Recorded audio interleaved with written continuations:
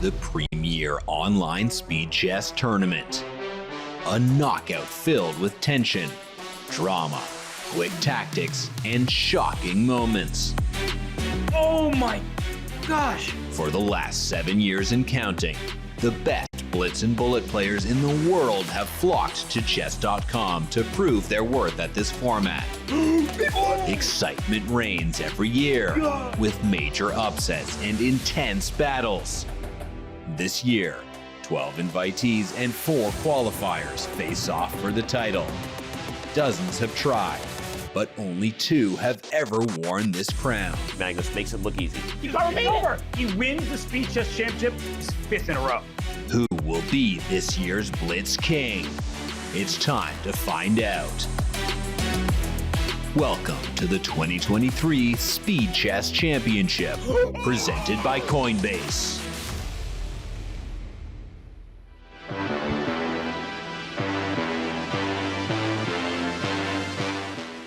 Welcome back to the 2023 Speed Chess Championship presented by Coinbase. We are excited to welcome Coinbase as a presenting partner of the Speed Chess Championship. I'm Grandmaster Robert Hess. Alongside me is my good friend, my co-commentator, Grandmaster Daniel Nardisky. Danya, we had an exciting doubleheader yesterday. How are you feeling today? I'm feeling great, Robert. Got my sleep after the long day yesterday. Only a single match today, but what an incredible match it's going to be. Oh, these two are going to throw their punches at one another. We had Maxime Vachier-Lagrave and Magnus Carlsen win a day ago, but today it's all about Alireza Firouzja and Wesley So. Danya, how exciting is this matchup? Not exciting at all, Robert. Two amateur players with very little experience. This doesn't promise to be a close match at all. Man, I don't envy the commentators who have to commentate this starting in 8 minutes. Just kidding, of course. It's Reza, it's Wesley. It's yet another battle between two different generations, two different approaches to the game, but both of these players so experienced, so consistent, and so precise. They are phenomenal players, and they will not be looking past each other. But we have to look at the bracket. Let's start at the top, where Hikaru Nakamura entered as the #1 overall seed. He is the 5-time reigning Speed Chess champion. He took care of business against Yu Yangyi. Caruana and Abdusattorov, they had a very close match where Fabi, he was able to get through to the next round. Nihal and Vachier-Lagrave, they won their opening matchup. So chalk talked on the upper half of the bracket, Danya, but down in the lower half, we haven't seen one of the round of 16 matches. That's Nepo against Arjun. But today, our attention will be focused on the quarterfinal matchup between Firouzja and Wesley So. It will indeed. Definitely fewer blowouts in the second half of the bracket than in the top yesterday. Magnus Carlsen also took care of business with a 9-point victory over Vidit, but that was a closer match than one would think looking at it on paper. This match, I think, promises to be a close match on paper as well. I just don't see the difference in strength that would allow either of these players to score the kind of blowout victory that we've seen throughout the round of 16. And somebody who probably would like a blowout, who wasn't so comfortable in his opening round match, was Alireza Firouzja, because against the former candidate Dmitry Andreikin, a stalwart in his own right, this was a close call. It was 13.5, 12.5 at the final mark. But Danya, 8 blunders by Firouzja. We know he cannot afford that against Wesley.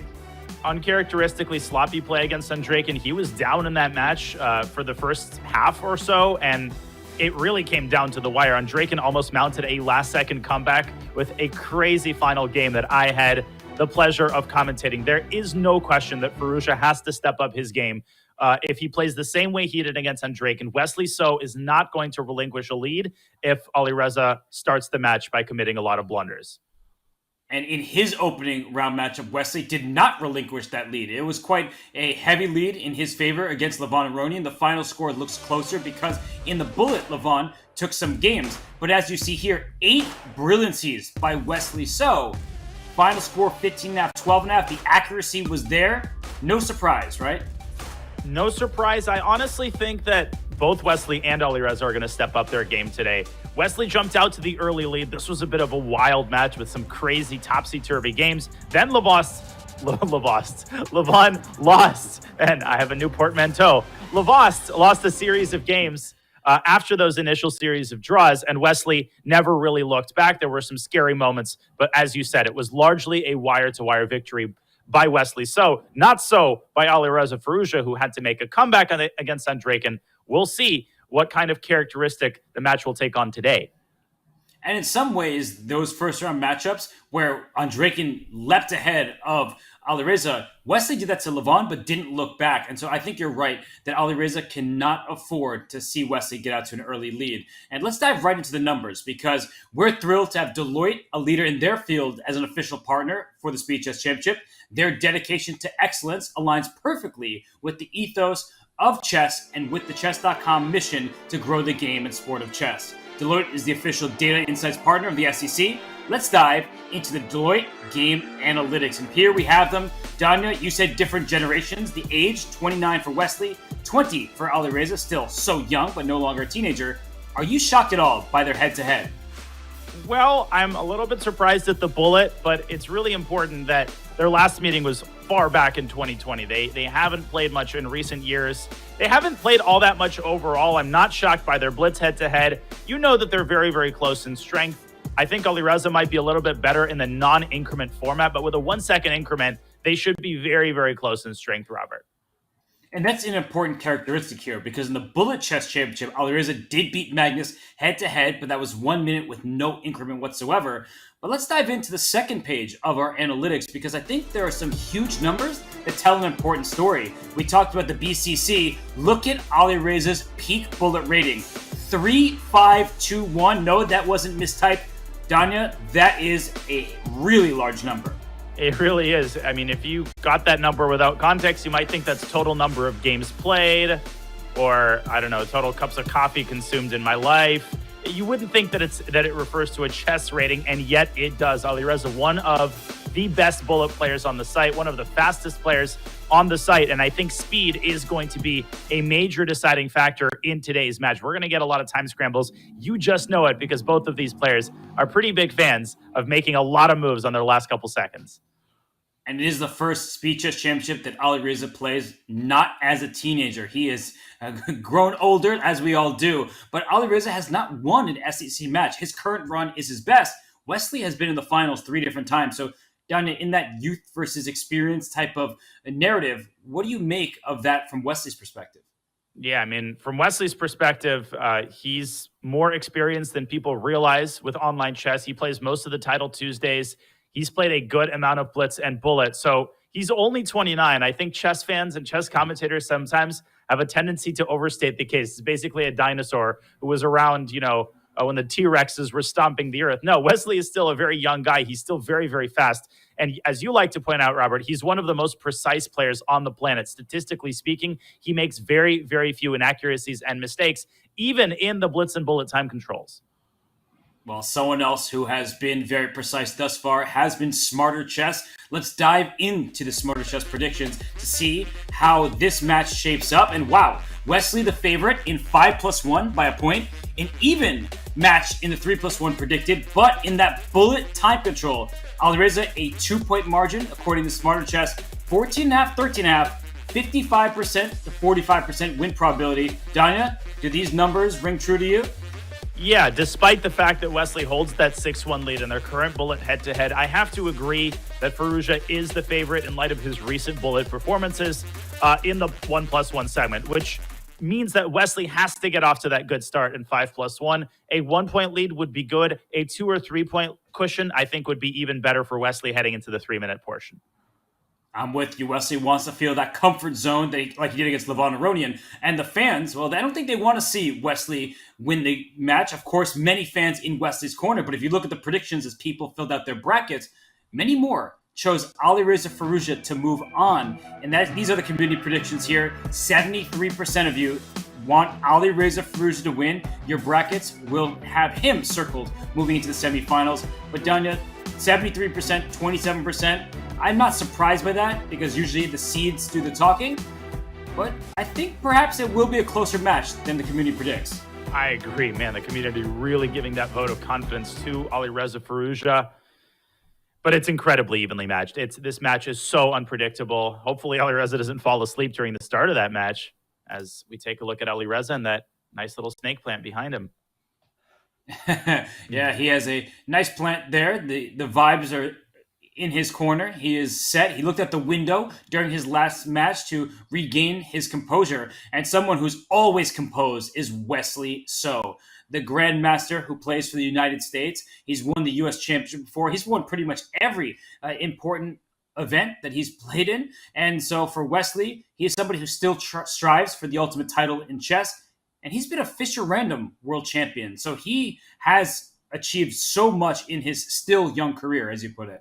Yeah, he's really the jack of all trades. Wesley is a completely universal player on the board. He's also a universal player when it comes to different variants and formats and time controls. He's just incredibly good. He's got such a solid foundation, and he's been around forever. Looks like he might be in a hotel room. So I'd be curious to know what he's doing there. Is he on a personal trip? Probably he is on a chess trip. That's a pretty safe bet when it comes to anybody over 2,700. A little smile there from Wesley. Yes, Wesley smiling for now, but will he remain so happy when he plays against Alireza? Something that is talked about a lot, and I think that it should be discussed, is that Wesley So is so difficult to tilt. He's somebody that he just plays every single game. It feels like he's fresh. Alireza, on the other hand, I feel like he is the more tiltable of the two. And Dunny, we talked about Magnus with respect to Jan and Arjun. Would you say that's the case, that if Wesley gets out to an early lead, that could tilt Alireza? 100%. There's no question that Alireza is the more tiltable player. Wesley a little bit more level-headed as they kick off their first game. And that makes it even more important, I think, for Alireza to set a good tone. Start off better than you did against Andreykin and avoid the early blunders in the first couple of games, because that can really put a damper on your kind of feelings toward the match. As we have, let's see, a Najdorf, most probably in the first game. Are you a bit surprised to see that from Wesley, who typically plays very solid repertoires? He grew up playing the French defense. He likes to play e4, e5 from the black side, but he's going for the Najdorf. I am surprised. I was expecting e4, e5, a more solid beginning, but Wesley trying to deliver the opening salvo, and that's really admirable. We got an early Najdorf in the Magnus Vidit match as well, and then never had another Najdorf the whole rest of the match. So it's always hard to predict, what the players are planning in terms of the openings. Some players, they repeat the same openings throughout the match. Others, they keep varying based on how the opening lands based on the opponent. As we see a poison pawn variation, but that pawn cannot be captured because of knight to a4. a3 is one of the most reputable sidelines to the main queen d2. Isn't it funny that the poison pawn variation is one where you can capture it? Like, normally if something's poisoned, you shouldn't be doing that. But in the poison pawn, you get away with it. But why isn't this called the poison pawn? As we just want to show very quickly that queen takes b2, and this is the whole point of putting the pawn on a3, is it takes away both the a3 and b4 squares, so the white knight goes out to a4 and traps the queen in its place. Indeed, can't capture the knight because that's defended, the rook's defended, and all of the squares are defended. That's a great point. I think the person who named the poison pawn must have been biased against the Najdorf. He already evaluated the line before he even knew what was going on. So knight c6, and the knight now drops back to b3. White not engaging in the center, and Wesley continues with his development. I mean, as far as Najdorf positions come, this is relatively on the more positional side, but of course it could get tactical any second if the sides castle in opposite directions. And that knight on b3 helps shield the white king once it goes to the queen side, but it doesn't help strike in the center. e4 to e5 would be a great idea for white, but black has two pieces covering it, and when that queen eventually slides back to c7, make that three pieces covering the e5 square. It's very difficult to see that happen, and black will slide that queen back, maybe play b5 in the future. So Danya, opposite side castling is always fun for us as commentators, but for the players, it means there's a lot to work through. There most definitely is, and the first step for black is to figure out whether he's castling kingside or keeping his king in the center. For white, who's got a bigger chunk of the center and more weaknesses in the center, I think it's less feasible to keep the king there for an extended period of time. But for black, he's got this pawn cocoon, the Scheveningen structure with the pawns on d6 and e6 that are very, very hard to break down. And that is why you often see black keeping the king in the center, either for a long bit of the middle game or sometimes even for the entire game. Right, because the king isn't actually unsafe in the center if white can't get to it. But this move h6, suddenly Alireza has paused. Bishop h4. My question is, will black strike with g5? That is a thematic decision, but it's one that really creates a mess of things as black gives up a pawn in some of these lines, but white loses control of key central squares. Great eye by you. And that is one of those ideas that any self-respecting Najdorf player has to learn. I actually think it's the reason why Alireza ended up taking on f6. So that ship has sailed. We saw a similar position in that Carlsen-Vidit game. I think the second game of their match. Optically, it looks like black is better. He's got the bishop pair. He's got a beautiful bishop sitting on f6 and aiming at the knight on c3. But when you run these types of positions through the engine, you sometimes see that white has this idea of running his kingside pawns up g4, h4, and g5, and that can be a very powerful pawn storm that can be hard to deal with. And the queen on f3 is so important because it defends that rook on h1. If that queen were on d2 and the knight on c3, as you're pointing out, then this is a slower path for white. You wouldn't be able to play h4 and g5 so quickly because that rook would be loose back in the corner. So that queen is doing it all. And that rook on d1 is keeping the queen on c7 honest. There are no knight a5 type of ideas for black to try to trade off some pieces because d6 will be loose. Great insights. Black can also try to meet fire with fire here with the aforementioned g5. But g5 oftentimes runs into this classic idea. White plays e5, d takes e5, and then sticks a knight on the square that was vacated by the pawn. And with the bishop on f6, having lost the support of the g-pawn, white develops a major initiative. So I think black has no choice but to ignore the possibility of g5 and maybe even castle queenside. That seems to be what what Wesley is indicating with his last move. I actually think he's a lot likelier to go queenside than kingside at this point. But instead we see him play the prophylactic g6, trying to keep the bishop on the long diagonal. And his bishop stays in touch with the rook in the corner, and that square is even more important than the piece, because if white had played g5, black would have been able to take on g5 and take on c3, shattering white's pawn structure. That's actually a pretty important line, Danya, the fact that the rook on h8 would be defended by the bishop on c3. That's a great line there, and that is the reason why Alireza resisted the temptation, keeping his pawn on g4 for now. Instead, beautiful maneuvering chess. I love what he's doing with rook h3, connecting the rook to the knight, dropping the queen back. But the second idea, I think, is to double the rooks on the d-file. And we continue seeing a lot of parallels between the Carlsen-Vidit game, where Vidit also went after a direct attack on the d6 pawn. I think we will see rook h to d3. And, of course, now g5 is once again a very likely possibility. And we briefly saw a question mark on rook to d8, which probably means that castle's queenside was the engine's first choice. But from a human perspective, that is so risky, especially with the queen on f2 and knight coming to a4. If that king had actually been on c8, we could have seen some dark square control from white. But as it stands, that king is perfectly happy in the center. It can castle kingside. Now that the rook left h3 and went towards the center, castling kingside is much more likely.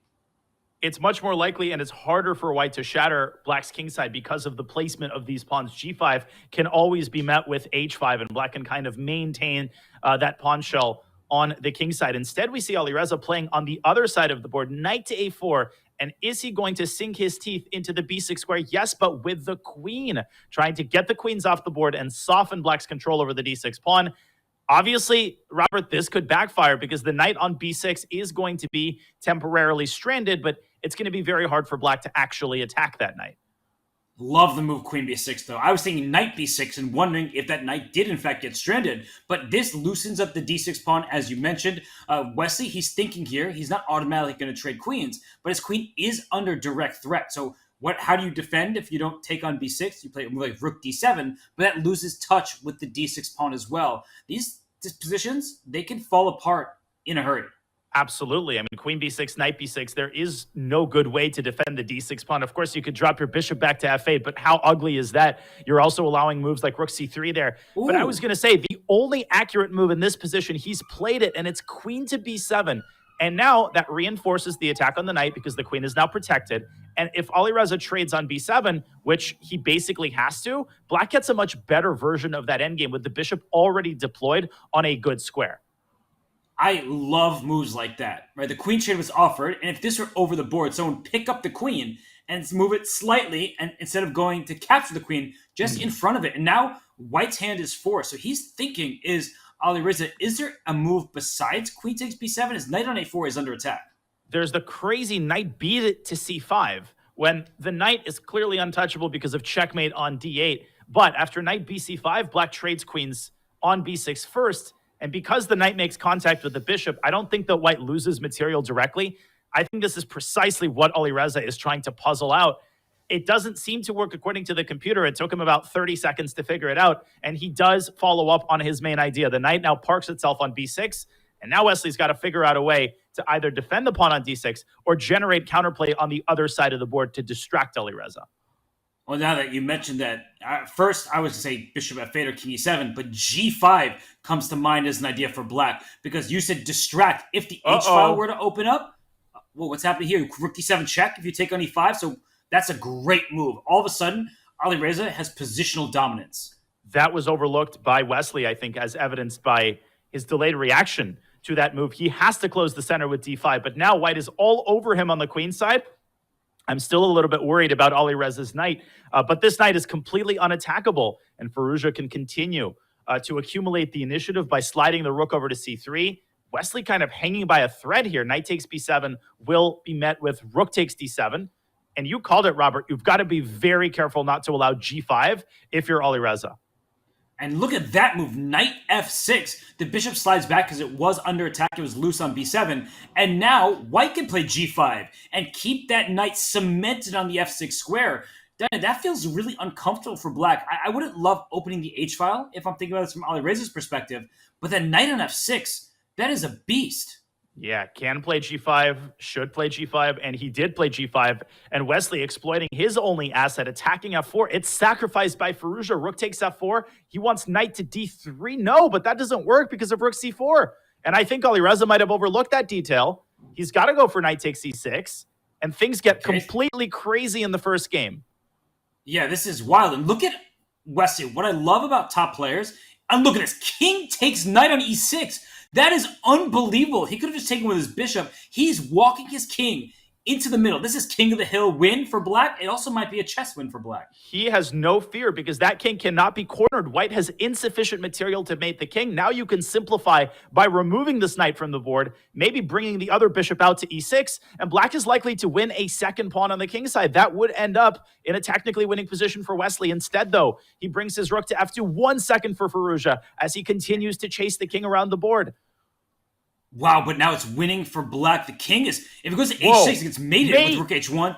He goes up to h4. And g3. And now the king is completely safe, and Wesley's winning material. It's over. Yeah, he stole that knight. And rook g2. Rook g2. What a find by Wesley. This is one of the coolest opening games we've seen in the Speed Chess Championship. And now it's a technically winning position. A little bit of work is still required for Wesley, who's got 7 seconds on the clock. He's got to work his king out of the checking zone of White's rook. Now he's got to unpin his bishop, and he loses a pawn. Wait a second. That's a really important pawn, because now how do you actually attack White's remaining 3 over there? The White king will just sit on either... Oh, he went c3. He wants to trade it, but the engine didn't love it. No, but now he's going to simplify on d4, and he's going to try to set up some sort of a fortress. I think with only 8 seconds, Wesley doesn't have the time to figure out the optimal winning setup here. I don't even know if it's winning. I actually think it's a draw. I think it's just a fortress. There's no progress to be made here.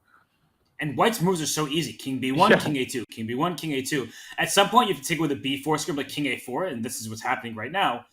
But the king can't stay on a4 forever. Well, if you're Wesley, I think you have to try to play b4 at some point. And it's not even a fact that when you do, that you're going to be able to win White's last remaining pawn. But I feel like that's Black's only attempt. If you can get rook and bishop versus rook, you can milk that out for another 50 moves and hope for a mistake.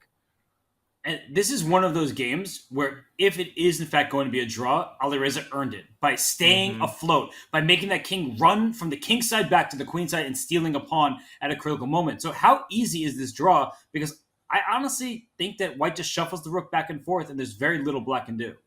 The only thing White should avoid is trading rooks, because unless you can guarantee that you can liquidate Black's last remaining pawn. But that's very, very hard to do, because anytime White plays b3 and a4, Black just plays b4.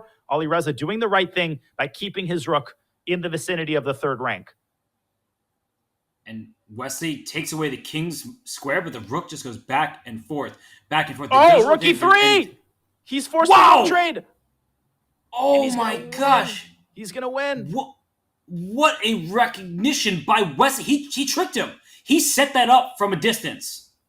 He lulled him to sleep. Alireza kept going, rook b3, rook a3, rook b3. He had already reached the conclusion that Wesley didn't see a single way to make progress. It's precisely at the moment when he switched off his brain that Wesley set up that forced rook trade. Unbelievable. He wins it in the last second, literally. That was unreal. And from Wesley I really felt like he was earning a victory throughout that game. The way he took on e6 with his king, marched it out into the open, stole a piece, and then still played on. Wesley, that was unbelievable stuff. But for Alireza, you have to get over it. That was a bitter defeat in that game. But now in game 2, it's a whole new position, a whole new set of circumstances. Yeah, what a game. That game had so many different stages, and absolutely no shame in losing a game like that if you're Firouzja. You fought to the last drop of blood, and right now they have a very topical line in the Caro-Kann where White's last move pins this knight on e5. Obviously, you do not want to go bishop d6 and blunder the knight to f4. As far as I remember, there is a very enterprising pawn sacrifice with this move, knight to e4. The other possibility is queen e7. That's the more straightforward move in order to unpin the knight. But after bishop to b5 check there, I think White might hold a very minuscule edge. And when we're talking about specific players, I think Wesley would have preferred to see queen e7 because he loves these tiny advantages. He's one of the most precise players in chess history. Knight e4 at least makes things messier, and that's more Firouzja style. It really is. And I also think this is objectively sound for Black. White can now take twice on e4 and reinforce the pin. But already in that situation, Black can bring the bishop out and defend the knight. I'll show this if we could pull up an analysis board real fast as Wesley puzzles out these complications. What happens after bishop d6 is that White lacks development. And even though f4 looks like it wins a piece, it actually allows this incredibly nasty check on h4. What does this check do? Well, this check counterpins the f-pawn so that after the king moves, Black can unpin the knight by castling kingside, then drop the knight back to g6. And obviously White's position is completely in shambles. After bishop d6, I'm pretty sure that the main line is knight f3, but now Black can castle once again. And again, using some simple tactics in order to ensure the safety of whatever piece lands on e5 you cannot take because of rook e8. Wesley, having calculated these lines, decides on a more relaxed approach with bishop b5 check. This seems like a very Wesley position. He is playing against the IQP, the isolated queen pawn. That variation that you just showed was really something and an important line to remember because you can't just go material grabbing without development from White's side. So bishop b5 check, Black plays bishop to d7. I think that White can even play knight f3 now because I don't think Black can take the knight on f3 as g takes f3 wins a piece. Oh, that's really lovely because bishop takes b5 runs into queen takes b5 with check. And then you do lose the knight on e4. And he plays it. And this just looks good to my eyes for White. So Black probably just has to complete development, but you do need to watch out for this f3 idea that even if the knights trade, is Black in danger of losing a piece at some moment? Yeah, Black can actually take on b5 and then meet queen takes b5 with queen to d7. And that engineers a very likely queen trade.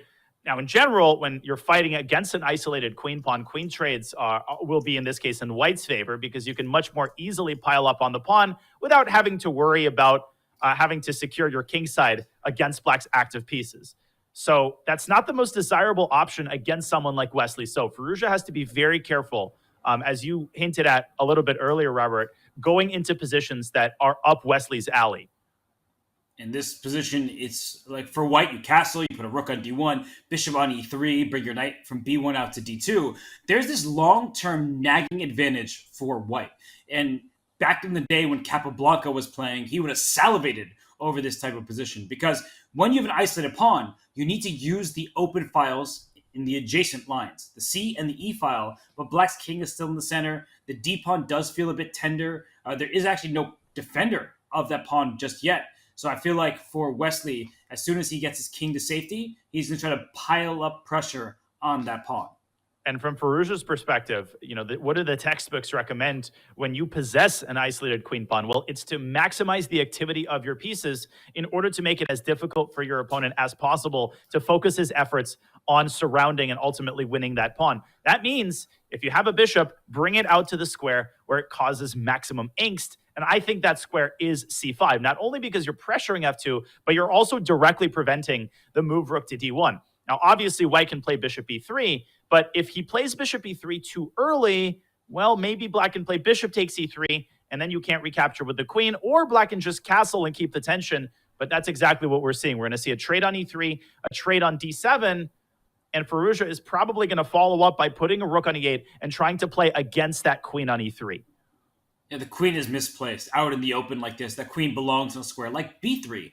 But as you're indicating, the knight coming into f4 is something that is going to be worrisome. And now that we have a trade on e4, if black just takes with the pawn, fixing the structure, don't see why black would be worse.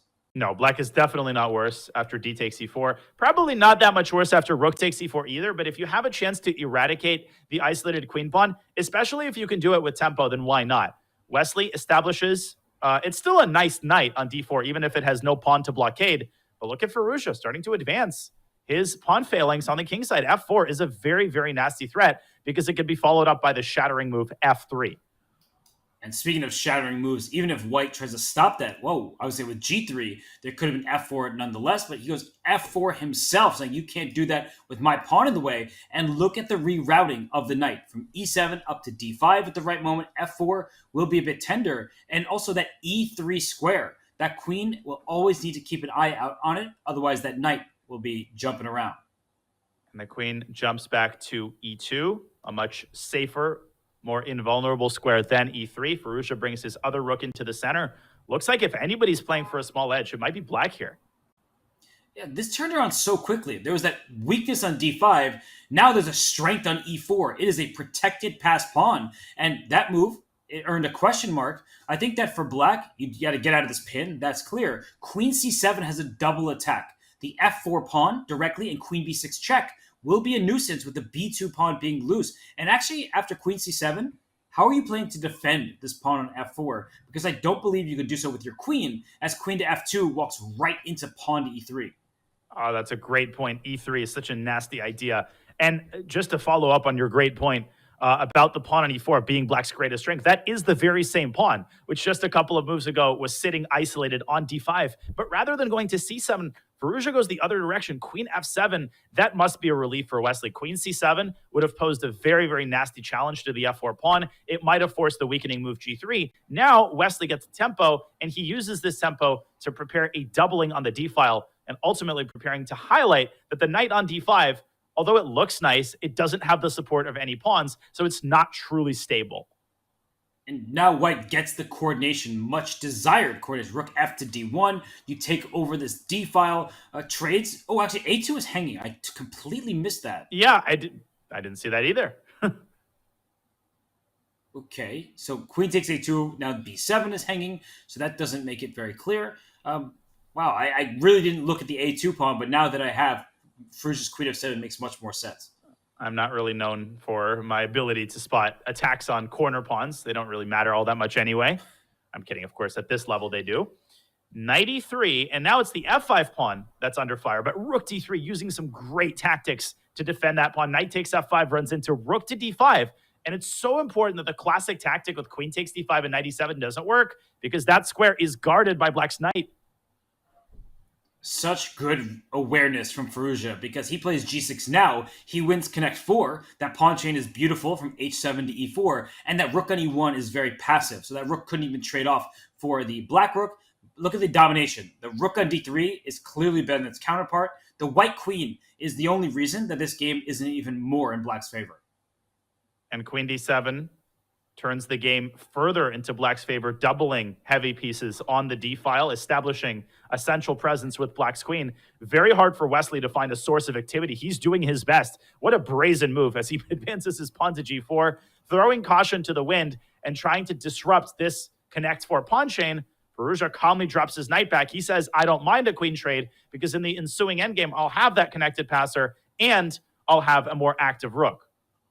This looks great for black. Look at this carpet rolled out to e6. King f7, king e6, f5 will be defended then. The black king is ready for the endgame. So for Wesley, the big question is, can he trade rooks? Does that help him? Because king And pawn endgames are very similar to king and knight endgames with the pawns remaining. And it looks like if we get into a king and pawn endgame, white could be in huge trouble.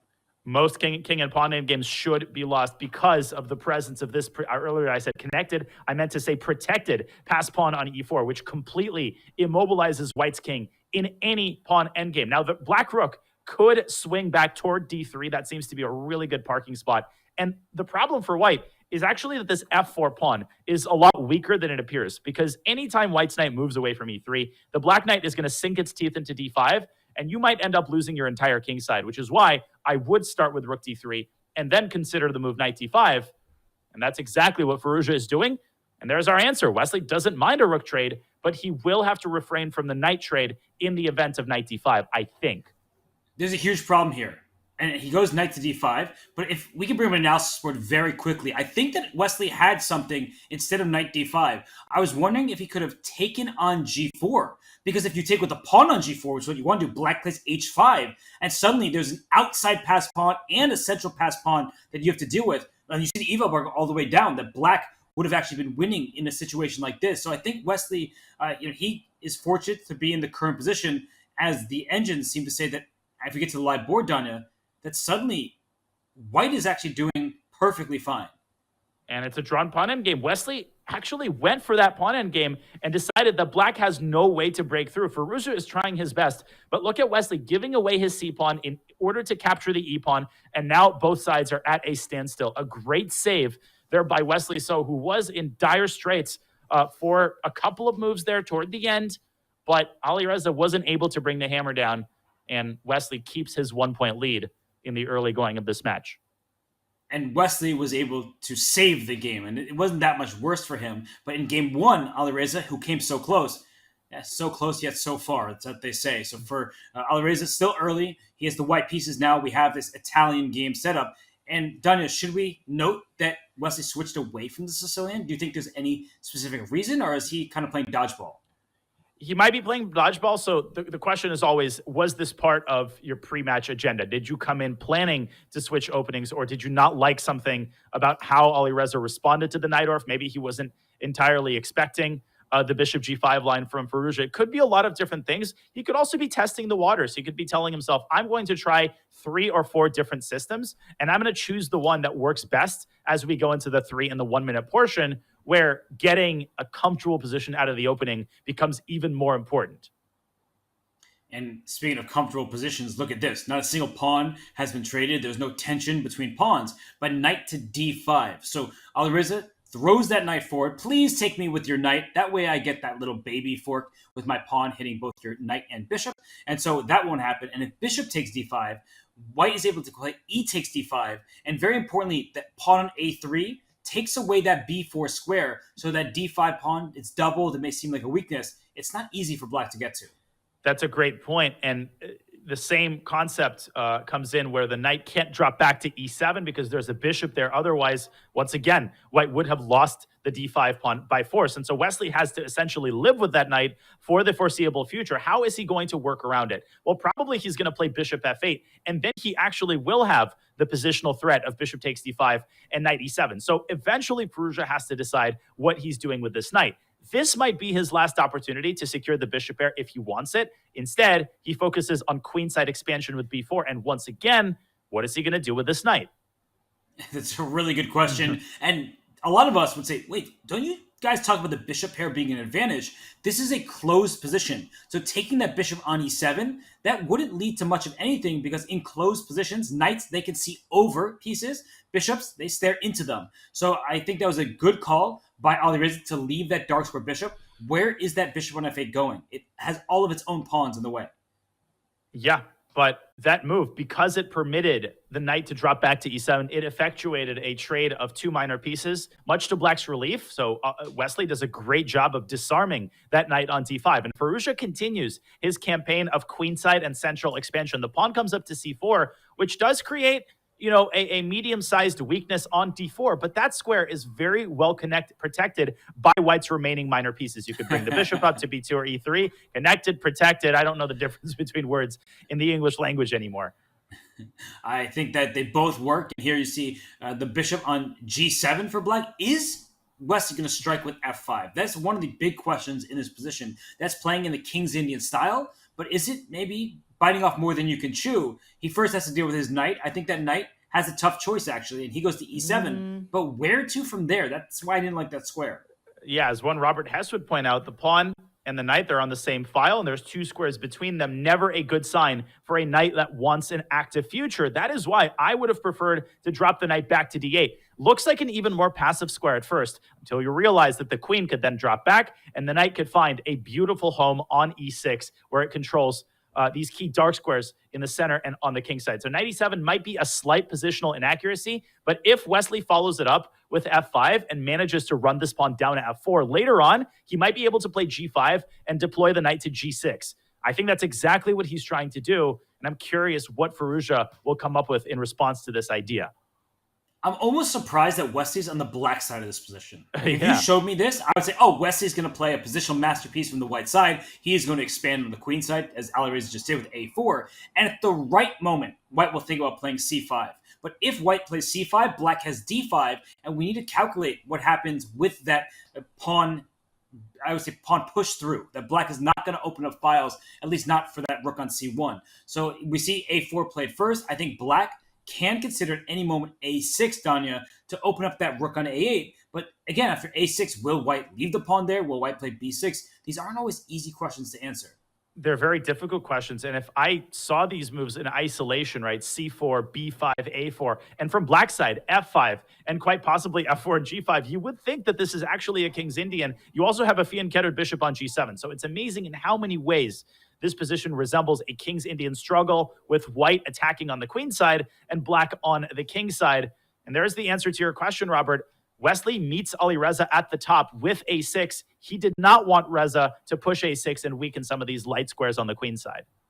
But what a good response from Firouzja. Bishop d2 protects the a5 pawn, and white wants black to take on b5 for 2 very important reasons. After a b5, cb5, the rook on c1 hits c7, but also white will have access to an outside passed pawn. So that's why Wesley's saying, I'm not going to budge. I will bring my rook to f8. I'm getting that King's Indian attack ready. But know what else the bishop is doing on d2? It's not in the rook's path from e1, so there could be some tactics on the e-file at the right moment.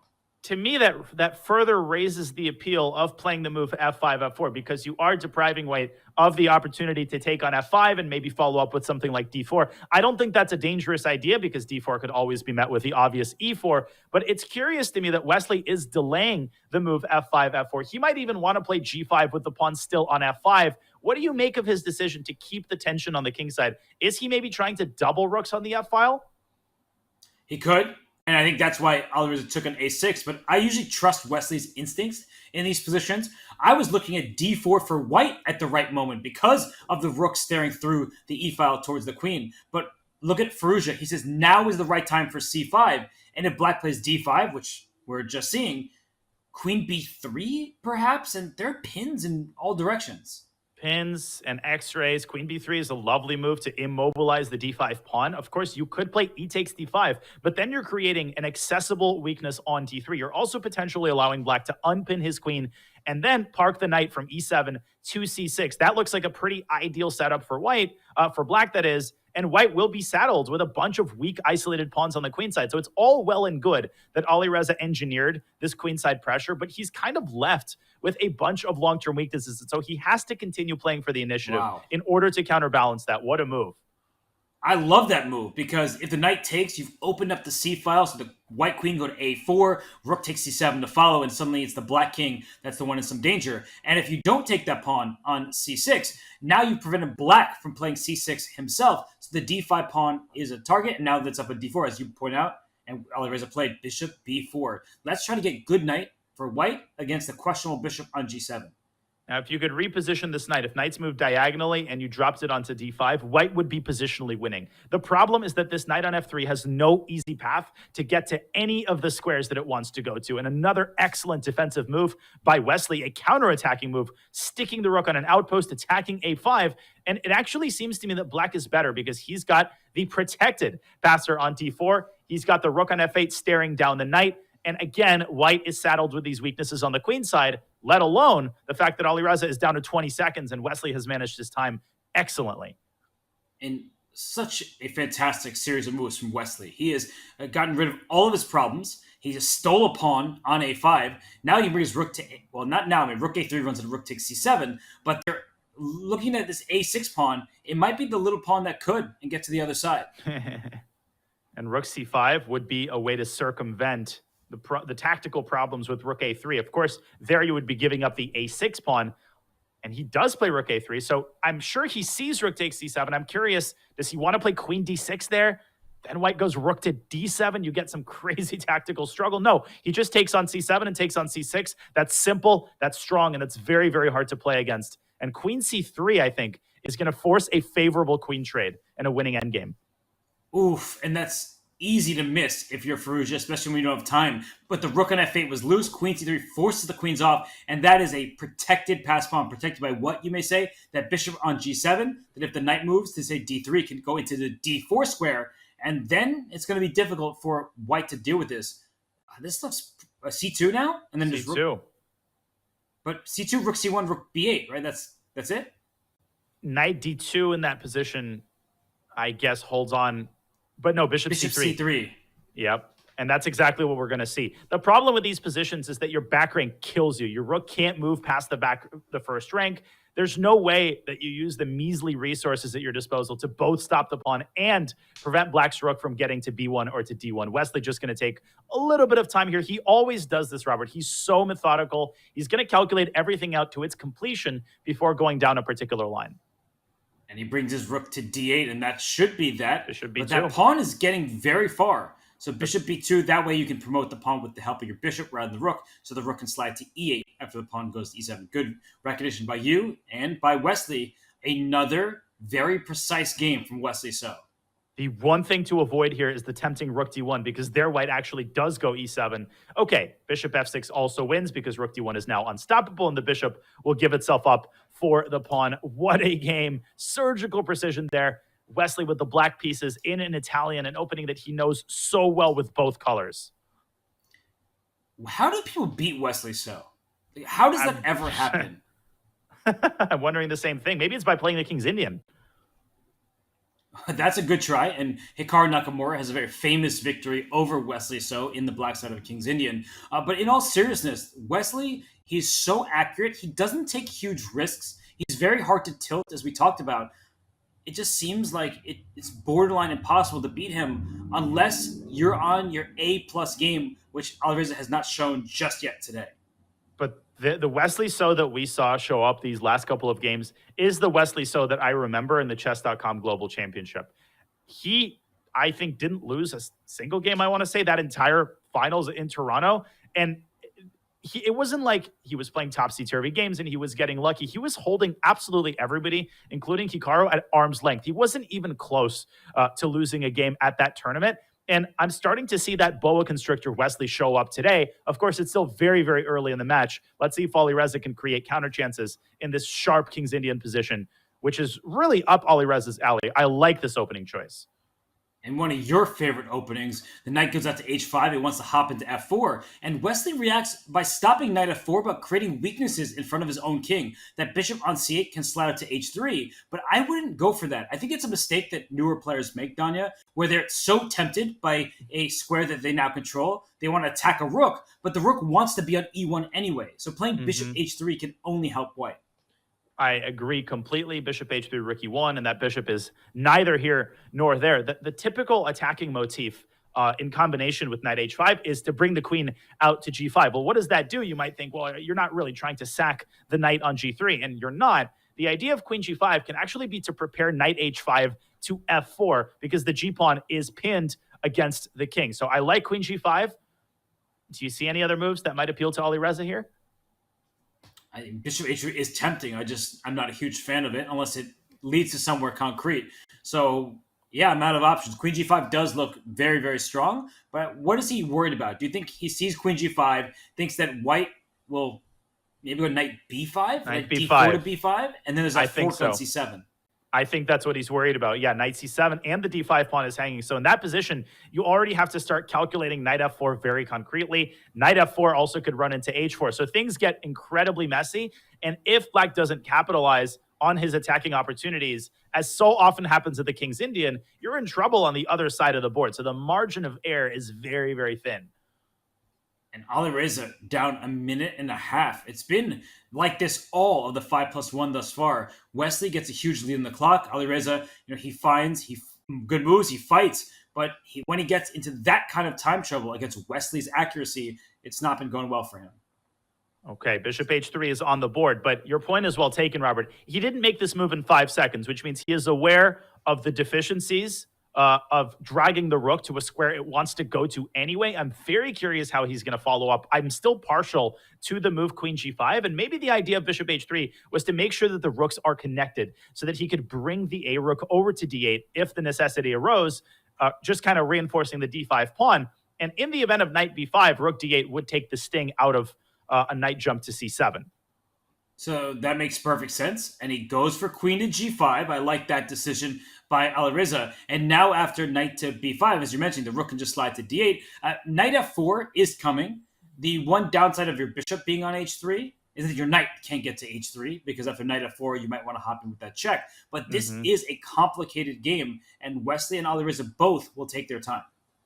And this is exactly the kind of position that you want if you're Firouzja. You don't really want to have it 2 minutes down on the clock. And we do see knight b5 on the board.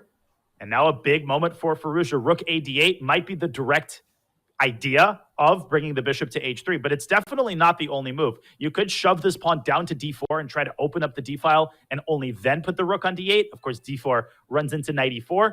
Knight f4 is very much possible. It's a move that has to be calculated. I'm not going to pretend like I know what's going on after knight c7. And maybe neither do the players. This is a position where in a blitz game, you make a lot of your decisions intuitively.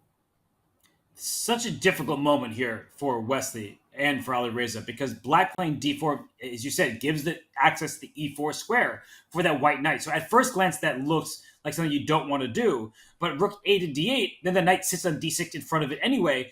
d5 is loose. b7 is under attack. The rook on e8 is threatened. It does feel like white could seize the momentum of these next couple moves, and I'm very worried, Danya, about Alireza's clock.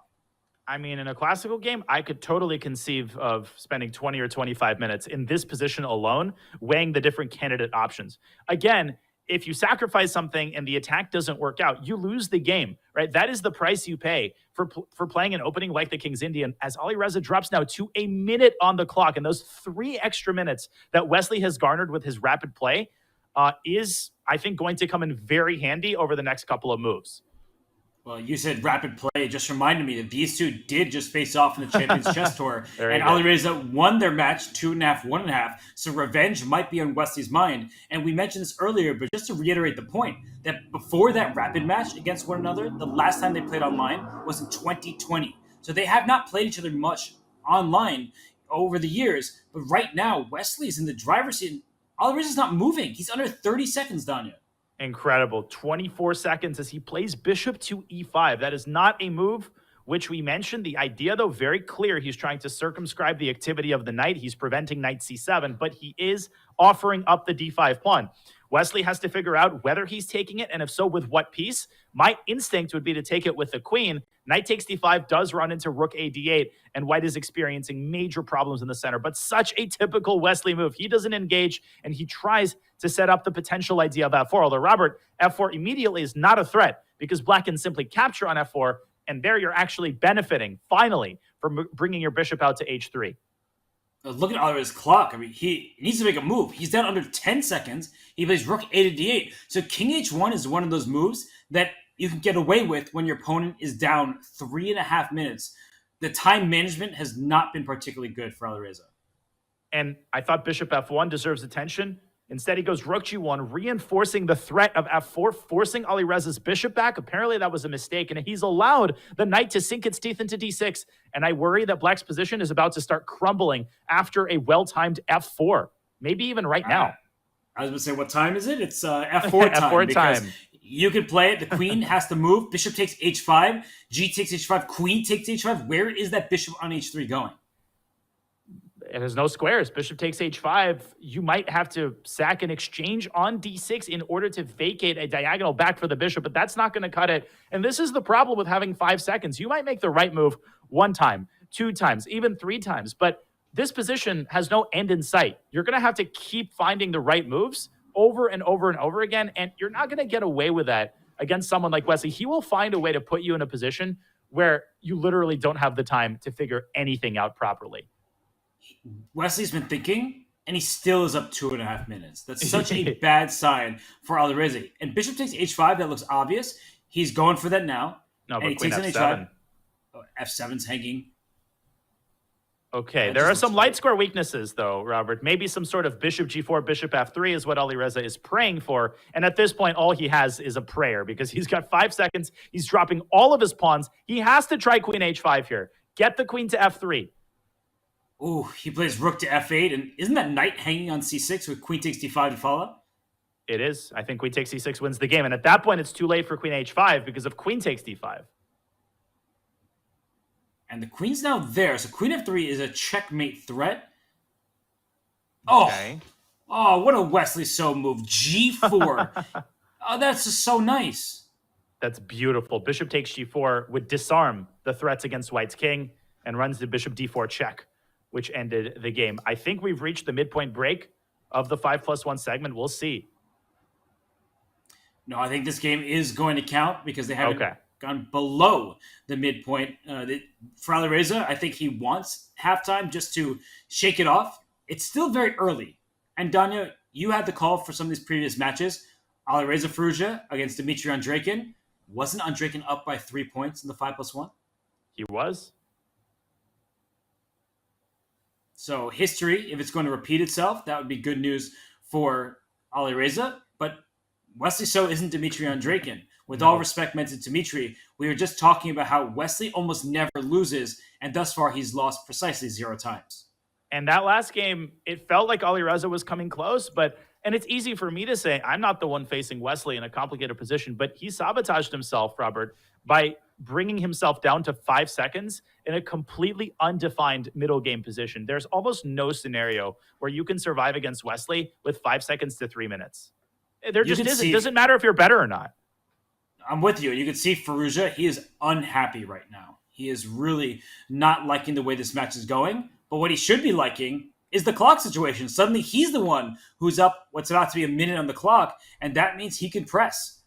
And the reason Wesley is investing so much time has to do with figuring out whether he wants to play g5. He can take this in 2 completely opposite directions, a more tactical direction with g5. Of course, he also could have castled kingside, as is more conventional. Now, why is this so committal? Well, obviously, Black is not going to castle anytime soon, and you also have to reckon with the idea of d4, blasting open the center. And if Black doesn't handle that position with tremendous caution, his position is liable to blow up.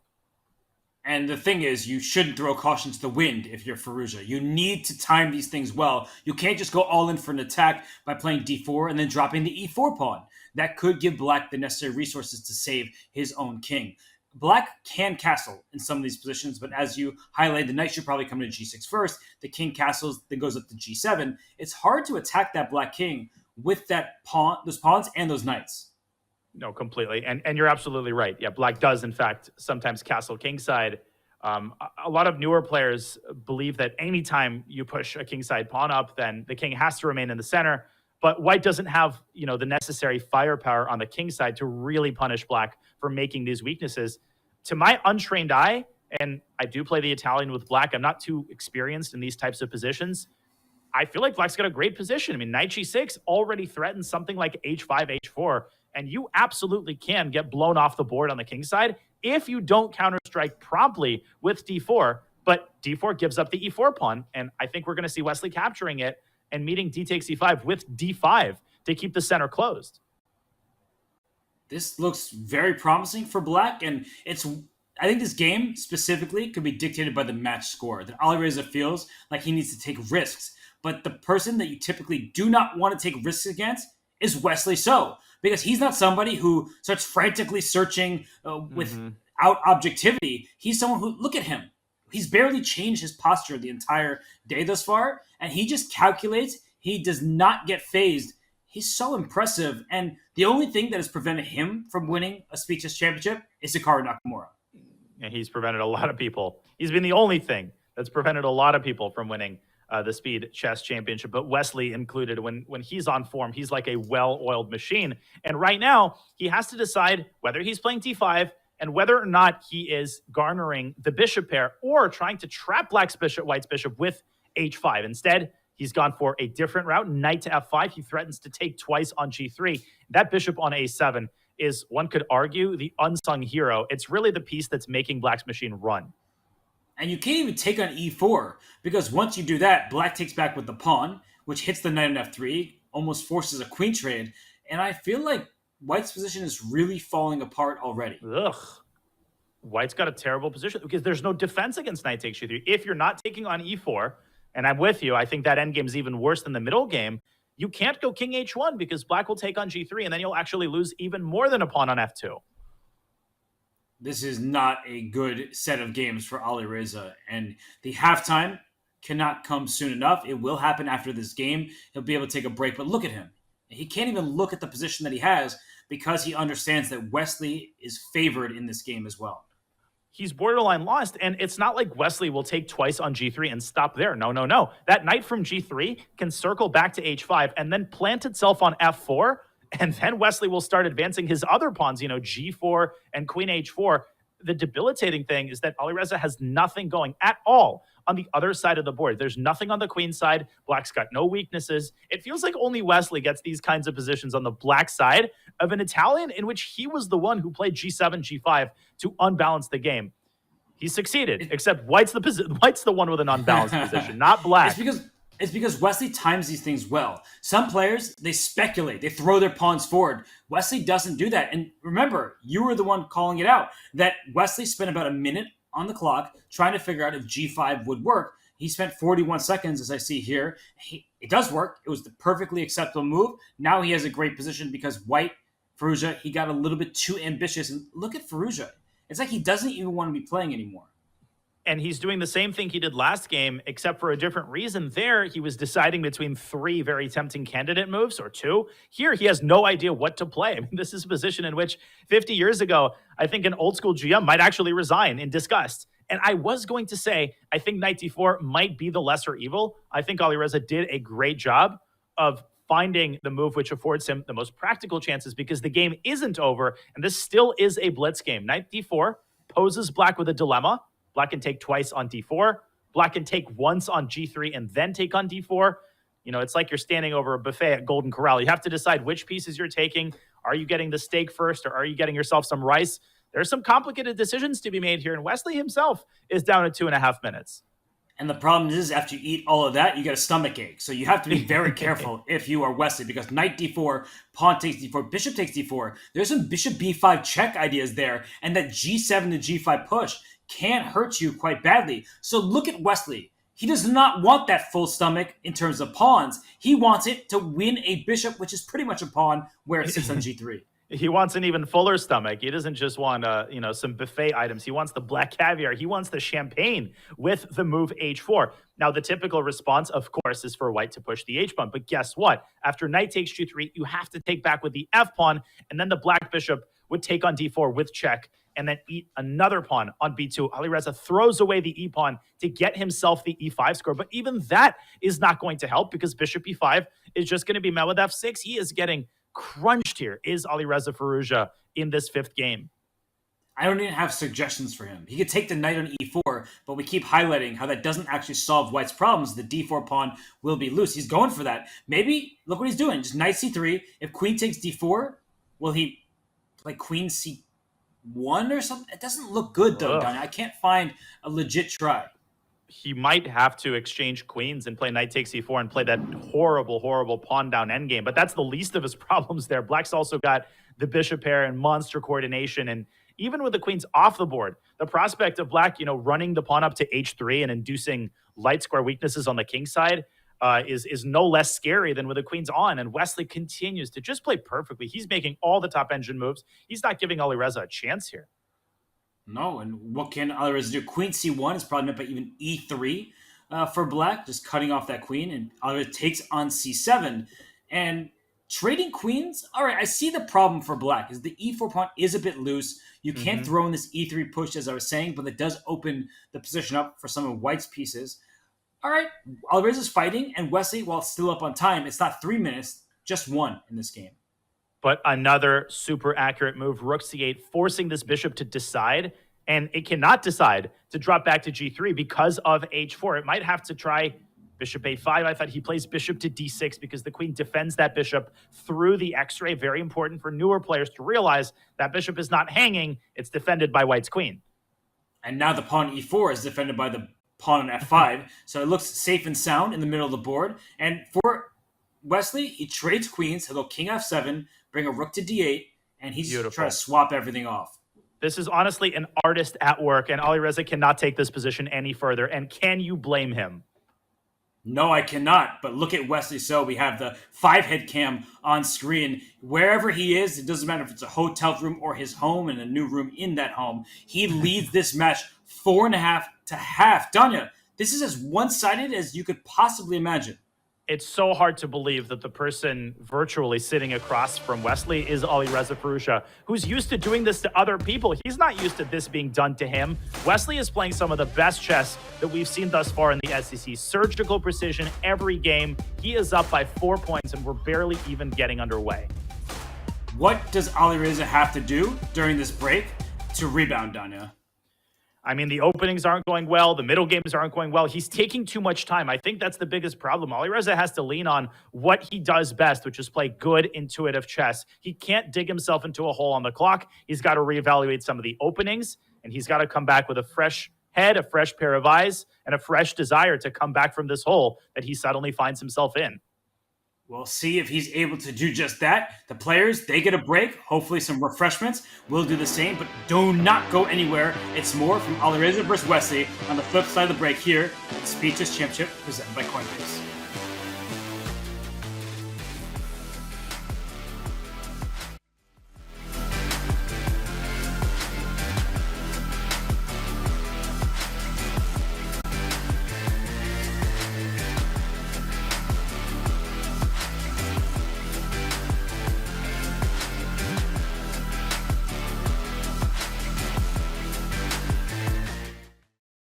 I'm Andrea. And I'm Alex. And we've been playing competitive chess since we were 6 years old. We started by focusing on classical chess, but later we fell in love with playing Blitz and Bullet online. Chess has been around for more than 1,000 years, but that doesn't mean that we can't modernize it. Financial systems have been around for even longer. Sounds like it's time for an update. And Coinbase is doing just that, re-envisioning an entirely new financial system that is decentralized and fully transparent. Also, huge thank you to Coinbase for sponsoring competitive chess and making events like the SCC happen. Go to coinbase.com/update the system to learn more. September bots are here, and it's time for a monumental clash.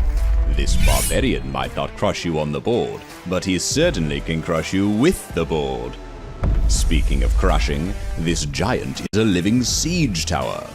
Usually found in groups, goblins are fond of sharp, pointy objects and other people's pieces.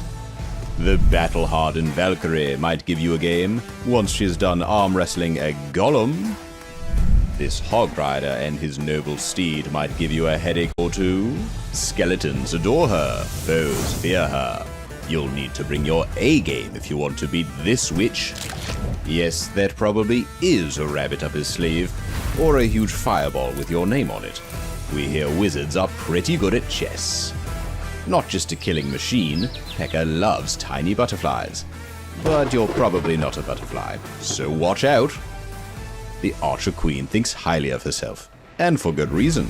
She is a skilled tactician, deadly opponent, and your worst nightmare. Play them all on chess.com.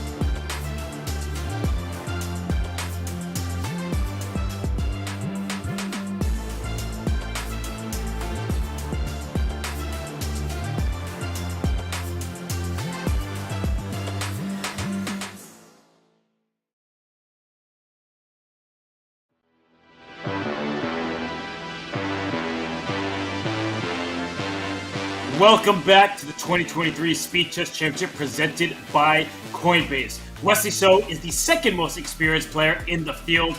He has been a mainstay of the Speed Chess Championship, and Danya, he has done very well in previous editions. In fact, in the quarterfinals, there's only one player who has beaten him in recent years, and that was Maxime Vacher-Lagrave, but he is undefeated in the first round, and there you see it in the quarterfinals, only to Maxime a year ago.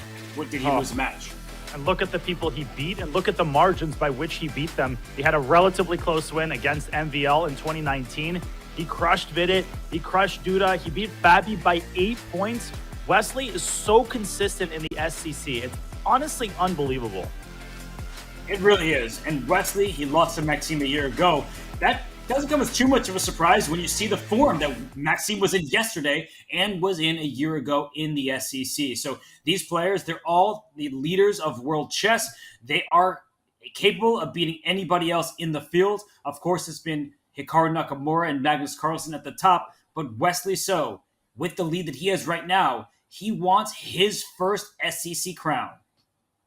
He does indeed, and he's showing that with every move that he's making. He's winning games in a variety of different openings and in a variety of different ways. After that ultra-competitive first game that went back and forth and ultimately ended in a draw, it's been smooth sailing for Wesley on the board and on the clock, and that might be the biggest source of concern for Alireza. He's got to speed up. He has to start trusting himself, and I like his choice of King's Indian. He got a good position the first time. No reason to do anything drastic and start playing anything extreme.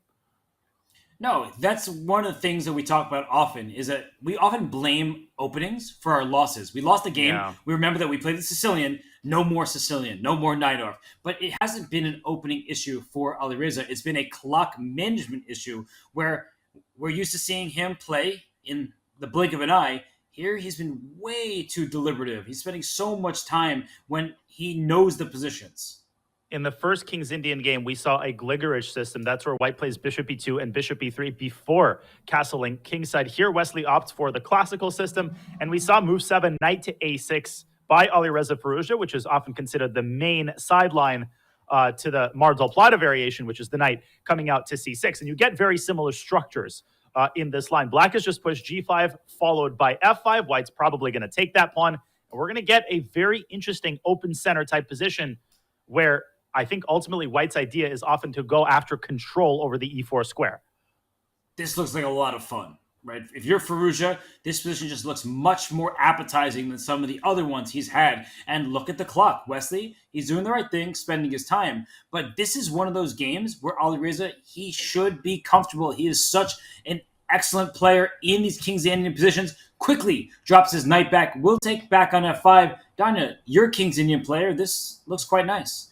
So typically, you're not recommended to give up the E4 square, but I think there are extenuating circumstances in this position, 2 of them to be exact. First of all, White can't take a knight and put it on E4. I mean, he can, but then he won't have any knights to speak of in 2 moves. So in order to actually secure control of this square, White might have to make a very compromising move, such as F3, which creates a host of other weaknesses on the king side. The second factor is that Black has enduring play on the king side with the idea of pushing the H-pawn. The queen could slide over to F7. The knight could make its way to F4. So looking at this position and reducing it to control over 1 square does not tell the whole story. The King's Indian is a far more complex opening than that, Robert. And finally, I'd point out that, of course, that knight on A6 isn't going to be there forever. We're likely to see it either on B4 or on C5 in due course.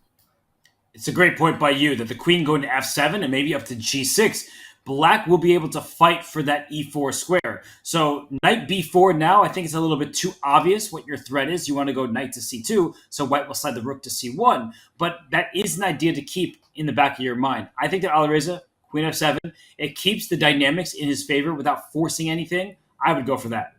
Interestingly, if the queen were to be on G6 in this position, knight B4 would have been a far more enduring threat, but he takes a completely different avenue. He plays the move H5, and that is a pawn sacrifice, right? White could take that pawn.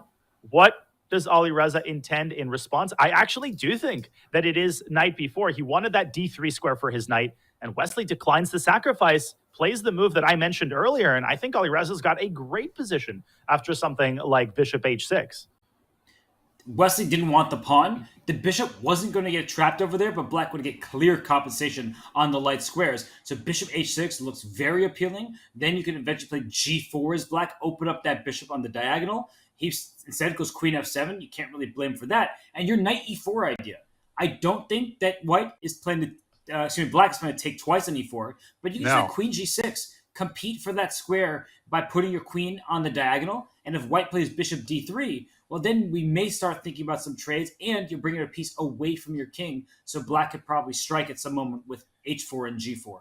I think you characterized it best. This position is a lot of fun, mostly for black, but if white can stabilize the knight on e4 and play bishop d3 and kind of diffuse the flames of the kingside attack, then from a positional standpoint, white is better, especially if you can effectuate the trade of light squared bishops. Black might be left with kind of a lame King's Indian bishop on g7. That's precisely why I think black should position this bishop on h6 and try to get g4, and as a matter of priority to make sure that this bishop has a clear role to play, and to make sure that this clear knight has a role to play. Alireza might want to play knight c5 before white shuts it down with the move b4. I think it's now or never for that, because the knight gets sidelined with the move b4, and he goes h4 first, and then h3. Wow, what a choice. We had the same intonation. But I don't think you can play g4, right? Because knight takes g4, pawn to bishop c2. Whoa, let me show. That's gorgeous, as we see g3 for that reason. Really quickly. G4, go ahead. I was going to say, even in the game, you could still play knight g4 because of this tactic with bishop c2 and queen takes f2 with queen g2 mate to follow.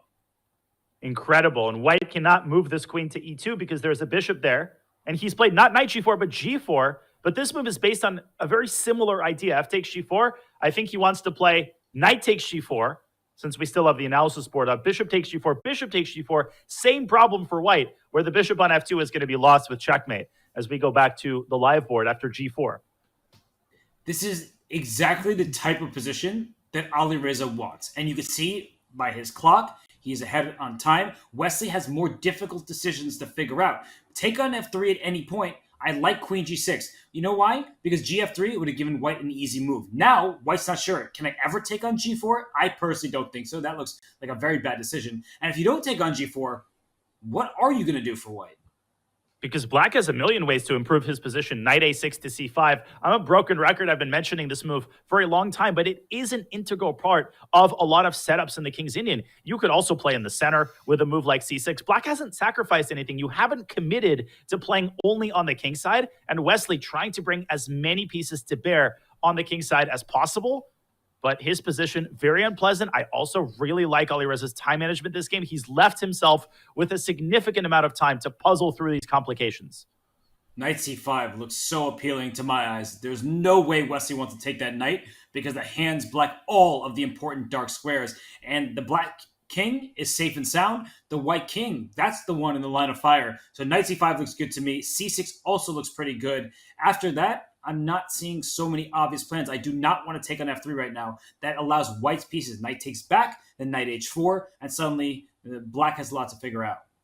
I'm also partial to the concept of doubling rooks on the f file. The problem is that might not be a very good, might not be a very efficient use of time, because even after you complete the doubling, what are you doing after that? You're not really going to play g takes f3, I would assume, anytime soon, because that kind of helps white get his pieces to better squares.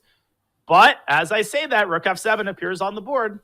You know Alireza very well. After all, you played countless bullet and blitz matches against him. It makes a lot of sense. I just wish, if you're thinking about this from him getting back in the match, that he played that move more quickly, because rook f7 is a move that doesn't really change all that much. It has an obvious idea behind it, but he did lose a lot of his time and advantage.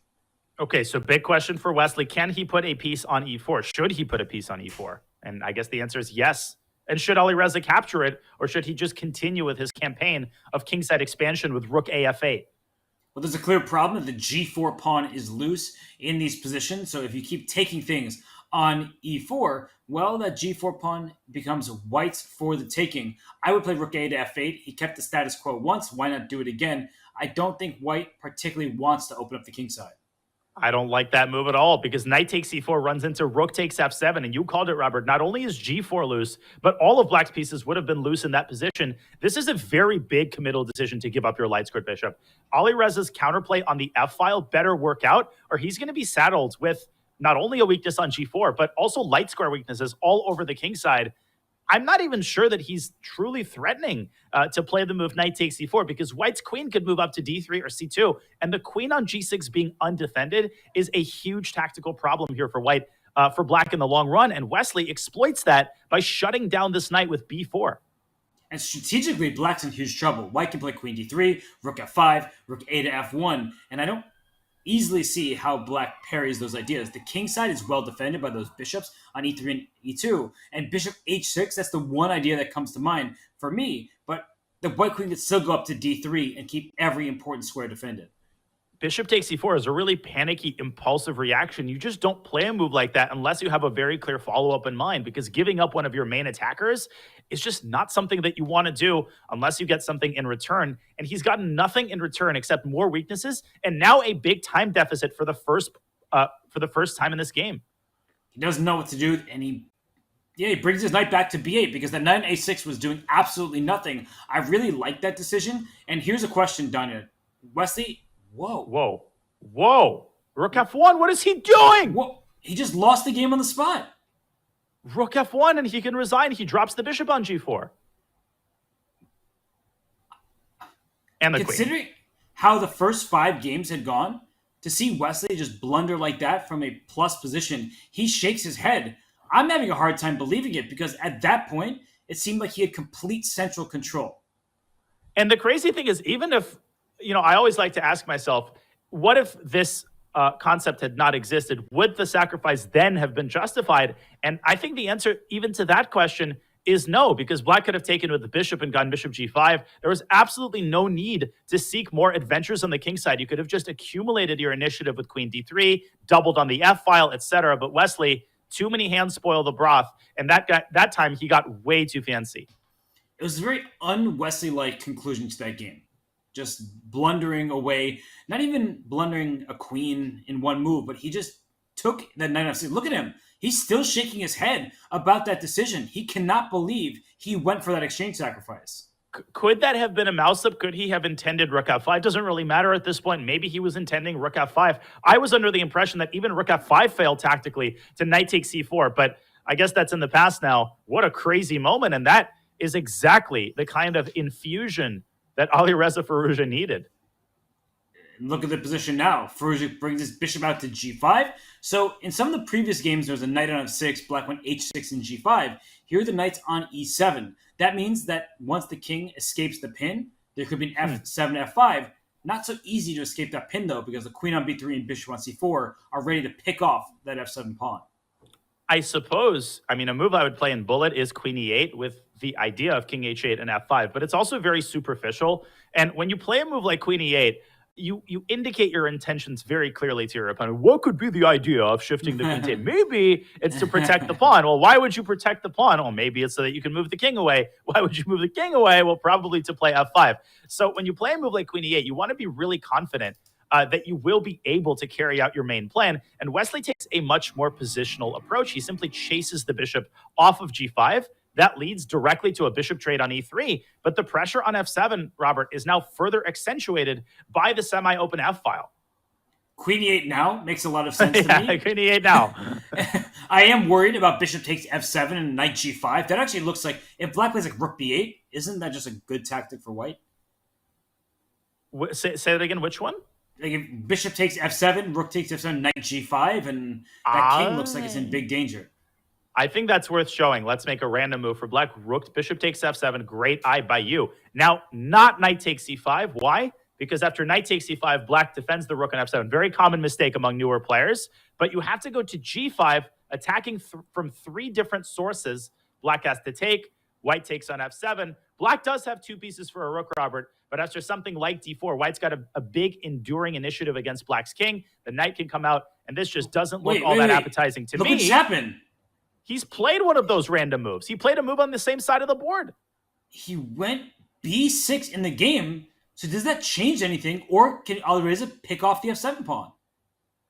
Well, I would imagine that he would at least devote some time to it, but I think he just trusted Wesley. Bishop f7 was interesting, but probably unclear ultimately.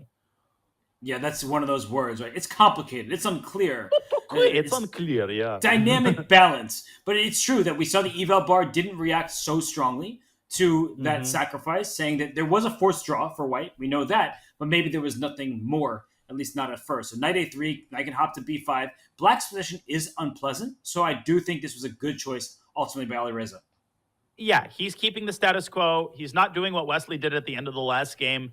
He senses that Wesley might be reeling after that blunder, and there's no reason to give Wesley a bunch of forced moves, especially when you have a hard time evaluating the ensuing position. Here, you know that you're better. You know that you have an initiative, and knight d8 by Wesley So is a nice defensive move. I think he wants to meet knight b5 with either queen c6 or even maybe knight e6. I don't know if he can get away with that, but it appears that he can, because bishop takes c6, bishop takes c6, hits white's queen, and white doesn't have time to take on c7. No, he does want queen d7.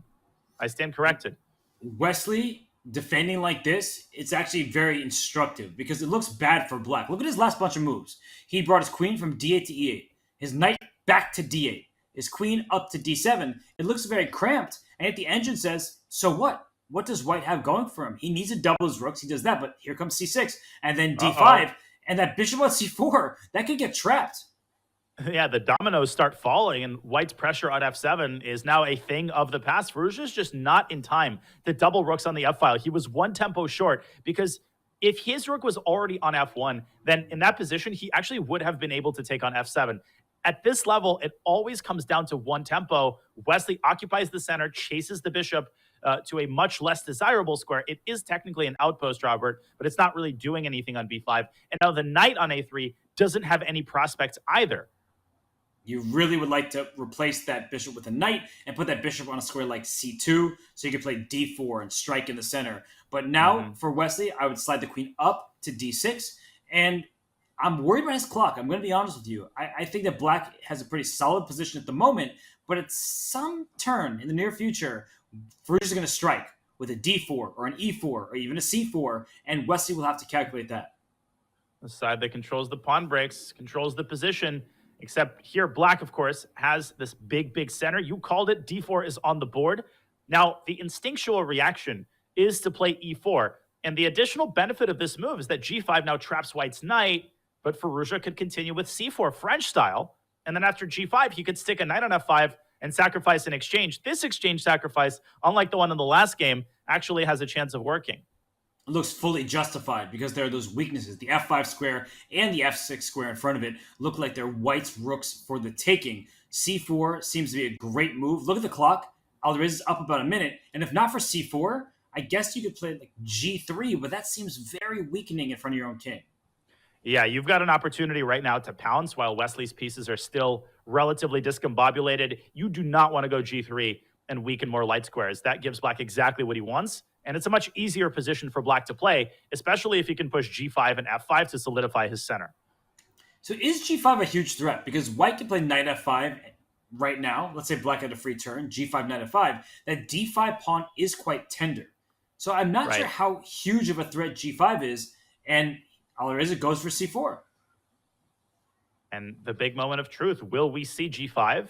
You know, there's the classic idea that having said A, you have to say B, but I think given the clock situation and given Wesley's stylistic tendencies, he is not going to play g5. That position looks, very remote from the kind of position Wesley wants to have with 1 minute. And indeed, he puts his rook on c8, applying pressure on c4, trying to get Firouzja to be the one to release the tension on d5 and give black's knight really, really nice prospects in the center. Makes perfect sense. Black now controls the open c-file. The queen for white should probably slide back to d1. I don't actually see another square for it, so it's queen c2, but I wouldn't want to put my queen in the rook's path. So he does, in fact, slide the queen back to d1. And now Danya, that queen goes to g4, and there are still knight f5 ideas, things of that nature. But if I'm Wesley right now, I'm probably getting my knight out of d8. I don't like it sitting back there. Knight b7, knight d6, as you're pointing out, it covers f7 and f5. Covers f7, f5. It reinforces the e4 pawn, which is a slight weakness. And I really like the fact that Wesley actually took with the bishop on d5. That gave him a tempo, which he is now using in exactly the way he should be using it. Now, if Alireza wants to play knight f5, then he should do it now, because once the knight gets to d6, that knight is going to be stranded on h4. I think knight f5 is one possibility. Bishop a6 is another, Robert, to trade off that knight and guarantee the long-term possibility of knight f5. Instead, he works on solidifying and improving his other knight, but I don't know about that. And Wesley seems to know about is give me your bishop and the c4 square. That's going to be useful for that bishop, because after bishop c4, the white rook is kicked out of f1. I really like Wesley's position all of a sudden. I like his position too. He's got a monopoly over the dark squares. Without a bishop to supervise the activity of white's other pieces, I feel like Alireza's attack on the king side has suddenly become toothless. You can't even really call it an attack. You can't even call it an initiative. He's got no actual targets and no actual threats, despite the impressive, positioning of his rooks and his knight. Yeah, the real issue is that he can't get everything at the same time. He wants to leave his knight on c3, but he also wants to trade the knight on h4 for the knight on e7. So if he can get knight f5 in, which he now cannot, he would have been okay. Now he's much worse. And our old friend, Robert, Mr. G5, that old friend actually might make an appearance now. Now G5 is a very serious threat, and Alireza might have to play this very ugly-looking move, G3. Instead, he tries to fight fire with fire, queen h5, and a calm response from Wesley. So, do you want to go knight g6 now if you're Alireza and get rid of this godforsaken knight on h4? You do want to make that move. I think black goes up a pawn, though. You swap knights. The black rook slides up to f6 to kick the queen out of the sights of the b6 pawn, and then b5 is loose at the end there. I just think that this is a Wesley So game where he can play for two results. Great call. I think bishop takes b5 is possible in the long run. First, he improves the position of his king. He might also choose to reinforce the f5 pawn with rook c to f8. And his bishop on c4 is a jack of all trades. It's an attacking piece, but it's also a defensive piece, preventing white's rook from redoubling on the f-file. And Alireza's kingside activity is now firmly a thing of the past. And now black is up a pawn. The f5 pawn is defended. He moves his bishop back to c4. No knight d5 jumps. No chaos in the position. Dinah, this looks really, really strong for Wesley. And I'm trying to figure out for Firouzja if this is going to work. He's pushing his pawn, but now it's maybe creating weakness out of it. And Alireza, this is the way he plays. Bishop c4 to prevent knight d5. And the moment that that square is occupied by a pawn, as Alireza falls to a second and tries to generate kingside play, he sticks the bishop on the outpost. And now the d5 pawn is a very serious weakness that could be targeted by a later b5, b4. But right now, no, he does play b5. Yeah, and it looks like Alireza's crumbling. The f5 pawn is defended. Now the knight comes off the board. And I think for Wesley, a second extra pawn, that should probably do the trick. But we're getting into a double rook endgame, and you can't take on g4 because the g7 pawn was pinned. What do you think, Danya? Is Wesley going to convert this? Yeah, well, there's another pawn, and there's another one on b2, and too many extra pawns, too little time. And yet another surgical Italian game by Wesley, coming back from that disappointing first loss of the match. Wesley loses a game, and then immediately plays what is a clinical showing of technique, right? The guy just is hard to face. He was shaking his head at some point. He couldn't believe his exchange sacrifice, but now look at him, he's stretching. It's not like Wesley doesn't show emotion. You can tell when he's disappointed. First of all, Alireza is gone. Hopefully not gone from the match. I don't think the plant has the capacity to play the King's Indian defense, with full due respect to that plant. It is a nice plant, but I don't know if it's done its, David Bronstein King's Indian reading in recent months. But just to complete the thought, Robert, and this is getting a little bit concerning, Wesley does show emotion. You can tell when he's disappointed, but he doesn't let it impact his play. If anything, he's like a reverse tilter. He loses a game, and he's like, I'm actually going to play better in the next game to rebound as quickly as possible. Alireza, what's up? Hello. The plant does look nice and fresh. It looks like it was watered recently. And hey, oh my God, maybe he went to the bathroom, a quick bathroom break. And if you're going to go to the bathroom, I think the start of the game is the right time. And in another position, even though it's move 2, with an extra minute for Wesley. And is Wesley doing this gentlemanly thing? Yeah, I think he might be. No. Yeah, Wesley's not a gentleman. Yeah, he's what a jerk. That's the first person you think of when you think of a really nasty person is Wesley So.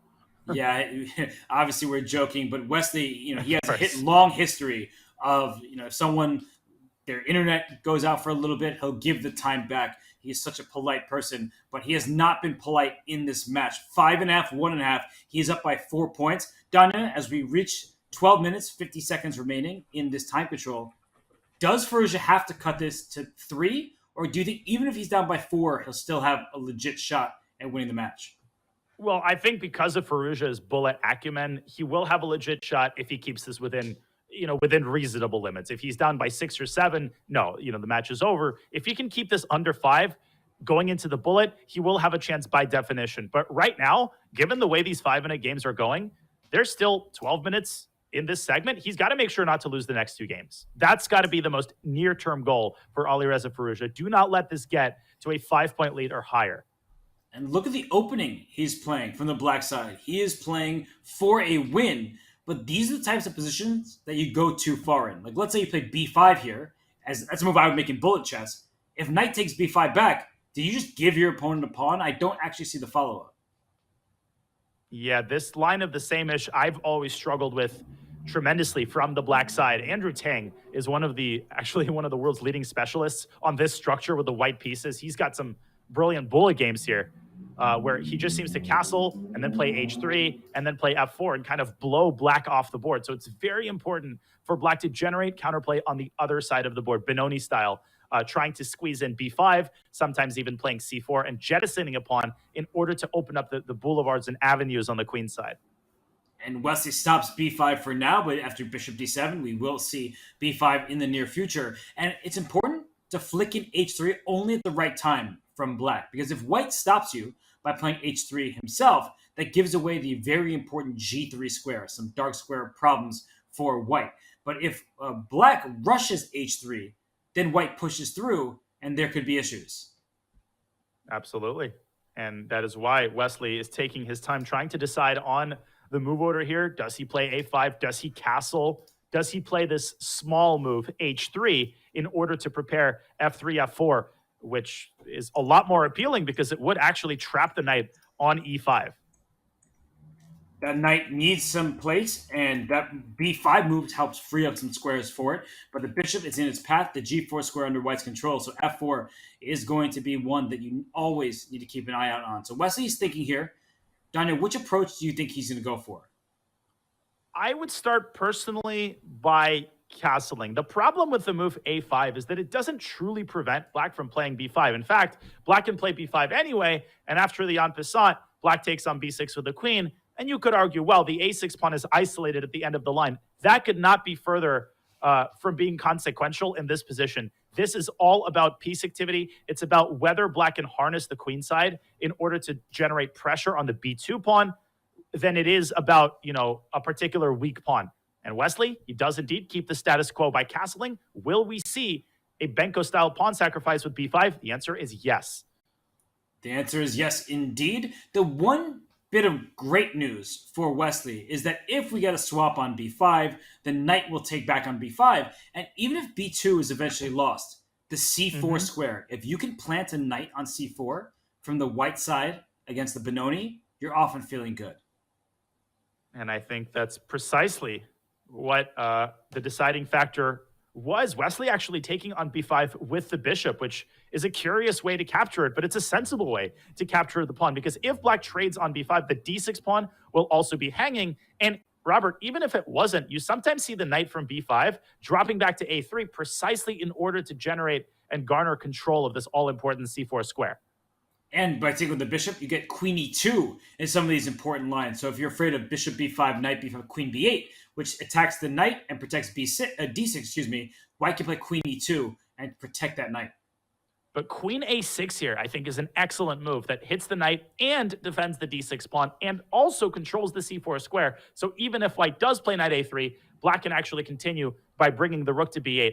And I think there's no doubt in my mind that black has enough compensation for the pawn, but Firouzja has to tread very carefully over the next couple of moves to make sure that his pieces remain in the center and aren't ultimately pushed away by a combination of white playing f4 and white planting a knight on c4. The next few moves are going to be pivotal in this game. Yeah, queen a6 is a very good idea. Is Wesley smiling over there? He looks pretty happy. He looks like he just found a box of cookies in the street. maybe his cat came to play. But queen a6 hits that knight on b5. I think the knight has to retreat. And typically, we want our knight in the center. But here, the knight belongs on the rim because it will eventually go to the c4 square. Now, here's the tactical problem that white is dealing with. If white defends the pawn, which is very likely, you can't play. You would love to play b3. That would be ideal. But obviously, you drop the knight. After white plays something like queen c2, black can move the knight away from f6, and it creates a very instructive threat of rook takes b2. And did we forget about this bishop on g7, which has been hiding amongst the trees? He went for it. Oh! Knight takes d5? Oh my gosh, and then rook takes b2. Scratch it. He went rook b4. Can we bring up an analysis board there? Because I think that might have worked for Alireza. Bang, bang, and rook takes b2. Of course, the main idea, I think it does work. White has to take on b2. Otherwise, you lose the knight on a3. And now, bang, discovering the attack on the queen. And even though white's got a lot of pieces for the queen, Robert, you've got this protected passer on c5, and you've got a very, very active piece tandem. Only black can be better in a position like this. That was a viable alternative. So it would be a queen and 2 pawns for rook and 2 minor pieces. I understand why Alireza didn't go for it, because if we get back to the live board, this still looks great for black. It's worth the pawn sacrifice. It's like a Benko gambit, and the b2 pawn is targeted. What is white doing? The pieces are not very active here. I actually think this is a better try because it's less forcing. It's less forcing, and so it's going to milk more time off Wesley's clock, and he doesn't have a lot of time to begin with. He's now under a minute, and something I've been pointing out for most of the game, Robert, the move f4. White never found an opportunity to play h3, which means f4 is yet again met with a devastating knight g4, and Wesley has to resort to passive defense on the queen side. I feel like Alireza is a couple of accurate moves away from crashing through. There is queen e2 here. There is a move like h3, and it's certainly not easy to conduct the initiative from the black side either. I really like h3, though, because the f3 point will be soft, and queen e2 will hit the bishop on e3 and that pawn on f3 simultaneously. So I think h3 is a very accurate move here, because typically white pushes through. You don't take on h3, you make a move like g3 or g4, but queen e2 will threaten checkmate on g2, not to mention the f3 pawn is loose.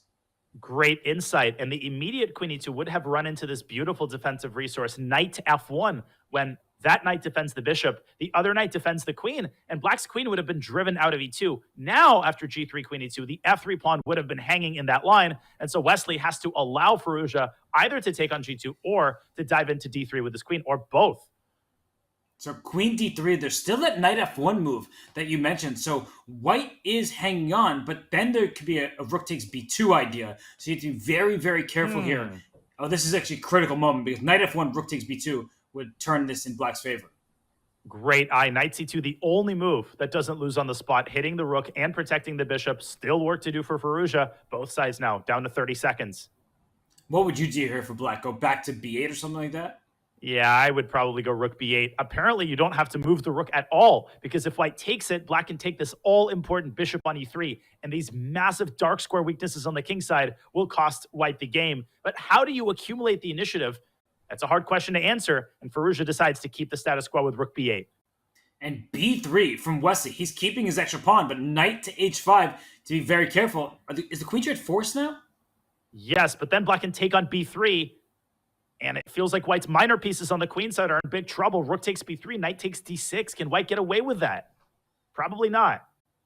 But why not? Oh, the engine hates it? Is there rook c3? Is rook b2 instead? B2. Uh-huh. Oh, there's knight c4 at the end here. You got to play f4 and counterattack the knight on e5, and white stays in the game.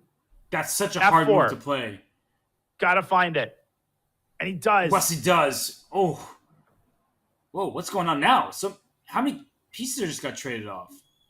A lot. And I think the worst is behind him. I think Wesley's suddenly playing for, well, now it's a draw, but incredible. How did he survive that? It's incredibly difficult to beat Wesley So, is what we say, and he proves true every single game. I would have almost taken the bishop and tried for bishop e5. Obviously, this is a dead draw. But, oh, he's lost the pawn, though. Wesley with a sloppy move. Now, Yeah, wait a second. Oh, the table base says it should be a draw. That makes sense. But it doesn't feel that easy for white anymore. No, black's going to play c3 and drop the bishop back, obviously. But yeah, I guess it's a fortress. Wait. This does not look easy with the f-pawn going up.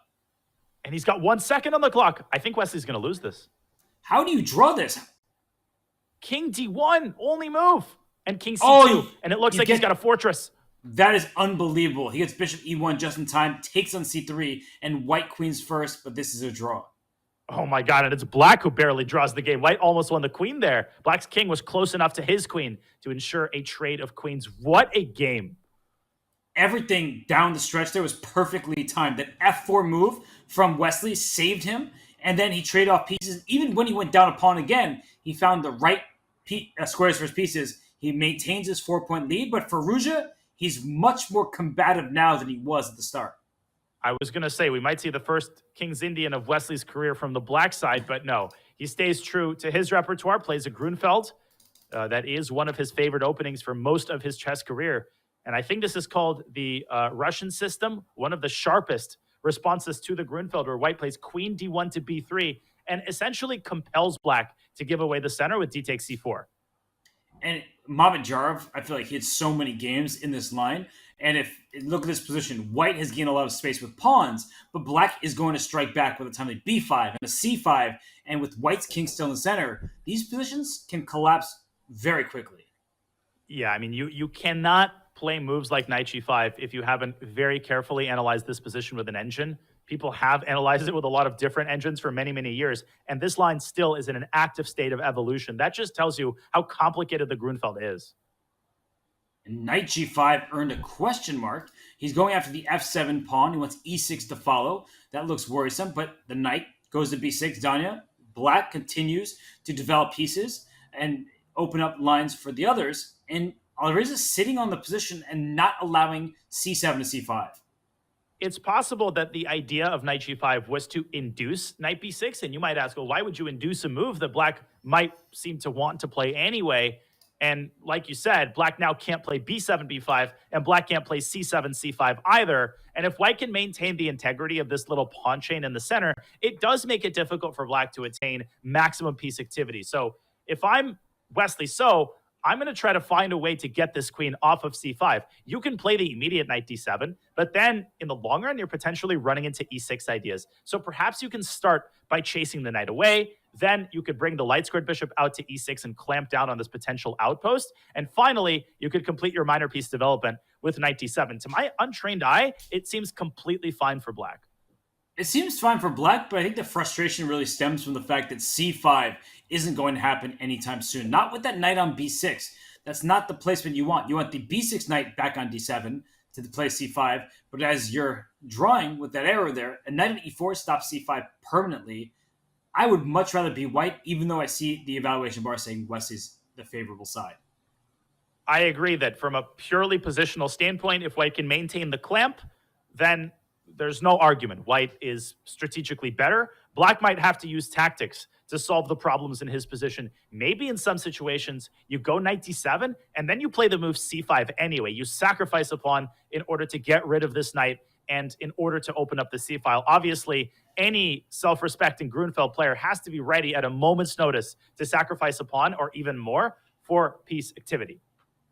Well, he goes knight to d7. The problem with c5 is that when white takes back with the pawn, the knight on b6 will be trapped. Hilarious. Oh my God, what a line. That's actually why it would have been a good idea to bring the bishop out first. So you could retreat your knight. But f5. That caught me by surprise. And I think he is stubbornly trying to prepare c5. So if white's knight moves back, let's say to d2, he relinquishes, in large part, his grasp on the c5 square. And therefore, perhaps white should consider knight c5. Knight c5 looks like a good try. He goes back to d2 because c5, d takes c5, then knight on b6 is still trapped.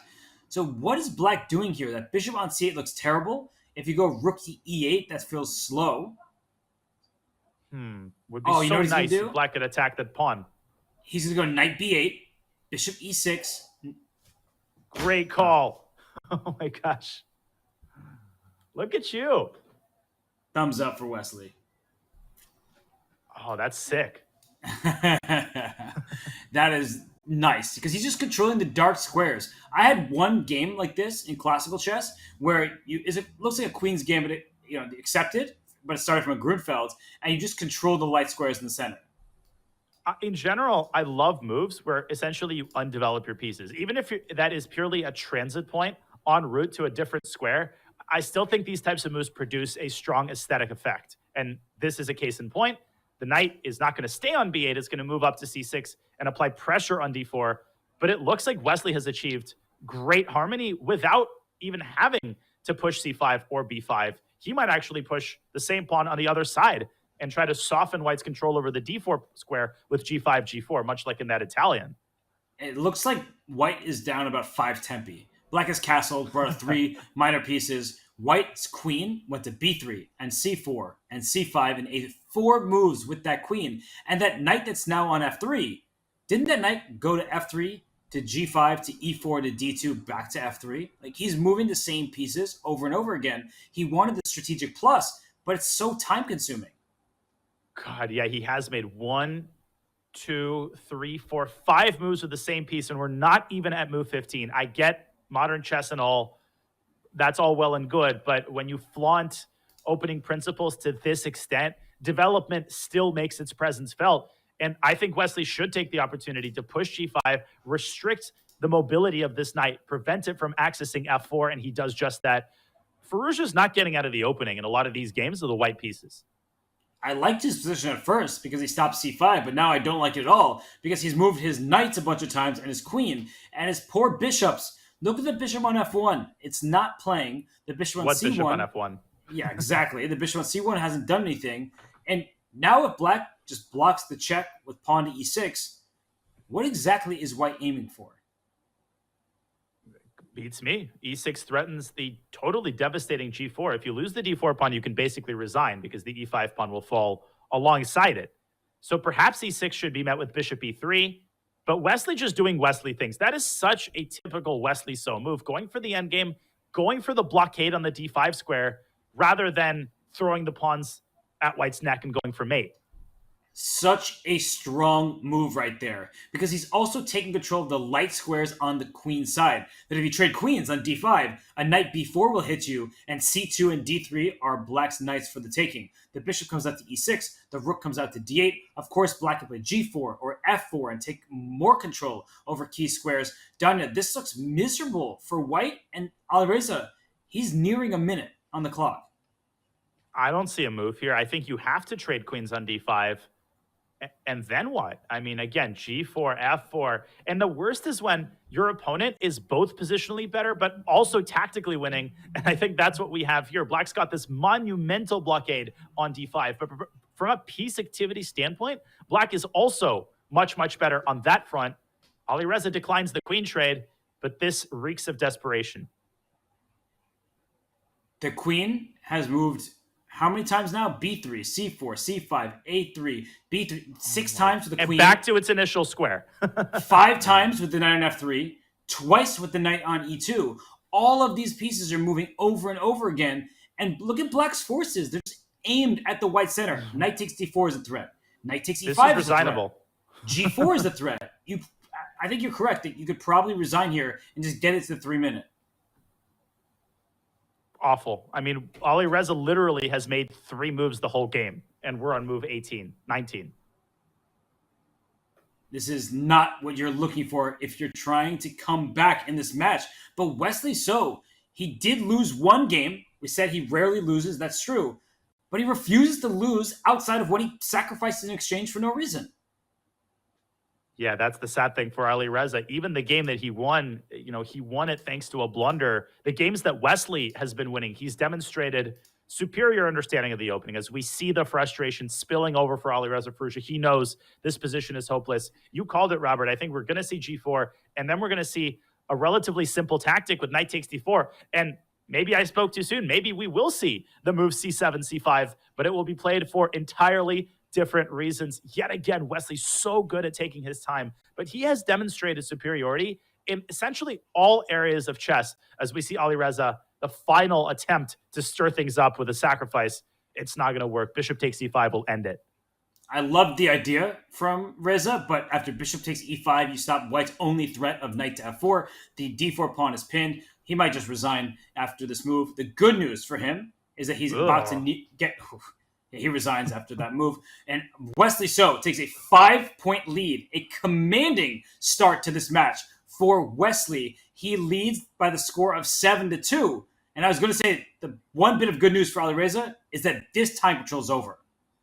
I think Wesley made exactly one mistake. And the crazy thing is, this is a bit of an exaggeration, but not much. Wesley made exactly one mistake in this entire match thus far, and that was the move rook takes f6. Every other game, it seems, has been played at such an incredibly high level. This is some of the best 90 minutes of SCC chess that we've seen, and that is definitely not an exaggeration.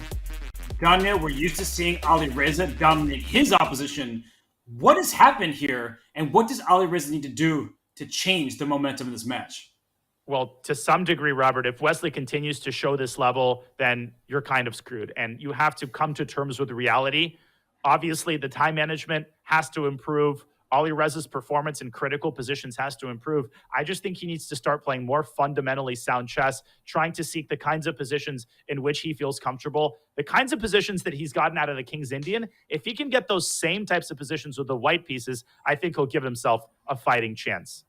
I'm with you. I think he also will play more quickly in the shorter time controls. He has to. You don't have a choice. You just don't start with as much time. And so he is a bullet phenom. We're used to him playing quickly. And, well, we want to give a shout out to our sponsor, Coinbase here, the presenting partner. Do you wish that your financial systems were as fast and smart as the 2023 Speed Chess Championship presented by Coinbase? They can be. Check out Coinbase.com/update the system today, or use the command Coinbase in chat to learn more. Those systems, they need to be as fast as Alireza Firouzja in bullet chess. We'll see if he can speed up. This is the Speed Chess Championship presented by Coinbase. Like the players, we'll take a break, and when we return, it's a 3+1 tie control in the matchup between Alireza Firouzja and Wesley So.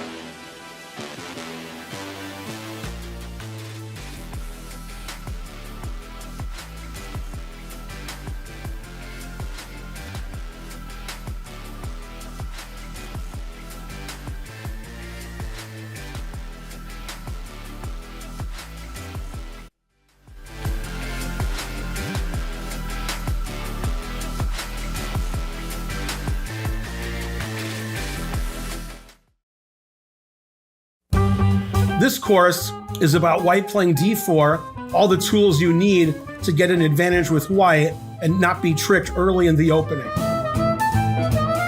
Now, it has a really long, complicated name that I'm going to mispronounce now, so you can make fun of me. Okay, don't make fun of me too much. I'm trying to help you here. It's called the Chelyabinsk variation, and I'm probably mispronouncing Chelyabinsk. That's why I call it the A6 Slav.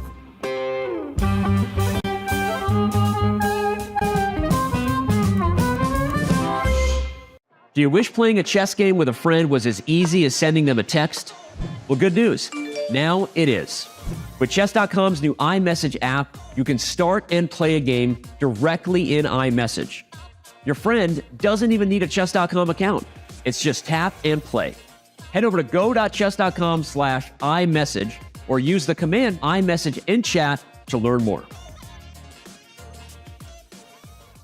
Chess grandmasters can lose 10 pounds and burn 6,000 calories just by sitting. Yeah, so I've actually been spending a lot of time getting in shape. Wow, that's great. What are you doing? Mostly like rook lifts. Oh, I've never heard of that. It's a thing, don't look it up.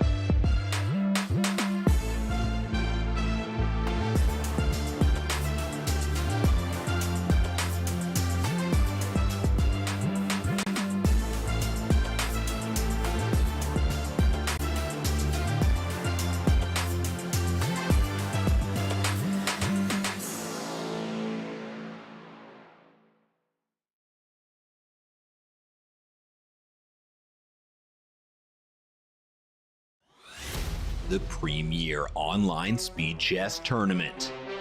A knockout filled with tension, drama, quick tactics, and shocking moments. Oh my gosh! For the last 7 years and counting, the best blitz and bullet players in the world have flocked to chess.com to prove their worth at this format. Excitement reigns every year with major upsets and intense battles. This year, 12 invitees and 4 qualifiers face off for the title. Dozens have tried, but only 2 have ever worn this crown. Magnus makes it look easy. He's already over. He wins the Speed Chess Championship his 5th in a row. Who will be this year's Blitz King? It's time to find out. Welcome to the 2023 Speed Chess Championship, presented by Coinbase.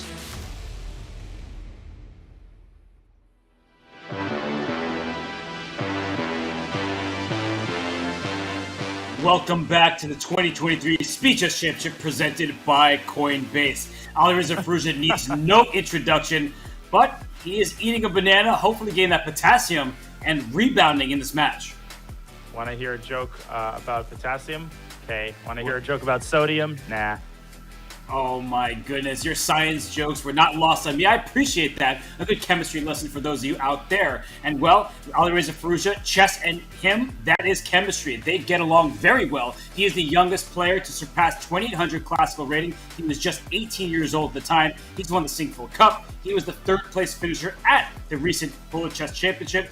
It is his first SEC appearance since 2020, and Donna, he does not want this appearance to come to an end. But right now, Wesley So is flexing those muscles. Yeah, he most certainly does not want it to come to an end. But unfortunately, the kind of form that pursued Alireza Firouzja during his match with Dmitry Andreikin, particularly in the 5-minute segment, that's the kind of form he showed against Wesley. Now, I'm not implying that he played terribly. He didn't play terribly. There weren't a lot of one-move blunders, but Alireza's play lacked the kind of shine, the kind of luster that we're used to seeing from him, the kind of tactical brilliance and sharpness in time scrambles. He was taking too long in the first half of the portion. In the second half of the portion, he's just been getting completely outplayed. That's all there is to it. And Wesley was shooting through those tactics. He was not phased. He, in fact, was the one who threw away an advantage by trying to go for a tactic of his own. And that's the problem when you play Wesley So. He does not take these huge risks. He's not just going to throw away games very often. So for Alireza, he needs to take it by the mantle. He needs to go for it. He needs to grab the proverbial bull by the horns. Indeed, he does. Yeah, Wesley Throw did not make an appearance today. He holds a 5-point lead. It is a big mountain that Mr. Firouzja has to climb. And it all starts with a good start in this hour-long 3+1 portion. Yet another King's Indian. This is music to my ears. You know that already. Oh, you love a good King's Indian, and the key word there is good. That Firouzja, he's played some I nice like a bad position. one too. Yeah, you do. But Firouzja, he's played well in some of the moments, but he's gotten himself into time trouble. But remember this, when his knight went to g4, pawn to f5, this did look very good for black. Yeah, and they are reprising the Gligerich system from their first King's Indian game. That is where the white bishop comes out to e3 and white temporarily delays kingside castle. And often white delays it for quite a bit of time. You often see white dropping the knight back to d2, trying to get this knight out of g4. In this game, Firouzja drops it back on its own volition, and I think he is preparing the same exact plan that led to a very successful position in their first King's Indian affair. And Wesley, he took quite a bit of time to retreat his knight. And Firouzja's doing no retreating right now. He is thrusting his pawns forward. He wants to break open the position. And there's one essential difference, Danya. That knight went back from g4 to f6 in that previous game. Here it's on h6. So if you take on f5, the knight can recapture back. That gives white the e4 square, but that knight may head to d4 or take this bishop on g3. I think this is a slightly better version of the type of position they had earlier. But in the context of a 3-minute game, I still like black. And it's not just because it's a King's Indian. From an unbiased perspective, this d4 square, the fact that black eventually has the idea of pushing the h-pawn up the board, although I don't know under what circumstances black will actually make that happen. White's trained his bishop-queen battery on that square. So I'm really curious to see how Firouzja unravels his initiative here. Will it be with knight c5? Yes, it will. And what will be his subsequent steps? Getting rid of that knight that was on the rim is a good idea. If the knight takes, that would be a bad decision from white. Yes, you double the pawns. Danya, you like to say that pawn structure is often overrated by people, but if the knight ever takes on c5 and the b6 pawn takes back, that's bad news for white. Oh, absolutely. BC would establish a monster outpost on d4. It would also open up the b file for long-term pressure against the b2 pawn. And typically with white, you want to refrain from playing a move like b3, because should the knight disappear from e4, black's bishop will have a much brighter future with this knight on c3 less supported. So Firouzja continues to operate on the queen side, continues to grab space, and prevents the idea of b2, b4. And h3, h6, calm moves, but the move h6 does free up the black queen, which was tied down to the g5 pawn. We may see a queen e8, queen g6, but that doesn't get you anywhere, because if you play queen e8, there's bishop h5 at any moment. Although, I said that, and now that is off the table, queen d2 loses sight of that diagonal. So Danya, for black, queen e8 to me, that one looks good. Queen e8, queen g6, we're familiar with that maneuver. He carried that maneuver out with great success the previous time that they had this structure. It's not the only move. You could consider putting the knight on d4, planting it on the outpost. Firouzja is taking a slower, more methodical approach, completing his development. I still like queen e8. He puts his bishop on e8 rather than his queen. Where is he bringing that bishop? Is he bringing it to g6, or is he preparing h5? Knight d4, and h5 traps that bishop. Oh. So I would be... Oh, what? Oh. How do you save that bishop? Great call. h5 is a huge threat. It should be pointed out. H5 doesn't win the bishop because white could put it on e6, but it would win a big pawn. And Wesley taking drastic steps to open up a retreating square for his bishop, but it comes at the cost of the integrity of his kingside pawn structure. And that pawn is captured. The good news for Wesley is his bishop can slide back to h3 if black plays h5. But I'm going to abandon that plan. I don't want to push my pawns on the king side anymore now that I'm up one. Let's get that bishop out from e8 up to g6. Maybe I can even slide a rook to f4 in the future. There might be tactics on the e4 square. This is exactly what Firouzja was looking for in the first game of the 3+1 portion. He's got a much better position. He is up a pawn, and he's got so many easy ways to continue improving. King h7, you called it, Robert. Queen e7, coordinate the rooks. Maybe double on the f file. I love this for Alireza. There are no points of entry for white's pieces. Those knights in d4 and c5 control all of the key squares. And at some moment, I'm not sure when, there could be a capture in e4, but what Alireza says, what are you talking about? I'm going to go back to f5, hit this bishop on e3. Maybe knight g3 is in the air as well, so Wesley is forced to retreat. Absolutely. He has to retreat to f2, and he has to maintain control over this e4 square. Both sides now under a minute. And of course, it's not enough to accumulate all of your pieces on the king side. You actually have to find some way to break through. And this is partially where Alireza has struggled. He's sunk a lot of time into actually finding the crushing blow. What do you make of this move? I don't give it a question mark. I like it. He wants bishop h6. So he's trying to free up a diagonal for that bad King's Indian bishop. Bad bishops defend good pawns. I know a certain commentator who likes to remind fans of that. Yeah? And then the knight comes in with a single check. But Danya, that's just one. And wait a second. Queen g5, bishop h6? Is that? Oh my God, that would have retrapped the queen. What a crazy idea that would have been. And instead we get this. What's the happening here? Is h4 loose, or is that walking into other pins? Well, it walks into bishop f6, and then you'll have a hard time extricating the knight from g5, but perhaps you could support it with f4 using your own pin against black's queen. Still feels like black is better. Firouzja's got the initiative here, but he has to tread very carefully. Rook e2, knight f4, for example, would allow queen takes f4, so you got to watch out. It doesn't quite lose a piece, but that would not be good for black. So he's deciding where to move this rook. He does go up to e3, but now the knight can safely go back to f4. And it could go further back to g6 and dislodge this bishop. Trouble brewing for Wesley. f4 anyway. Wesley says, what trouble? I have no fear. But Alireza, he swaps on h4. And whose king is worse? To my eyes, Danya, it looks like the white king. But that knight on g5 is so strong. It's so strong it can jump to e6 at some point. And Firouzja trying to plug the g-file by sticking his bishop on g4. That was a great move. And the other bishop is going to come out to e5 with great effect. I think Wesley's losing material. Yeah, it's really going to hurt, because even queen g5 check, that looks like a single check. The king goes up to h7 and then rook to g8. Oh, why did he go in the corner? Apparently, white had knight f4 and knight g6, and that would have given him a new lease on life. Oh, queen h7, what a move that is. The queen comes in, and it looks like Firouzja. Is he going to be able to scoop up a victory here? It looks like it's checkmate by force. King h1, bishop f3 is made in 3. Nasty. But he goes, queen e1 because he couldn't block. The bishop f3 was still going to be a mate. And you could even take the knight on f6, but he checkmates on e2. Okay, so Alireza Firouzja, a better start here in the 3+1. Now it's a 4-point deficit. Don, you said this. As long as Alireza is within 4 to 5 points, he still has a legit shot in bullet because we saw his peak rating was over 3,500. And for Wesley, that looked like a shakier game than we're accustomed to seeing from him. And the significance of that game for Alireza, yes, it's important to make up a point, but this is the best game that he's played all match. This was his only wire. It was his second victory of the match. It was his only wire-to-wire victory thus far. So I think that game served to convince him that, yes, I actually can beat Wesley so I can outplay him. And what on earth do we have here? This is actually a known line.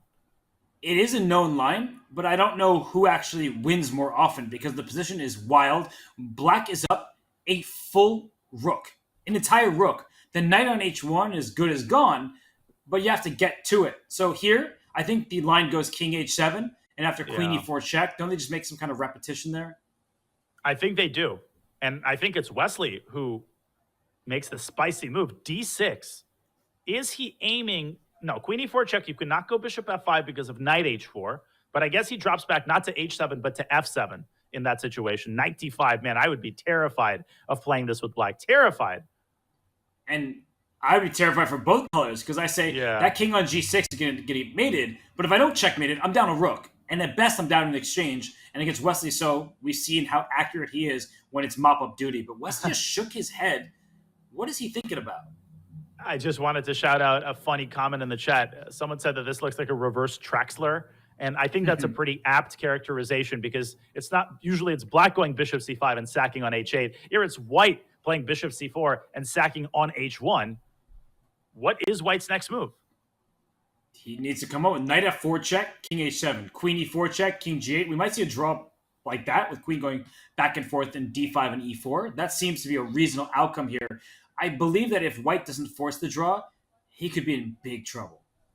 And especially given the clock situation, Firouzja probably told himself that I have this draw in my pocket. Wesley cannot do anything to decline it.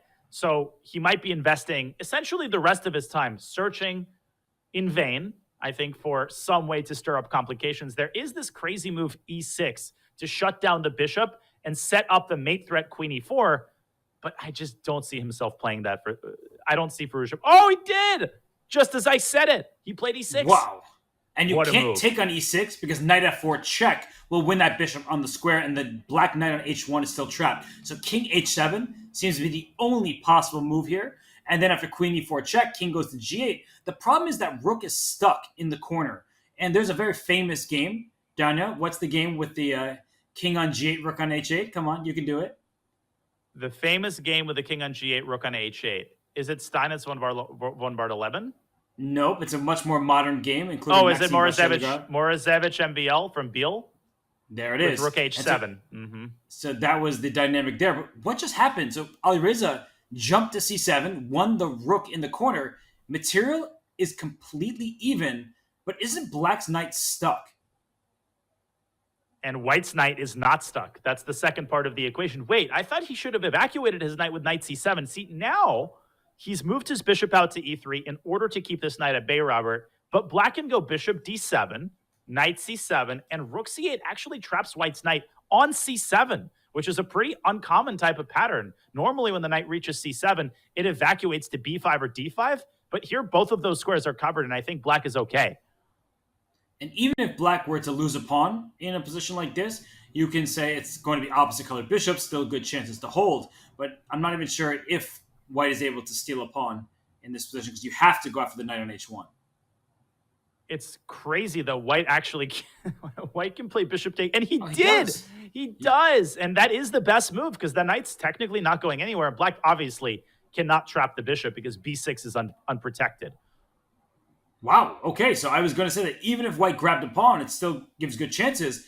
but that's not really the pawn I wanted to give up because black's remaining pawns on b7 and d6, they're vulnerable. They're isolated.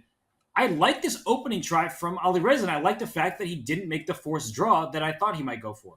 He's feeling opportunistic. I think he's feeling so much more confident after a win like that under his belt as Wesley tries to generate counterplay on the other side of the board. b7, b5, opening up an attack on the bishop. Bishop can park itself on d4, which I think is the best square on the diagonal. You could throw in bishop b6 maybe to induce rook c6, but I don't know what the significance of that would be. I think bishop d4 looks great. I think black will play bishop f5, and after pawn to c3, he'll go for a b4 push and something like that. But bishop to b6 first. The rook should probably slide up, as it does. But done it. Okay. Isn't this a plan for black? Bishop f5. Okay. You have to go c3. And then b4, and I'm threatening rook a6. Oh, and that's exactly what we're seeing. Rook a6 threatens a2, and white's king could actually be subject to a lightning attack by black's excellently coordinated pieces. Wesley puts the knight on d5. Will we see this move rook a6 at some point, such as now? But look what Alireza wants. He wants to keep his passed a pawn. Even if black is able to gobble up the c pawn somehow, the outside passed pawn can be very dangerous. And I don't even see a way to win these pawns on the queen side because the white king can venture towards b2. The knight can come up to d4. This looks like a very difficult hold for black.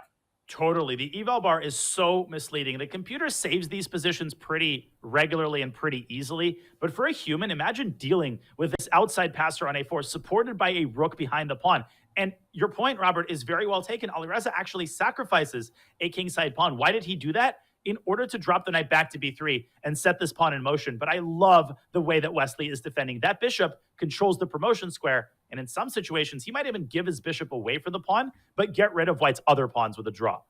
And look at that move by Firouzja. He allows a discovered check, but all of white's important pieces are in dark squares. There's no valuable check to be had. And look at Wesley just pushing the h-pawn. It's slower than the a-pawn, but it's running up the board. And the bishop a much better piece at dealing with passed pawns than the knight. This is suddenly a 3-result game.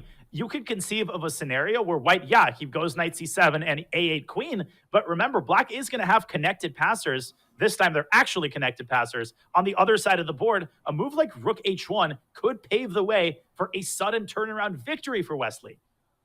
Rook h1 would have been so sick. Instead, he pushes his g-pawn. And knight c7, that bishop is going to have to sacrifice for the pawn. But I think if you're white, just go after the bishop. Don't push rook your pawn b6. yet. And how is this not... It's winning, right? Oh, I don't know. Rook a6 there apparently was winning, and knight d5. Oh, that's a good find. You cut that bishop off. And he's found it. Bishop back. Isn't this the third time if he went rook b6? So he couldn't afford to play rook b6. It would have been a draw. Oh! But still winning for white. It's winning. He wins the bishop. And Wesley, last chance. That h-pawn. Still scary. Rook b8. And look at this. King g7. Wesley's down to 2 seconds, but you're not in time. You get a queen. The g-pawns are not quick enough. And Firouzja takes one of them. He's going to take the other, and he is going to win a second consecutive game. What a finale. Alireza Firouzja gives up a rook, still ends up a pawn ahead, gives that pawn back, but converts in the endgame in Wesley So's style. A great comeback in the making right now from Firouzja. And what a game from all sides. He had a draw in his pocket. Most people would have taken that perpetual without even thinking. Firouzja took a minute. He found that e6 idea to keep the game going, and it wasn't the most precise endgame play. How could you play precisely in a position that sharp with only a couple of seconds? But it was enough to pose unstoppable practical problems to Wesley, and it's only a 3-point match. And Wesley, who had seemed unbeatable, has suffered 2 straight defeats at the hands of Alireza Firouzja. Now we have a closed position in the center, and black would like to open up the king side. Look at that move, king h8. You can expect knight g8, pawn f5, but white will go for the b4 pawn push of his own. Man, that game was bananas, literally, because we saw Alireza Firouzja eating a banana, and I guess the energy that he got from that serves him well. G4 by Wesley. This is a much more typical idea, Robert, than somebody who isn't familiar with King's Indian positions might make it out to be. You're trying to discourage black from playing f5, which now carries the positional risk of weakening the e4 square, something we've talked about quite a bit. This f5 move is dangerous. Both kings will come under the crossfire of the enemy pieces. That e4 square, though, it is white's for the taking or not, says Firouzja. Okay, so he's going to recapture with his bishop. And again, I like black's position. White's main asset here is that G file, right? That's the file that white is going to try to use to make black regret playing f5. But black can put either of two pieces on g6. Either he can go knight e7, knight g6, or he can drop the bishop back to g6. And that is a very well-protected bishop. I think Alireza has more than solved all of his opening problems here. Alireza's been doing well on the black side of these Kings Indians. It's his style. He likes active play. He doesn't want to sit and passively defend. And look at that king on h1. It's not as happy as you would like it, whereas the king on h8 has so many pieces around it, and yet Wesley goes into this, plays f3, trying to secure the e4 square. Danya, I'm not even saying this just because you're a Kings Indian fan. I also am liking this for black. And black could stir the pot by playing e4. That's a move which has to be very carefully considered because you're also giving away a couple of important squares with that move. In particular, you're allowing the knight to sink its teeth potentially into e6. And I think that that's what Alireza is calculating. Yup, and he plays it. I love it. Opening up the entire center. And that king on h1, we've been talking about how lonely it is. If you open up the diagonal there, that bishop on f5 is going to thrive. The bishop on f5 is going to thrive, and white's pieces just don't jive.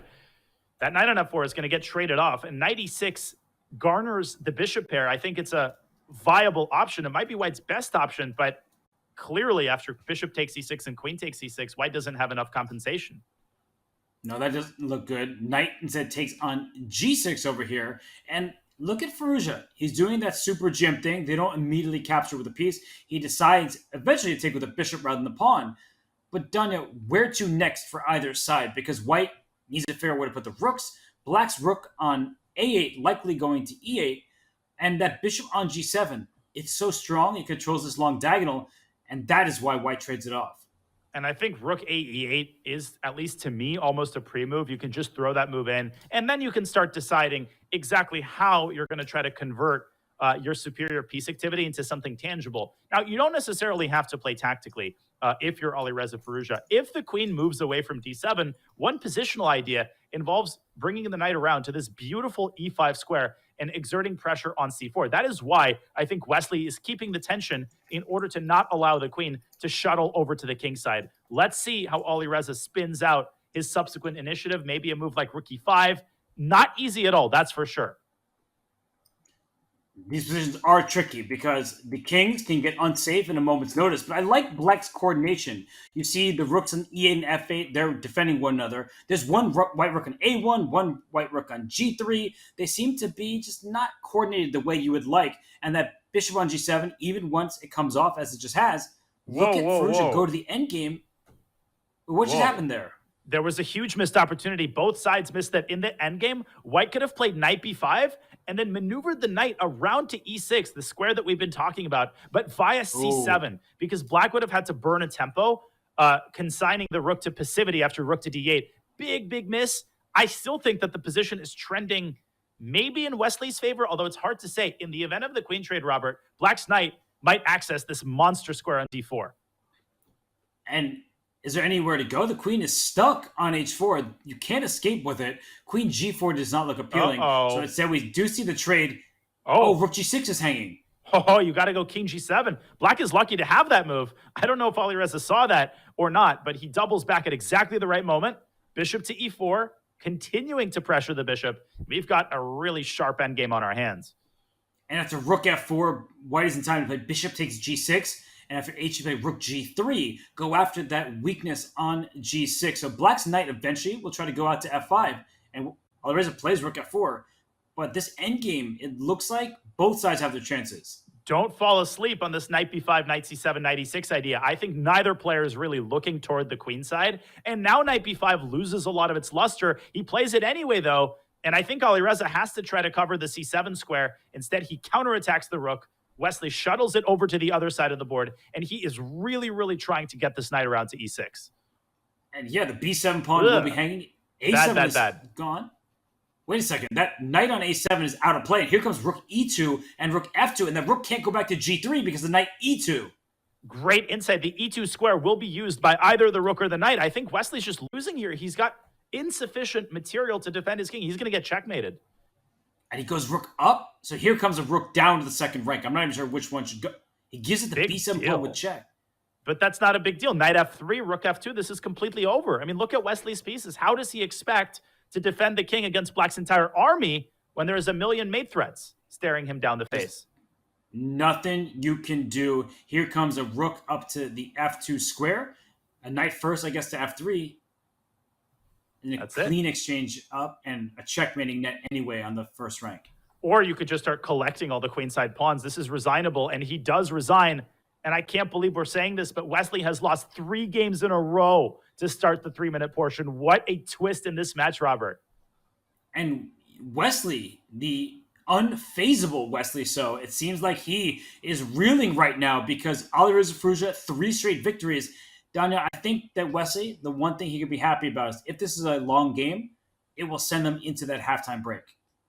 Absolutely. He needs a break. He needs to reset. And he needs to figure out exactly what's going wrong here in comparison to the 5+1 portion. Well, I'll tell you what Firouzja is doing better. His time management has been excellent. He has trusted his intuition, and his performance in critical moments, particularly tactical moments, has been far superior to what he was showing in the 5+1 portion, particularly that last game, Robert. It wasn't perfect, but he didn't make any big mistakes throughout the entire middle game. And ultimately, it was Wesley who cracked first in the end game by gobbling up that pawn on a7 and allowing the mating attack.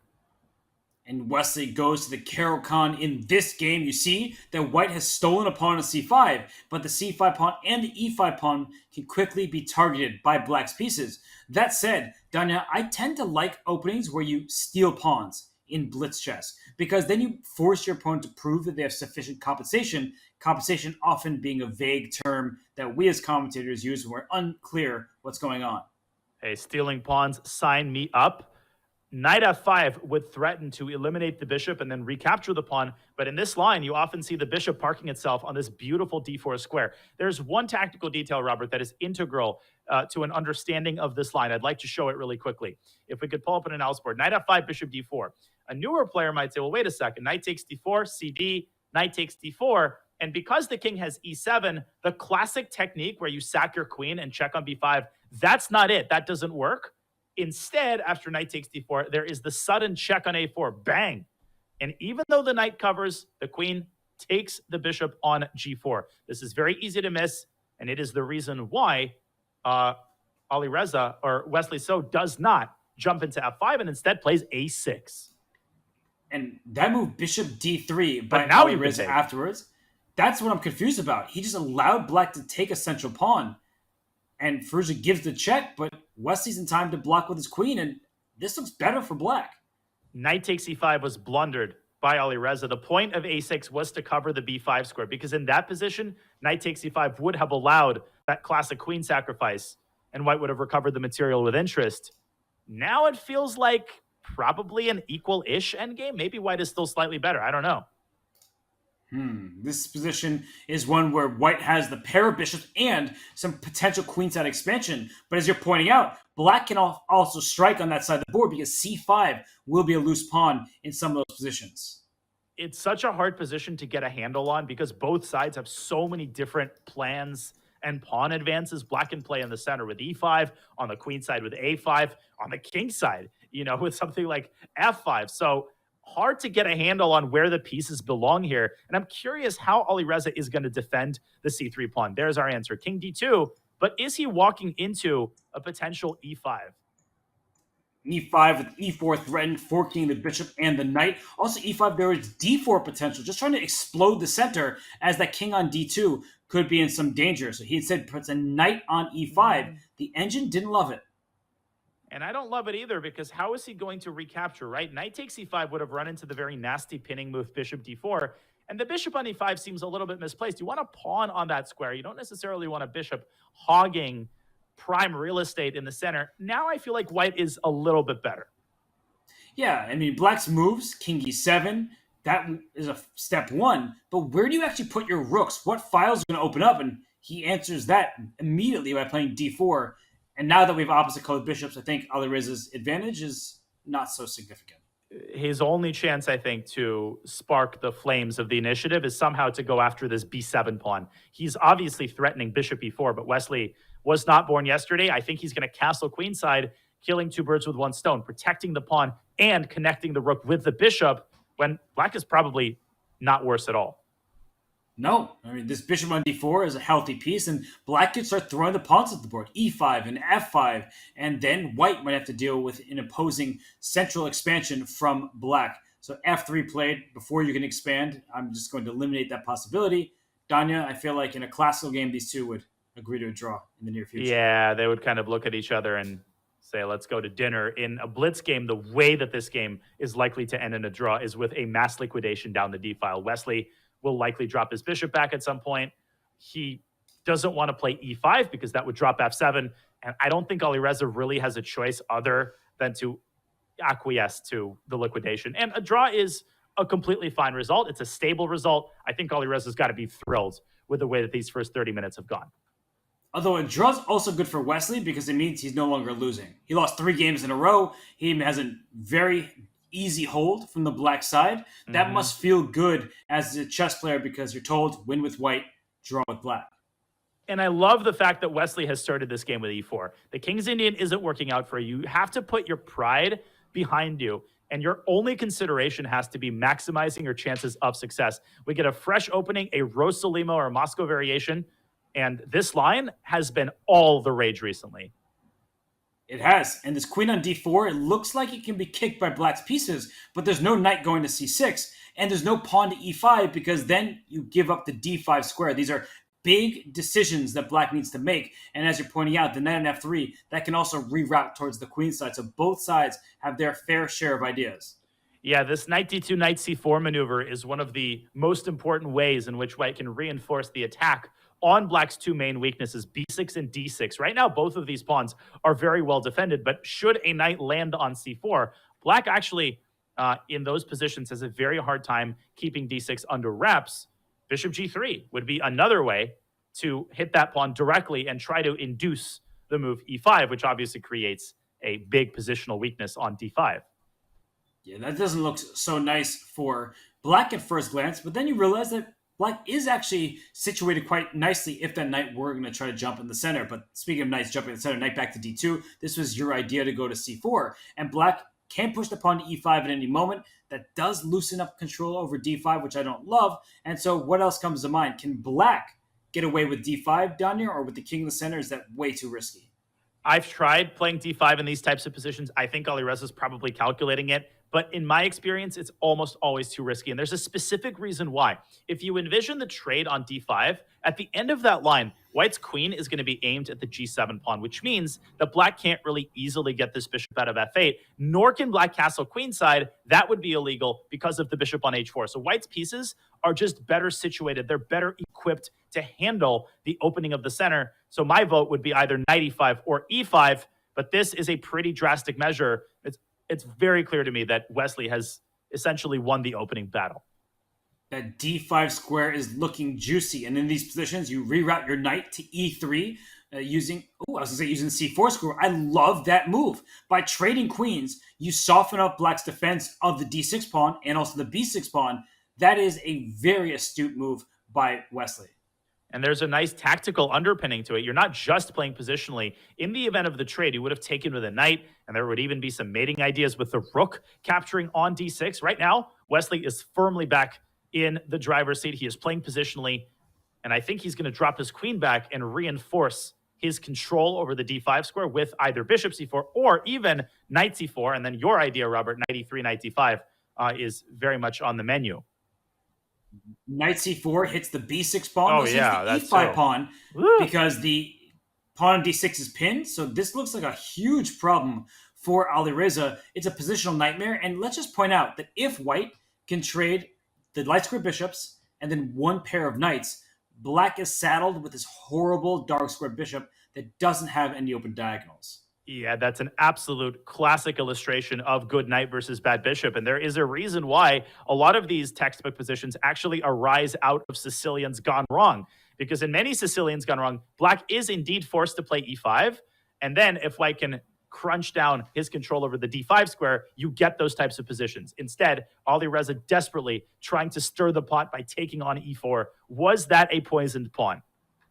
I'm wondering, because knight takes e5 threatens checkmate in 1 with queen takes f7, forcing black to castle. And then I'm already looking at ideas with knight takes f7, bishop c4, bishop h5. You could stare in all directions, but unfortunately for Alireza, it looks very iffy for his king.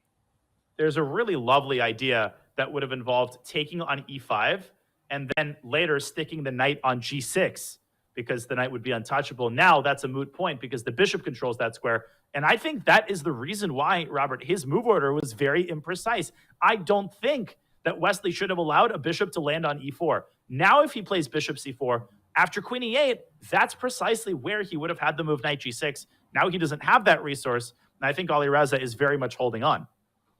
That's an essential point, that the g6 square is not White's for the taking. But let's say Wesley plays in true Wesley style, and he doesn't. I was going to ask you, if he trades the light square bishops, isn't White just simply better? No, White's definitely still better, probably even clearly better. Pawn takes e5, bishop takes e4 is a very pretty tactical justification, opening up an attack on the rook. I think Alireza has to trade on d3 and bite the bullet because now he's allowed knight g6 again. Rook e8, bishop c4, and he's going to drop material. You were just talking about this idea, knight g6 hitting the rook, and Wesley first plays bishop c4. I can't really blame him for that because how does black actually save the material? Well, not with queen e8, again, because of knight g6. He's got to go d5 and jettison a pawn, but he's not just jettisoning a pawn. White's also going to be super, super active in the ensuing position. This is borderline technically winning, but with 40 seconds or so for both sides, anything can still happen. And there are a couple of players you never want a pawn down position like that against. Magnus Carlsen, of course. Wesley So might be my second pick of players I would never want to face in a technical endgame. So we see this position where White controls the D file, has an extra pawn. But the good news is Black doesn't really have any more weaknesses in his camp, so that gives him some chances. It does, but Wesley reinforces the threat of, now rook d7 should rook win d7. the game. He's got knight d7, inaccurate, and Alireza still in the game despite his incredibly ugly pawn structure. It's technically winning, Robert, but with the open e-file, anything can still happen. And let's point out that if the queens and one pair of rooks get traded, there are good drawing chances for Black anyway, because one extra pawn is often not enough to have a winning edge in endgames with rooks. But this is what I'm talking about. When there are open files, there is tactical potential. Wesley has allowed a rook to sink its teeth onto the second rank. Queen f4 was a huge threat in that position, and so Wesley is suddenly the passive one. Yeah, and the queen on b4 stops that. Oh, queen e5. That's sweet. Back rank checkmate. Lovely move, trying to shuffle the queen over to f5 and attack the f2 pawn. Now queen e2. Threatens rook d1. And White's got to be careful not to get mated on the back rank. That's a very easy motif to miss. And now that's why g3 was played, to give the king some space, and the black king goes up. I don't really see how White plays for a win here with the f2 pawn being such a clear target.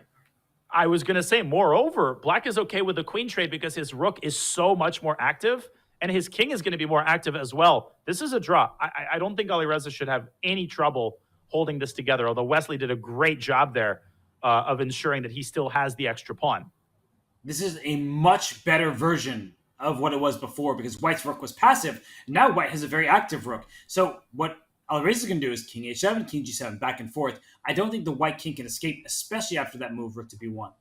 The crucial defensive component here is that pawn on g4, which is keeping the White king in a cage. White can't really push the f pawn because of a second rank check. Wesley has nothing to do other than to repeat moves. That is an infuriating result for Wesley So, who was winning, Robert, at some point in one move with rook d7 instead of knight d7. And Alireza Firouzja, we see him on the screen. He looks a lot different now that he leads the 3+1 time control by a score of 4-1. He's much happier. Even if the overall match score is still in Wesley's favor, I think Firouzja is the only player who could be smiling at the moment. Honestly, such an incredible turnaround in this match. Firouzja showing what he is made of. He was reeling. He was down by 5. Now it's a completely different match. It's a new match, and it's a 6-8 match. Wesley has to step it up in the second half of the 3+1 portion. And Alireza has just been a different player in this quicker time control. Danya, we know that Alireza is the favorite in the bullet. So what is Wesley's mentality like? That remains the question. We'll let everybody sit and think on that one when we return from the break here at the Speeches Championship presented by Coinbase.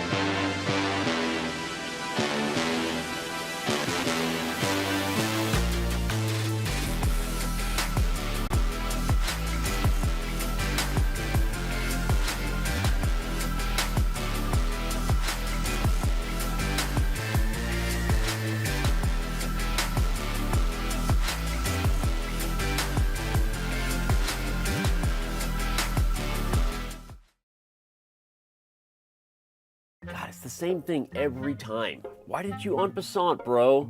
I swear to God, en passant should be f***ing forced. All my friends watching, and this is taking forever. Play faster. If I could move this pawn backwards, it would basically be checkmate. Oh!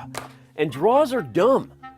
I should be able to flag him no matter how many times I repeat moves. 1400 years, and it's the same f***ing game every time. You know what? It's time for some updates. I'm tired of this. I'm doing it. Stalemate is now a win for the player who gets stalemated. You're welcome, Eric Rosen. Hey, it's the Rosen trap. Pawns can move backwards. Why is that never not been a rule? Pawns can move backwards now? Every piece should be allowed to en passant. What? That's not even possible. How? Ship it. Dunzo. Update. Enter. Why isn't it ending? There's just 2 kings on the board. What is this purgatory? This is so awesome what we're doing here. Guys, we're changing chess. Why can't people just move however they want, whenever they want? Wait, what? Checkmate? Do I not get to move? From now on, C4 actually explodes. Pawns are weak no more. Pawns can promote on the first move. Update! Take that, fool! Woo! I'm not sure I made the users as happy as I thought I would. Maybe chess doesn't need an update. Financial systems do need an update, though. Coinbase is working on just that, re-envisioning an entirely new financial system that is decentralized and fully transparent. Thank you, Coinbase, for sponsoring competitive chess and making events like the Speed Chess Championship possible. Go to coinbase.com/update the system today to learn more. I was here! I was lost. Okay, well, hey. 8, let's go! Oh no, I think I should have just done that. Chat, I got 14! We beat it! Let's go! No, 15, unreal. No, first try. 8 in a row, 9 in a row, baby! Let's go! Let's go! I got a little achievement thing. I honestly really enjoyed that. That was really cool. Become a chess.com community streamer at go.chess.com/start streaming.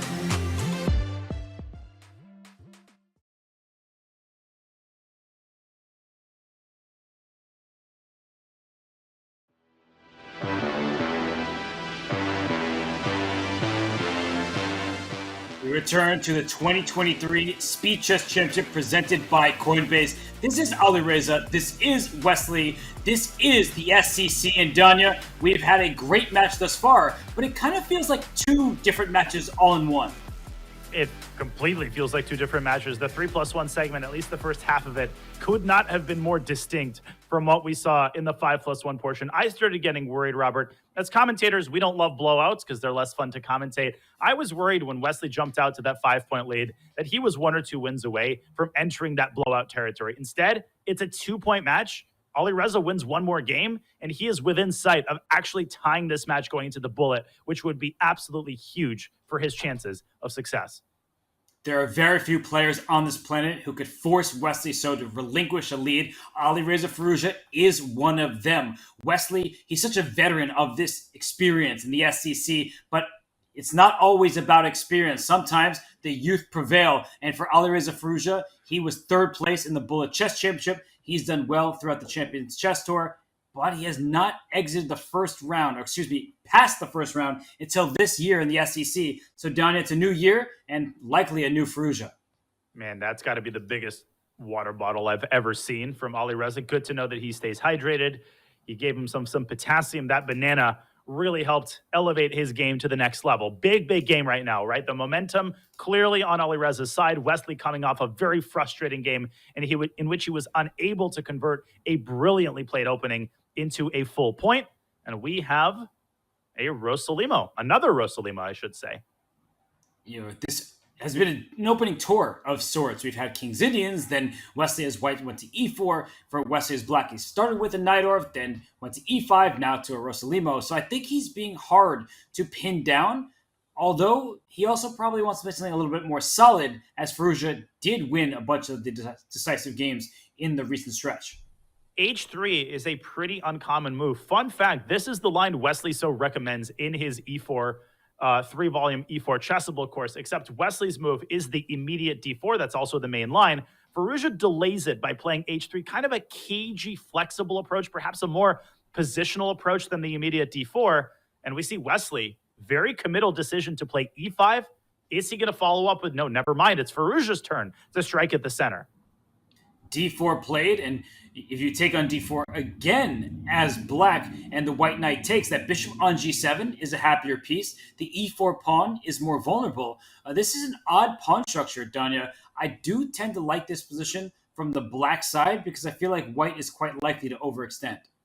Although I would argue that black's top priority should be to play D6 and open up the bishop and try to secure the D4 pawn. That might have been better achieved by dropping the knight back to E8 in order to reinforce the D6 square. The knight on D5 is more vulnerable than it looks. It looks really good, right? It's shielded by the D4 pawn, but it can still be attacked diagonally, either by the bishop, which can come out to C4, or I was going to say by the queen, which comes out to B3. And this knight just doesn't have all that many appetizing squares to drop back to. You don't really want to go to E7, Robert, because you're starting to give white a pretty major lead in development, especially if this knight comes out to E4 and clamps down on these dark squares. And the way Wesley's looking at the board right now, he's kind of side-eyeing that knight. Like, what are you doing there? Why are you sticking out like that? How come I can't protect you? And for black, you could throw in with like H6 right now, but that gets very spicy because the white queen will take the knight on D5, and after H6 takes G5, the knight takes back on G5, the black king starts to feel in danger. I think that's exactly what's going to happen. Great call by you. And it's important to avoid the instinctual bishop h4. Alireza might play it, but not without proper thought, because bishop h4 affords the knight a beautiful square on f4. Instead, he gives the bishop up on h6 and now takes on d5. But wait a second. Now black has a tempo, and black can use this tempo to travel to c2 with his knight. What is Alireza intending against that? We already know Alireza is not afraid to lose a rook in the corner, a full rook. And Wesley, he trusts him, I guess, to play his rook to e8, staring at this e5 pawn. But Dunya, I think you were 100% correct. That knight b4, that was the better move. That's why rook e8 earned a mistake, question mark. I honestly feel like this is as close as Wesley comes to tilt, right? He's not playing h5, h4, but he seems a little bit dejected in the way that he was playing. I think in the 5-minute portion, he would have devoted at least another 10, 15 seconds to calculating knight b4. Maybe from a time management standpoint, a move like rook e8 is the wise decision, as we see Alireza bring the knight to a3. But do you see Wesley just go for a catwalk? He went back, went down the runway, he's back in his seat, and quickly plays b5. So not sure what's happening in his background there, but b5 was a good move, stopping that knight from entering the center via c4. But that was a really sloppy move by Firouzja. I thought he should have gone to d2 and then to e4. He wants f6 or d6. Now the knight on a3 is completely stranded. And to make matters worse, Wesley is only one move away from consolidating with bishop b7. And White is in trouble, because if White loses the e5 pawn, not a shred, not an iota will remain from White's initiative just a couple of moves ago. And that is why he wanted knight a3 rather than knight d2. He didn't want to give up the e5 pawn. But now that knight is offside. It's not doing much. As you said, bishop b7, a very obvious move. Threatening knight takes e5. Ooh, I think it still works out for black. Bishop g6, knight takes e5. Tactically speaking, black is ahead. Lovely tactics, because that knight on e5 will both guard g6 and f7. I'll show this for newer players who might be excited at the prospect of bishop takes g6. Black responds with knight takes e5. This is a discovered attack on the queen, a defensive move because f7 is guarded, and if the queen drops back, the knight travels back and takes the bishop on g6. Great calculation by Wesley. Let's go back to the live board, because we have apparently another mistake by Alireza Firouzja, who just seems to have lost his composure in this game. And now maybe Wesley can bring the rook to c8 and once again threaten knight takes e5. And it looks like Wesley has played rook to c8 as we get back to the live position. Alireza down under 20 seconds. Knight takes e5 is a huge threat. There's no rook c1 because the bishop on h6 is so strong. Man, this is turning out into such a frustrating game by Firouzja, who got exactly what he wanted, and he's still trying. But with 5 seconds, I don't see him holding this position together. Queen to d6, but rook e6 chases the queen away. Oh, sorry. You didn't do that. F6 would not be a very good move. No. But this reminds me of the 5+1, Danya, where Wesley got to a huge lead on the clock, and Alireza was scrambling to make his last moves. The position is not lost for White. It's not good, but it's not completely lost. There are a lot of tactics in the air, but I think Wesley's going to play a tricky move, and you just highlighted d6 square. d6 feels like a tricky move that White can just collapse after. The advice my coach shared: when your opponent is in time pressure, you want to make non-forcing moves that pose practical problems, and mainly that force your opponent to make decisions. That's what you see Wesley doing here. Bishop g7, right? He's making these relatively non-committal, open-ended moves, although I thought d6 would have been a much more effective strategy at opening up the center and posing problems. Wait, he's blundered a piece! Firouzja missed it! Firouzja had no time, but bishop takes knight. Would have stolen the bishop in the center, and this is why you need to conserve your time if you're Alireza. Oh my God, what a huge miss. He moved the right piece, but he didn't drag it 2 squares. He only moved it 1 square. And Wesley should be able to convert his advantage now, although it's still not over. No, because the black king is open at this stage. The f6 square, for example, if you take on b2, knight f6 check would be a fork. And Wesley obviously refraining from the repetition. He just repeated once to gain a couple seconds. And king g7's a heads-up prophylactic move, preparing f5.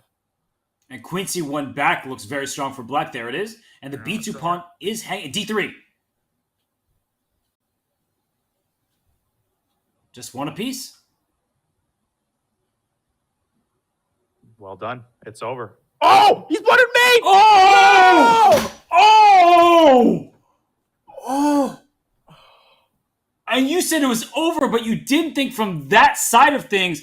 And this is why you have to have laser sharp focus, Danya. Laser sharp focus. You need to keep that the whole time, because you see that? That is what you need in order to win those games. And Alireza did not resign. Can I do an instant replay for players who maybe didn't follow exactly what happened there, as we see an Alapin, a mainline Alapin in the next game? I'm totally speechless right now. Here is the end of the game. Wesley did everything right. Once he blundered that piece and Firouzja didn't take it. This is the problem with pre-moving when you've got 6 seconds on your clock. You need to take at least half a second per move. You don't think that there could even be a threat, right? You think that White is out of threats, White is out of ideas. Whoop, queen h6, and it's literally mate. You don't even lose your queen. You literally get mated. Unfrickin' believable. Those dark squares were not under black's control. I mean, that should have been a win for Wesley, but shoulda, coulda, woulda, it doesn't matter. What we have right now is a 1-point match. Danya, Wesley is still leading, but that's so easy to forget given what's happened in these last 6 games in the 3+1. And that was the most debilitating game of all, because think about it. You win that game with the black pieces, you get white, you have all of the momentum back. You lose, it's literally a 1-point match. All of the effort that Wesley devoted into the previous 2 games, he's only got half a point to show for it. But I really, really like the way that he's handling the situation. I think he's got a winning position out of the opening again. And this is what you can't do if you're Alireza. You cannot give Wesley his confidence back, because when he's in rhythm, we keep talking about it, he's exceptionally difficult to beat. But when you give him a checkmate attack in the first 15 moves of the game, that's a problem. Just to show a line, let's bring up an analysis board here. Bishop G7 fails tactically to a fork. That Queen B5 check is step 1, but then once the king goes to F8, there's Queen takes B6 and Knight D7 check at the end. Lovely. And you know what's crazy? At the end of this line, it's another fork, and you also drop the bishop. Well explained. This is just tragic for Alireza, and he did make his move. He decided to bring his rook to C8, but now he's woefully underdeveloped, Danya, and White's initiative rages on.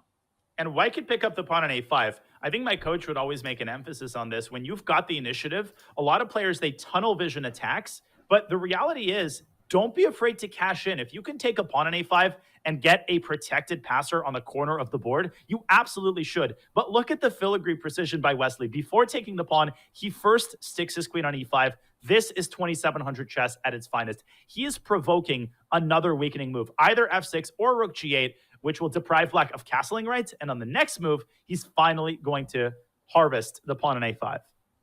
Exquisite. And the black pawn had to take on C6 because there are pins in the diagonal. Now you're inducing another weakness before grabbing this pawn on A5. Wesley, it seems like he lost his footing completely, but it's not. Where's he going? Speaking of losing his footing, he's no longer in his chair. He keeps getting away from his computer for a second. He might be losing his footing, but he's on his feet, and he's back. He's back in the camera zone. And converting this position, not the easiest job in the world, but given his time advantage, I don't think he'll have any trouble. Right, because the black king won't be truly safe. The e-file is open, and Wesley is still seeking his first win in this segment, and that's wild to think about. And speaking of wild, e5 when your king is in the center, trying to trap the queen. But this is, by the way, why Firouzja is such a difficult opponent in Bullet. He finds these tricks so quickly. I mean, just look at this. We don't have to bring up an analysis board. It's just one move, but I'll make them on the board. DE, no, that is not the one move. And the queen is trapped out of nowhere, just like that. So what do you do if you're Wesley? Well, you have to forget about the D4 pawn because Black's not about to take it with his pawn and give away a massive check on E1. Or is he? Maybe Firouzja does take on D4 and say, at least I'll die with a full stomach. He does. Well, Yasser would be proud, but in this position, Rook E1 check is tempting. Rook D1 pins that pawn to the queen. Knight E4 just going forward. Looks pretty good. So White has many options. He chooses the knight jump. And if bishop to E7, there's bishop H6, once again preventing Black from castling. Yeah, this is so debilitating. And even from a positional standpoint, White is better because there's that A pawn, which is going to shove forward to A5 and then perhaps to A6. So even on the off chance that Black does manage to castle, he won't have solved all of his problems. And forget about that. He's gone king F7. He maybe wants to castle by hand. I actually like the way that Firouzja is defending here thus far. And what if White pushes the A pawn up the board like you were suggesting? A5, the knight comes into D5. Bring your queen back to C4. Hit that D4 pawn. And then push A6. And just run that pawn up the board. Is Black in time to deal with all the threats? I don't think he is. And I think Firouzja's only chance of a miracle comeback is to milk Wesley's clock down below 30 seconds because we know that Wesley has struggled in these low time situations in the 3+1 portion. And he invests some time, plays A5, well done. And the queen, I think, is going to be brought back to C4, hitting this very vulnerable pawn on D4. And whoa, C5, that looks like a move that loses on the spot. Is there some kind of like Rook D1, Knight C3 trap? Oh, that's beautiful. Rook D1 and Knight C3 is gorgeous geometry. But Wesley banking on that pawn. Look at Firouzja, though, trying to go King G6 and trapping the bishop. Now, wait a second. This game is still far from over. So Wesley gives up the bishop, gets a check against the king. Go back. King F7, Knight D6 check. But Black is only one move away, Robert, from playing something like Rook F8 and tucking the king away. on the safest square that it has been on essentially all game long. But this is where the clock is so important. Look at Firouzja's time, 4.7 seconds. If I'm Wesley, I'm playing maybe knight takes c5 here, just grabbing the pawn when I can. The black king won't find any shelter. And white doesn't really have to hurry. White is technically down a piece here, but you could even play a slow move like g3 just to make some luft. And look at Wesley. He does just that. He keeps his composure, and he's taking all of Firouzja's pawns here. This should be completely winning for Wesley So, but he needs to find the way to nail in the coffin here. Whoa! He allowed the pawn to go forward, and here comes d2 and rook e1 check. The move queen f5 didn't actually carry any threats. And rook e1 is a massive threat. The black knight is such a good defender. And if king g2, at some point, if you're scared, you can play queen d5 check. But Wesley has to move. Oh, he's blundered rook e1. And you saw Wesley's face? And look at that. He set up a trap. He allowed the queen to move forward to take on d2 because the black king gets mated. Rook f8. He missed it. Oh my God, this is crazy. Now Firouzja's back in the driver's seat. There's no checkmate, but can black actually move here? Rook f7, rook f8 might be a draw. It's a draw. Firouzja has to repeat moves. Black has no choice. Oh my goodness. But I say this as if a draw is a bad result for Firouzja. This is crazy. Wow. Firouzja just won't lose. He's doing his best Wesley So, saying, I will not go down in any single game. Daniel, this is incredible. Let's watch the opening of this game, but I do want to do another instant replay. I want to show the missed win by Firouzja there with rook e1, which I think Wesley might have even allowed deliberately. And then the missed win by Wesley So, which is the most shocking to me. I'm going to bring up that game. If we could pull up an analysis board here real fast. First of all, h4, it's like, you know, your city is burning down and you're busy like painting your walls or something. Rook e1 and the game is over. Firouzja plays queen d4. But then there was a shocking thing.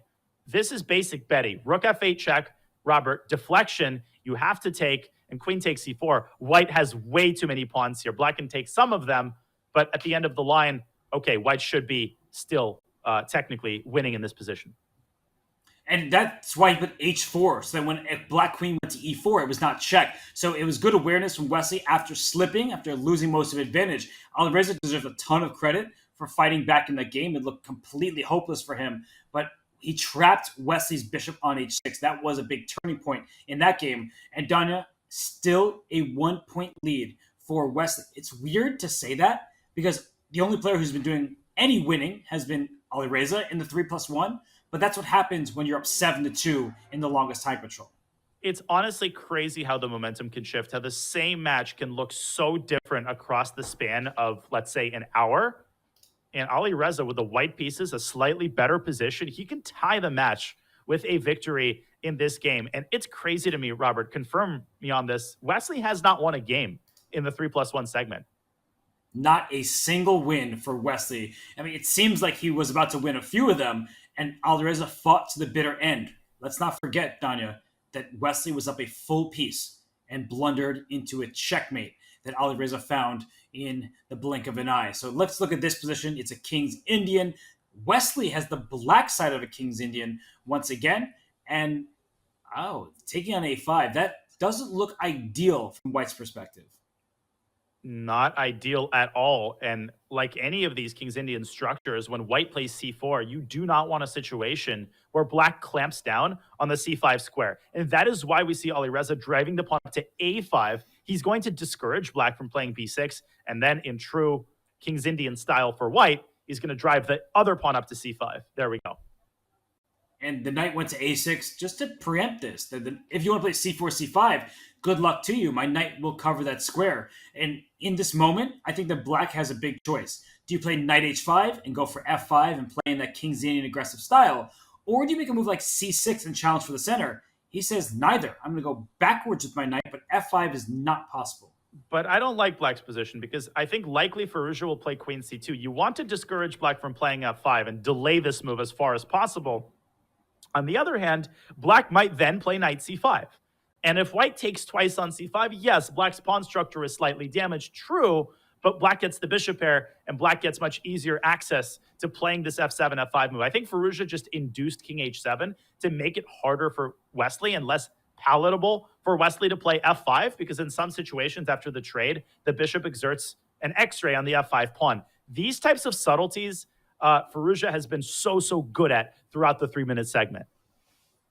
And he plays his knight to d2 now. The engine, not a huge fan of it.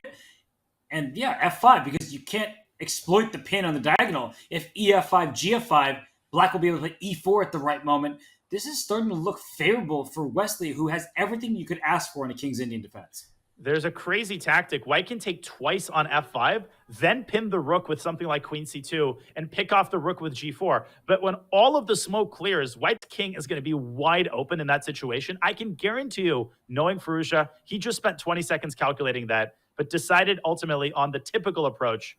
Here come Wesley's pawns, though. I like starting with bishop f6 because you can play bishop h4 first if you're worried about having a terrible dark sword bishop for the rest of the game. And Alireza takes on a6 and plays c5. He gets rid of that knight. So c5 is about to happen. But maybe it's what's happening for black. Can black play it first? Can black play it first and freeze White's progress on the queen side? That is the important question. Alireza would take on Pissant there. Instead, bishop h4, following up on Wesley's positional plan, trading off his bad bishop. But Robert, White might strike first here. And if black's queenside collapses, he won't have the resources to devote his full attention to the kingside pawn storm. Instead, though, rook e2, a much tamer approach adopted by Firouzja, or a much more Rajabov approach, shall we say. I knew you were about to say that after you said tamer. But hey, you're all good. But the reason he went rook e2 was that he wants to defend his second rank. If he had decided to trade on h4, the eval bar is going all the way up. But I was saying bishop h4, queen h4.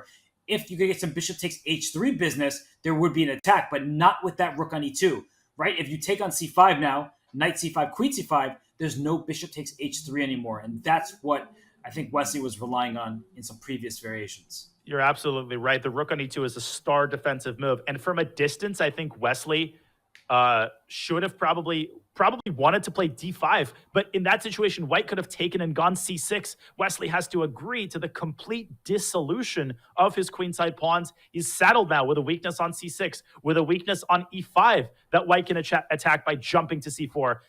Firouzja now firmly in the driver's seat again.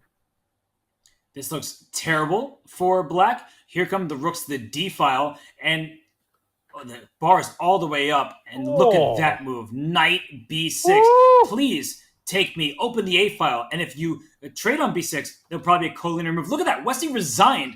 He's not any material down, but he had enough. And that's not a tilt resignation. The evaluation there is +5 for those who are curious, because knight c5 was completely unstoppable. Another dominant game by Alireza Firouzja. Again, at some point, it looked pretty good for Wesley So, but he has lost the ability to play at the highest level in critical positions. The fortunes have changed, and the match is tied. Incredible. And there is one game left in this time patrol.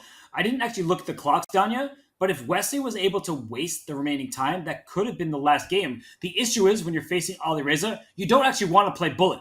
So you're essentially, as you say, you're leaping from the frying pan into the fire if you are Wesley, and he needs this win. I truly believe that if he is going to win this match, he needs to take this game, and he has the white pieces actually in this one. It's funny because when it's the King's Indian defense, Wesley and Alireza could play with either color clearly, but Wesley does have the white pieces right now.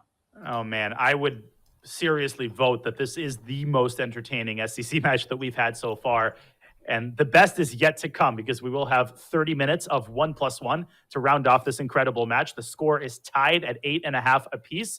For those joining late, Wesley held a 5-point lead throughout the 5-minute portion. Alireza came back, and he didn't even need the bullet to come all the way back and tie the match with one last game to play in the 3-minute segment. And yet again, Robert, they resort back to this pawn structure, which I think has served Alireza very, very well throughout this match. I don't like this for White. No, I don't like it for White either. And it's control over the e4 square. But let's not forget that when they played this similar position earlier, Wesley, who does have the white pieces in this game, he was with the advantage. He sacrificed his exchange for pretty much no reason, Danya, and maybe that was the start of Alireza gaining confidence.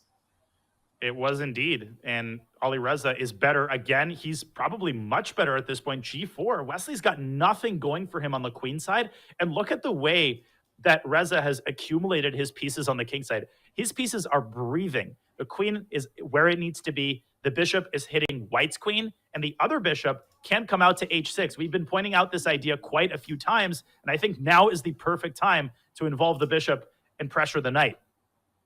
This looks so pleasant for Alireza, who does have the black piece in this game, and he brings a knight to c5. Now knight d3 is an option, hitting the rook on e1 and that pawn on b2. So we have seen a swap of pieces on g4, but even if you get your knight to e4, that's great. You have a knight on e4. That black bishop gets to h6, and suddenly the e3 square is vulnerable. And if Alireza so chooses, he can support the knight with the move b6. He's shown a predilection for doing that earlier. Instead, he does yield to the trade. But as I said in the first time that they reached this position, just because white has a pretty looking knight on e4, it really doesn't mean anything. Black can quite easily work around that knight, and he can do that in a variety of ways. There's bishop h6. That knight could get targeted after bishop e3. And now I think he will at some point try to double rooks on the 7th rank on the f-file. Wesley, though, doing a pretty good job so far of holding the position together. And the doubling of the rooks, what does it amount to? That's the big question. Will there actually be a checkmating threat? But it can't hurt. So he starts with b6, stopping any kind of c5 business, and then he can play rook f7. You can play rook f5. I don't know where you want your rook on the f-file, but the doubling of the rooks seems to be best, as it's the only avenue into white's position that black can look for. A very inadvisable move for white would be a poorly timed h3, because the bishop on g3 would lose the support of the pawn, and it would send the knight back to a square that it potentially wants to access anyway, contesting the knight on e4. Great positional, patient play by Alireza Firouzja, setting all of his pawns up on the same color as white's very poor bishop on g3. He bites the bullet and plays h3. And he brings his king to h2 to protect that bishop. He wants to see a trade on e4, because if you have knight e4, rook e4, suddenly rook g4 becomes a pretty big threat. But black will likely avoid that, and does by not even trading the knights to begin with. So, Daniel, when you look at this, it does look to me at first glance like, what? Oh. Is there... I almost want to play like rook f1 check, to distract some of the pieces. Queen e4 and knight g3. That's a beautiful concept, actually. Now, the reason Wesley dropped his king back to h1, Robert, we should point out, is because black was, in fact, threatening to play knight takes g3. The queen is undefended, the knight is pinned, and queen takes g3 there would have run into bishop f4. But it looks like Alireza is merely accumulating, and at some point, he will have to manifest something specific on the king side. Maybe it's something like bishop f4, but I don't really see anything concrete just yet. The knight on e4, such an integral defensive piece for Wesley, because it holds the f2 square. And Wesley might play queen g4 to trade queens. I think I would do that right now. I'm scared of getting checkmated if I'm Wesley. So the move queen to g4, offering the queen trade, that knight on e4, which we said is what white wants, wasn't so scary, but it does control the important squares. Agree completely. I think you have to play queen g4. You might not have had another chance, because Alireza might have gone king h8 on the next move, and then he would have been able to sidestep the queen trade with queen h6. Great awareness by Wesley. I think he's on the way to drawing this game. Well, we know that draws are not likely in speed chess. Blunders do happen, and you look at a knight trade being offered, I do agree with you. Like, if you play bishop f4, knight takes e4, it looks relatively equal, but I would take black here because of the healthier pawn structure. And it's easy to forget that the pawn on e5 is, in fact, a protected passer, as Wesley carefully navigates the minefield. Bishop h6 was the only move to maintain good drawing chances. Now Alireza has to find knight f2 check, otherwise he drops the knight. King g1 and rook f1. Wait a second. Black is in a little bit of danger here too. Although after rook f1, the knight can move because the king protects that rook on f7. So apparently white needs to play rook e3 in order to take the sting out of knight takes g4, and Wesley finds that too. And suddenly it's black who's on the back foot. That knight is pretty much trapped in there, so rook f6 hits the bishop slides back, but now the rook goes to g6. Oh, he takes on g4. Rook g6 in response to rook g3, black will win the bishop back. What tactical presence of mind with 8 seconds. And I think that if you're Wesley had to go for that, right? You go rook g3, you take on g4, and then your rook goes to f1 to f5 to win back the g-pawn. Great call, rook f1. Now black has to take rook f8, would be terrible because it would allow a discovery at the end of the trade. Wesley is going to pick up that pawn. Black is a little bit better here because he's got the better pass pawn on e5, but Wesley should be able to hold this. The white king just goes to the center. If that black rook... Oh, that was a good move. But is there a rook f3 at some point that could actually transition to a losing endgame? Absolutely, because black would have gotten his king to f4, and the superior king position in a pawn endgame can be the decisive factor, but that will remain behind the scenes. What will not remain behind the scenes is an incredible 30 minutes of bullet to decide this match. We have a tied match right now. You wouldn't believe it after Wesley So stormed to a 7-2 edge in the 5+1. But the 3+1 is a mirror image. Roles reversed. Firouzja 7, Wesley 2. It's 9-9. Danya, what did we just see? Listen, we've had a lot of tied matches in our SEC commentating career. We've had matches go to Armageddon, overtime. I don't think I've ever seen a match that's actually two matches. This isn't one match. This is a series between Firouzja and So. The first match happened in the 5-minute segment. It was a dominant performance by Wesley. The second was a dominant performance by Firouzja. He holds all of the momentum. Wesley will have to put the last hour behind him and play the best bullet of his career if he wants to knock off an on-form Alireza Firouzja. We started with great expectations for Wesley So. It then turned into a tale of two different matches for Alireza Firouzja. We are tied 9-9, and the players, they're going to head to break. We're going to do the same. But before we do, we just want to give a shout-out and thank AG1, a new partner of the SEC. AG1 is your daily support of key health functions from mental performance to energy and the immune system. It's the one product that does the work of many.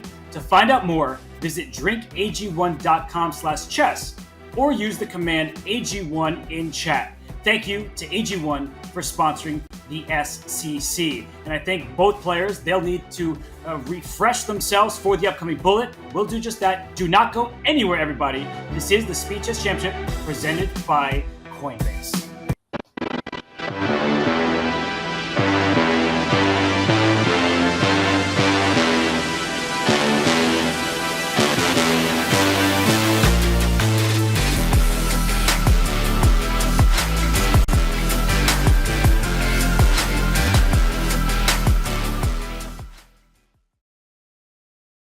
Your subscription makes shows like this possible, which is why our Twitch subscribers will never see ads on chess.com. Connect your chess.com account and Twitch account at go.chess.com/connectaccounts, and bang, boom, voila, you're done. 100% ad-free bliss forevermore. Whether you're following our events on site or on stream, type the command connect in the chat, and thank you for helping bring these shows to life.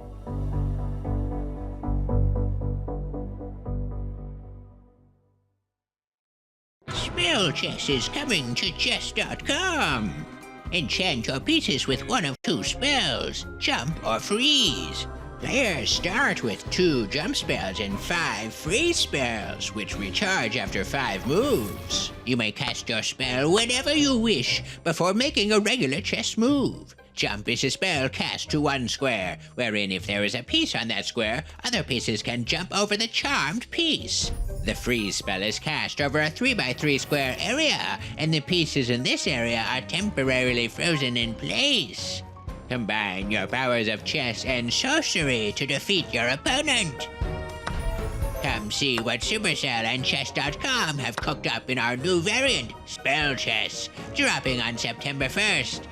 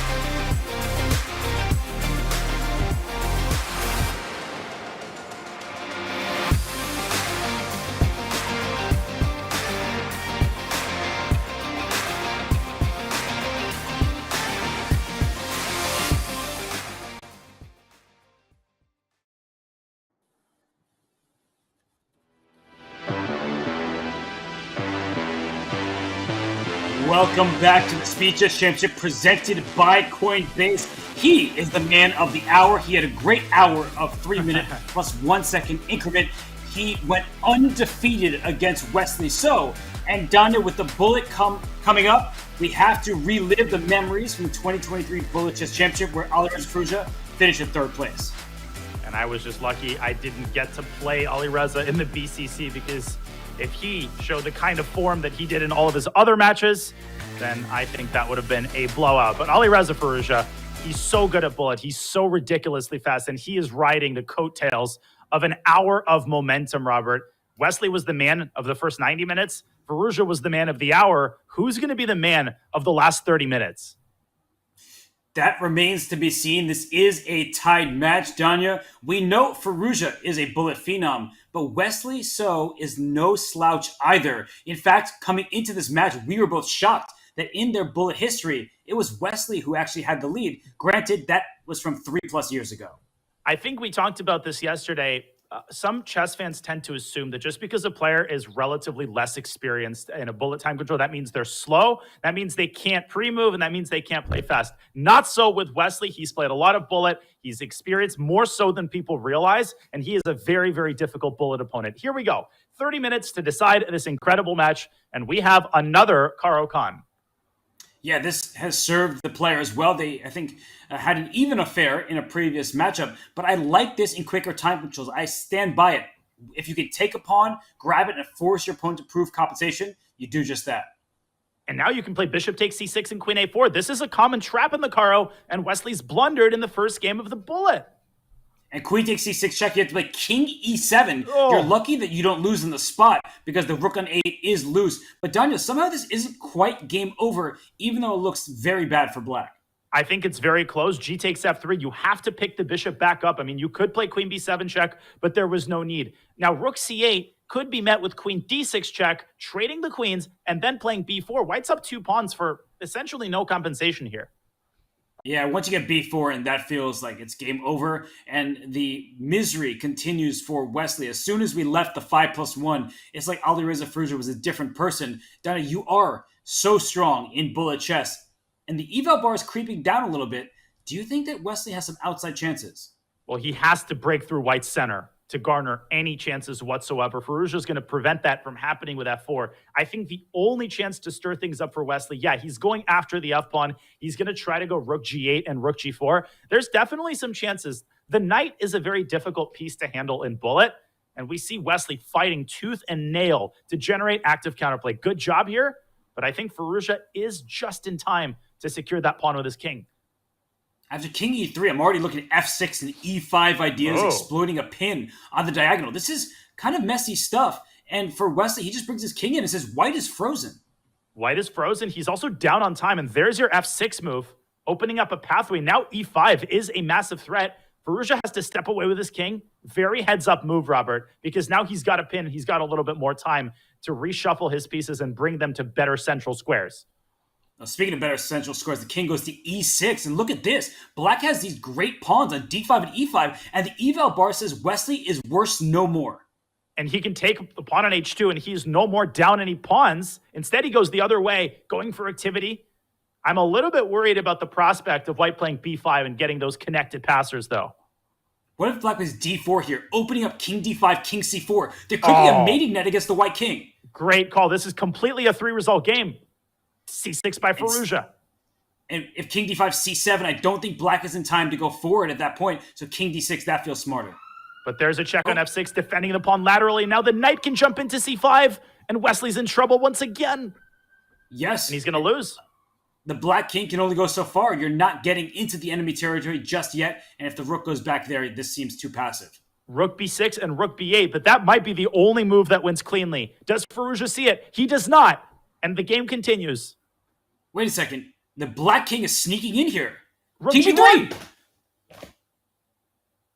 I thought rook g1 was a perpetual check. Now he's got knight c4. Wow, what a move. Oh my God, preventing the perpetual. Where's the check? It's on e6. Queen e6. Still going. Oh, you stopped rook a2. So you are able to win the game. God, and he's still still rook trying. A2 check. Queen h3, d3. Watch out for mate in the back rank. Watch out for king b3 here. And that pawn is going to be captured by Wesley, but he should be losing now. Still not easy. No. Still not easy. Can you get the H2 pawn? That's a big question. This might be the craziest game to start a bullet segment I've ever seen. He's going the other way to A1, but now that king is on a very awkward spot. Yes, and now the king helps the D pawn go forward. Queen takes A6 there, would have won the pawn. I thought he should have taken the pawn. And he takes it now. Okay, and king C3, just keep giving the checks. The A pawn should help out. Mate one's threatened. Why might I lose this? Goodness. White's going to lose D2? this. No, he's not. Mate on B1. He's got mate on B1. Oh, what a find. And mate on B2. Wow. He had mate in 1-2 moves in a row, but he's going to force the queen trade and win the game. Wow, there were ups and downs there. Missed mate in ones, but Danya, Alireza Firouzja, he found the necessary queen trade to win the game. He is leading the match for the first time. What a great game. I lost track of how many times the evaluation turned. Just unbelievable from Alireza Firouzja. He was down by 5 points, and he has obtained his first lead of the match. Wesley, he needs to get this game from the white side of the King's Indian. And they've already had this line as well. They had this structure exactly once. Bishop E5 walks right into F4. I'm very curious what Alireza has in mind here, because generally, Robert, giving away your fianchettoed bishop leads to long-term weaknesses on the king side. It appears that black is okay here because of the activity of his knights and the potential for D4.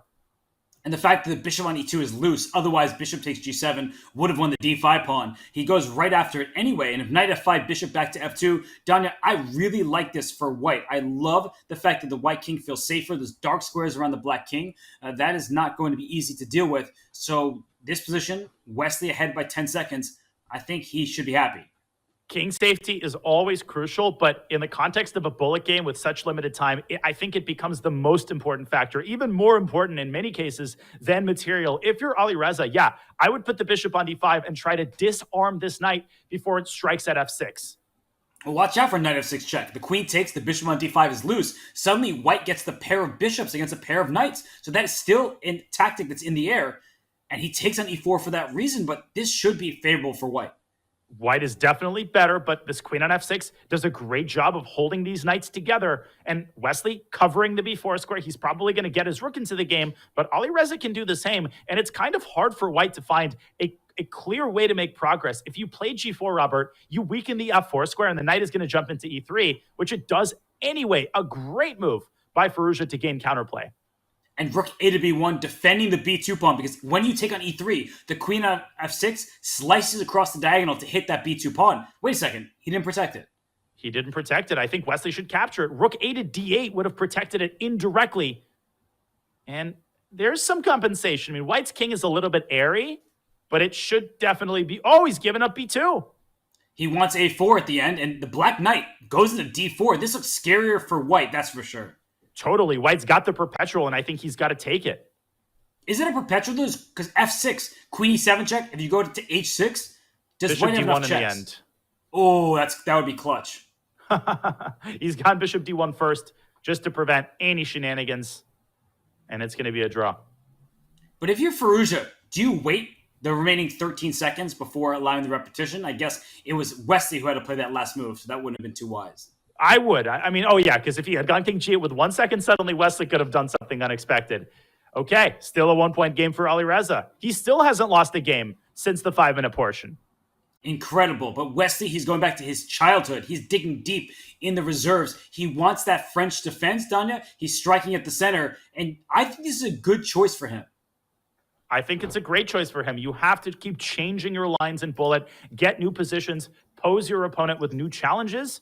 And Wesley, I mean, he knows everything. And he used to play the French as almost his main repertoire when he was below 2,700.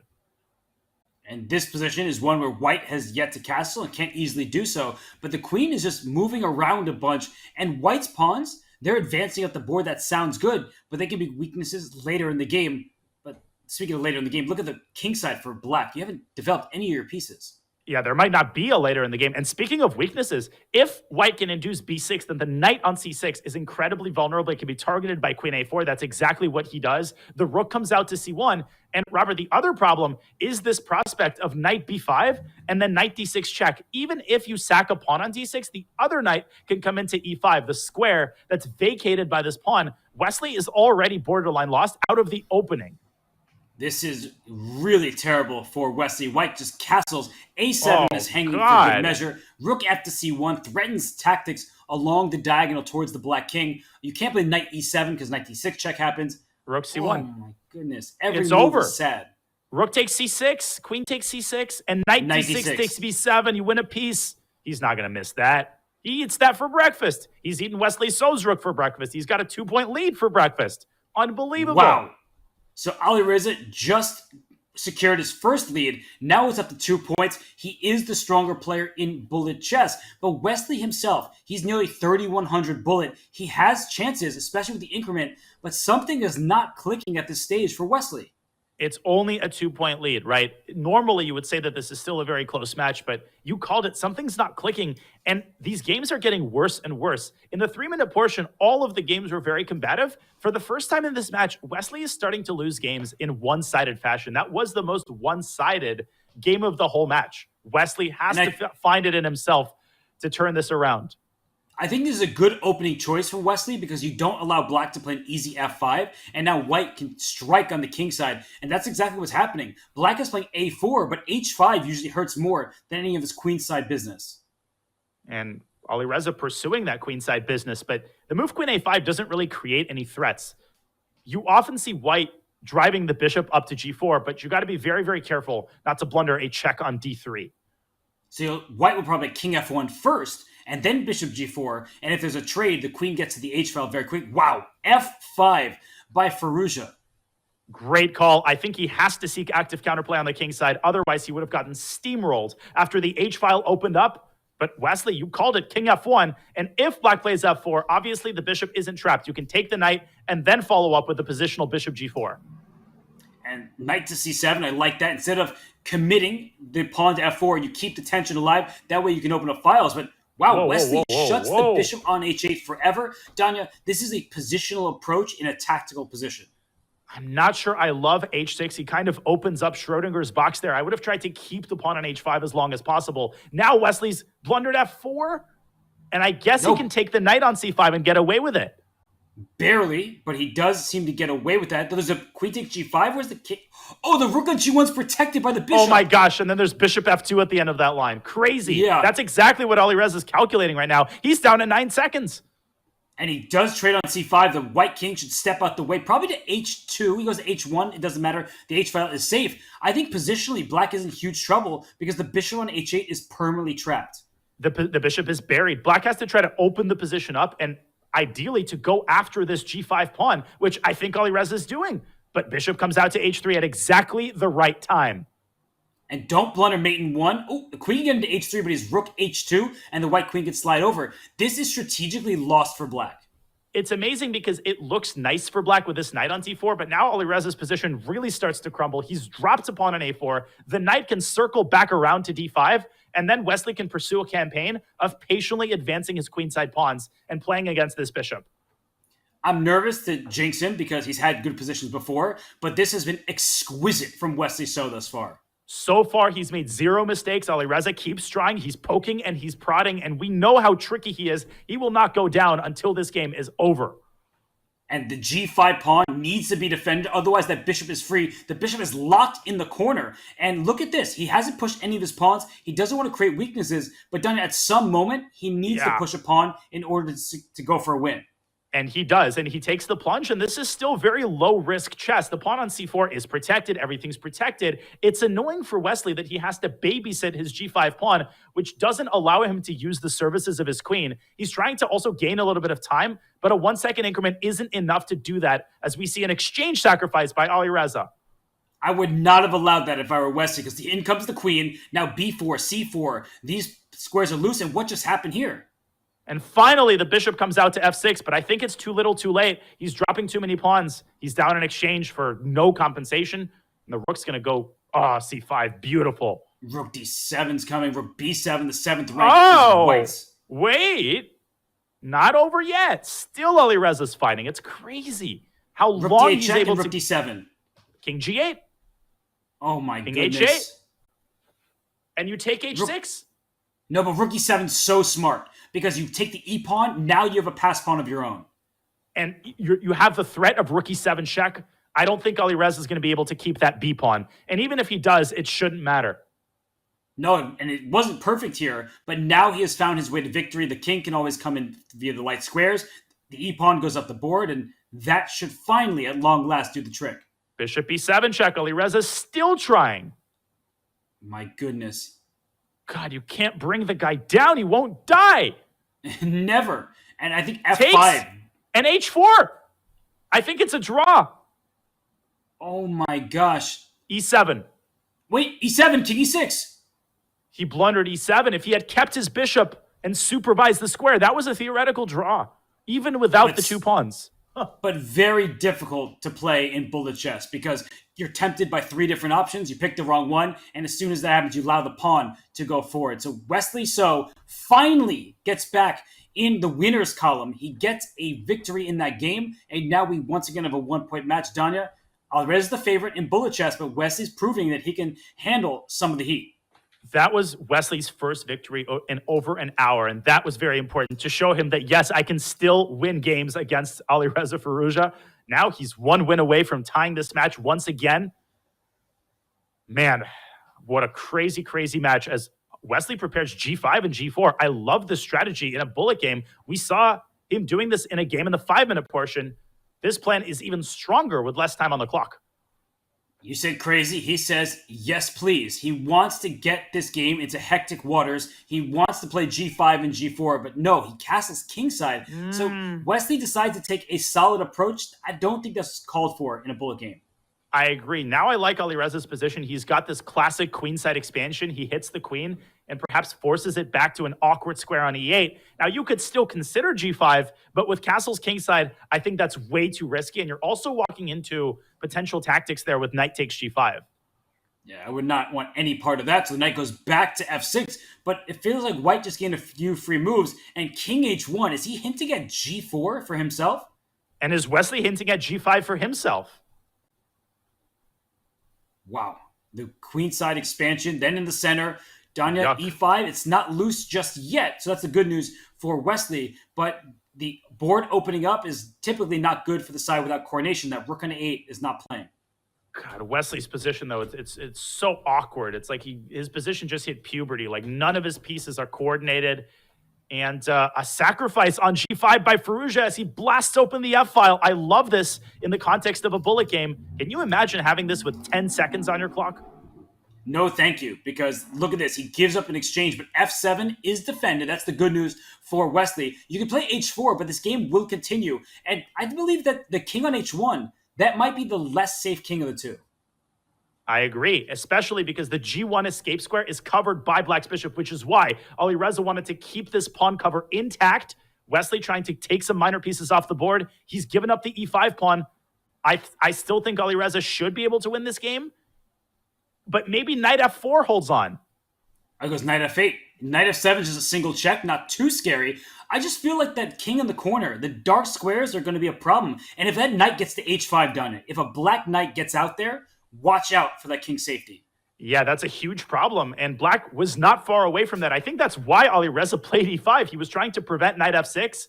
And now he doubles on the F-file. But here comes Wesley's knight maybe to G5.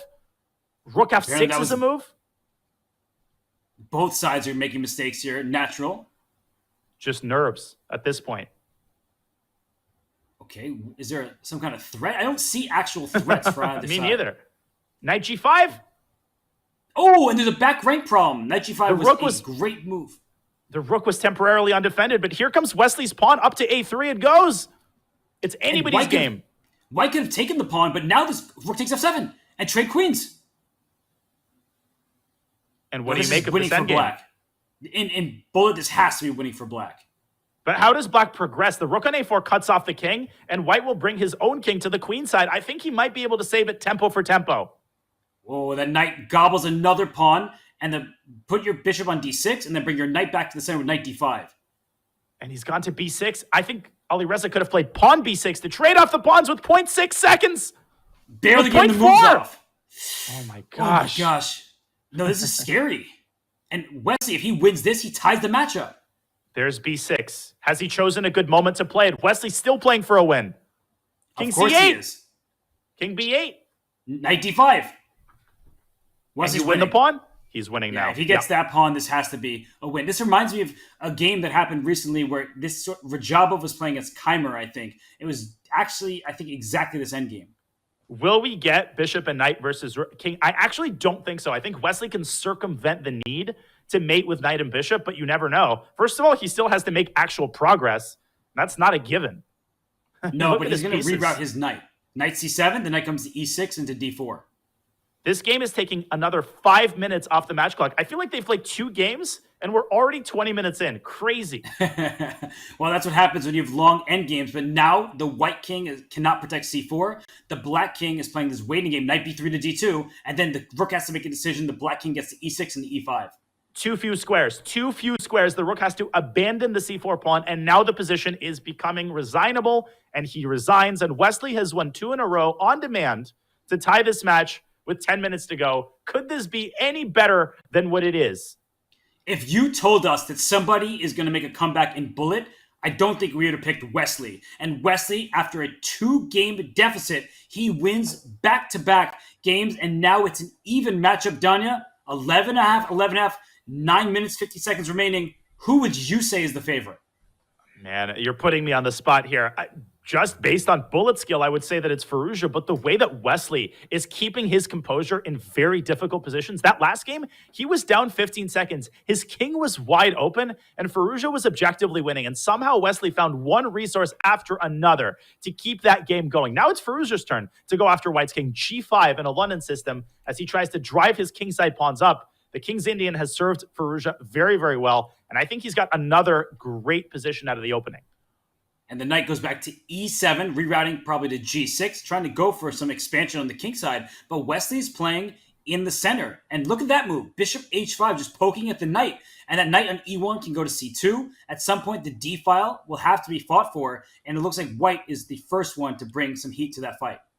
Oh, and e4 is such a committal move positionally. He opens up the bishop on h2, which now aims at the c7 pawn. Wesley improving the placement of his knight. You called it, Robert. It's coming over to d4. The queen could move up to d5, and suddenly it feels like White's the one with the big initiative in the center. Black's pawns are not going to checkmate White's king on their own.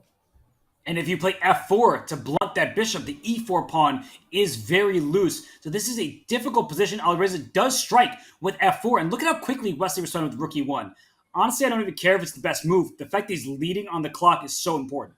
He's been leading on the clock most of these games, which has been really impressive. He's managed his time really well. He's taking all of Black's pawns, but Firouzja getting really, really active in the center. Watch out. The c2 knight is undefended.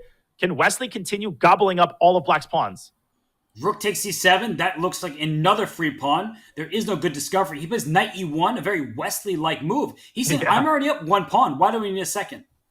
Instead, he tries to disarm the knight on d3, which is Black's most active piece. His bishop on h2 also needs to be freed at some point, so you could consider a well-timed h4 to break apart Black's pawn chain. And just don't get back rank checkmated. That rook needs to stay on the board. Maybe bring your rook to e7, double on the 7th rank, but then rook to d8 could be scary. Uh-oh. Now what do? King f1, bishop d3 is mate. You got to go to h1 to cover the check with the bishop. That's such a hard move to play, but when it's your only move, Wesley should be able to find it. But he plays g4, so he makes space for his king. Bishop e4, f3, rook e2 check. This looks scary. And he's going to drop the f3 pawn, and suddenly it looks like Firouzja's in the driver's seat. Bishop d3, he's got the perpetual check, and I think he's got to take it. Rook e1 and rook e2 is perpetual, but Firouzja playing for the win now. Is he playing for a loss? He's trying to win this game, but the white king is not getting checkmated here. But is Wesley playing for a win, or will he take the plunge and play king g2? No, can't really blame him for that. King g2, apparently the king could have snuck out to h3. But, man, that will remain behind the scenes. We're still tied. Whew, so Firouzja, he does not lose that game, but he is willing to risk it. That much is clear. We get another Italian game. Wesley, he's been playing well from the black side, but in this exact type of structure, he went g5, and we saw a piece sacrifice in that last game. Yeah, he keeps trying out new setups in the Italian. This time he gets his bishop out to g4. Now, of course, okay, back to d7 he goes. No, he did do that in the previous Italian game. The point is to create a hook on g3 that he can use to expand on the king side. But will he actually play g4 now? And will he really castle queenside? Oh, he does yes. It with his pawn out on a5, Danya. That looks so risky. It looks really terrifying. Firouzja's going to go b4. Let me tell you, Wesley is not going to take on b4. He's going to try to keep the queen side closed for long enough to give himself the powerful attack on the king side. I like this for black. This looks very appealing to me. But look at this move, bishop b5. He wants knight c4 next, and he wants to go after the black queen side. But who is first here? h4 followed by g4. It looks like it's lights out. It really does. Once the G file opens up and black plays H3, I feel like Firouzja is actually much, much slower on the other side of the board. And maybe he should play H4 himself to try to slow down black's progression of pawns on the king side. Good move. Heads up choice by Alireza. I think this is the most resilient option. And look at Wesley. He says, you're going to open the G file. My rook is going to leap into the action. Oh, queen H3 is coming. Rook takes H4 check is a huge threat. Therefore, bishop C4 doesn't work. I think Wesley's borderline winning here. He's crashing through.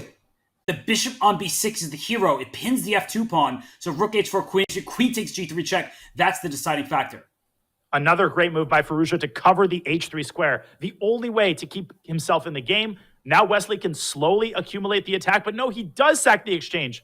Will this backfire?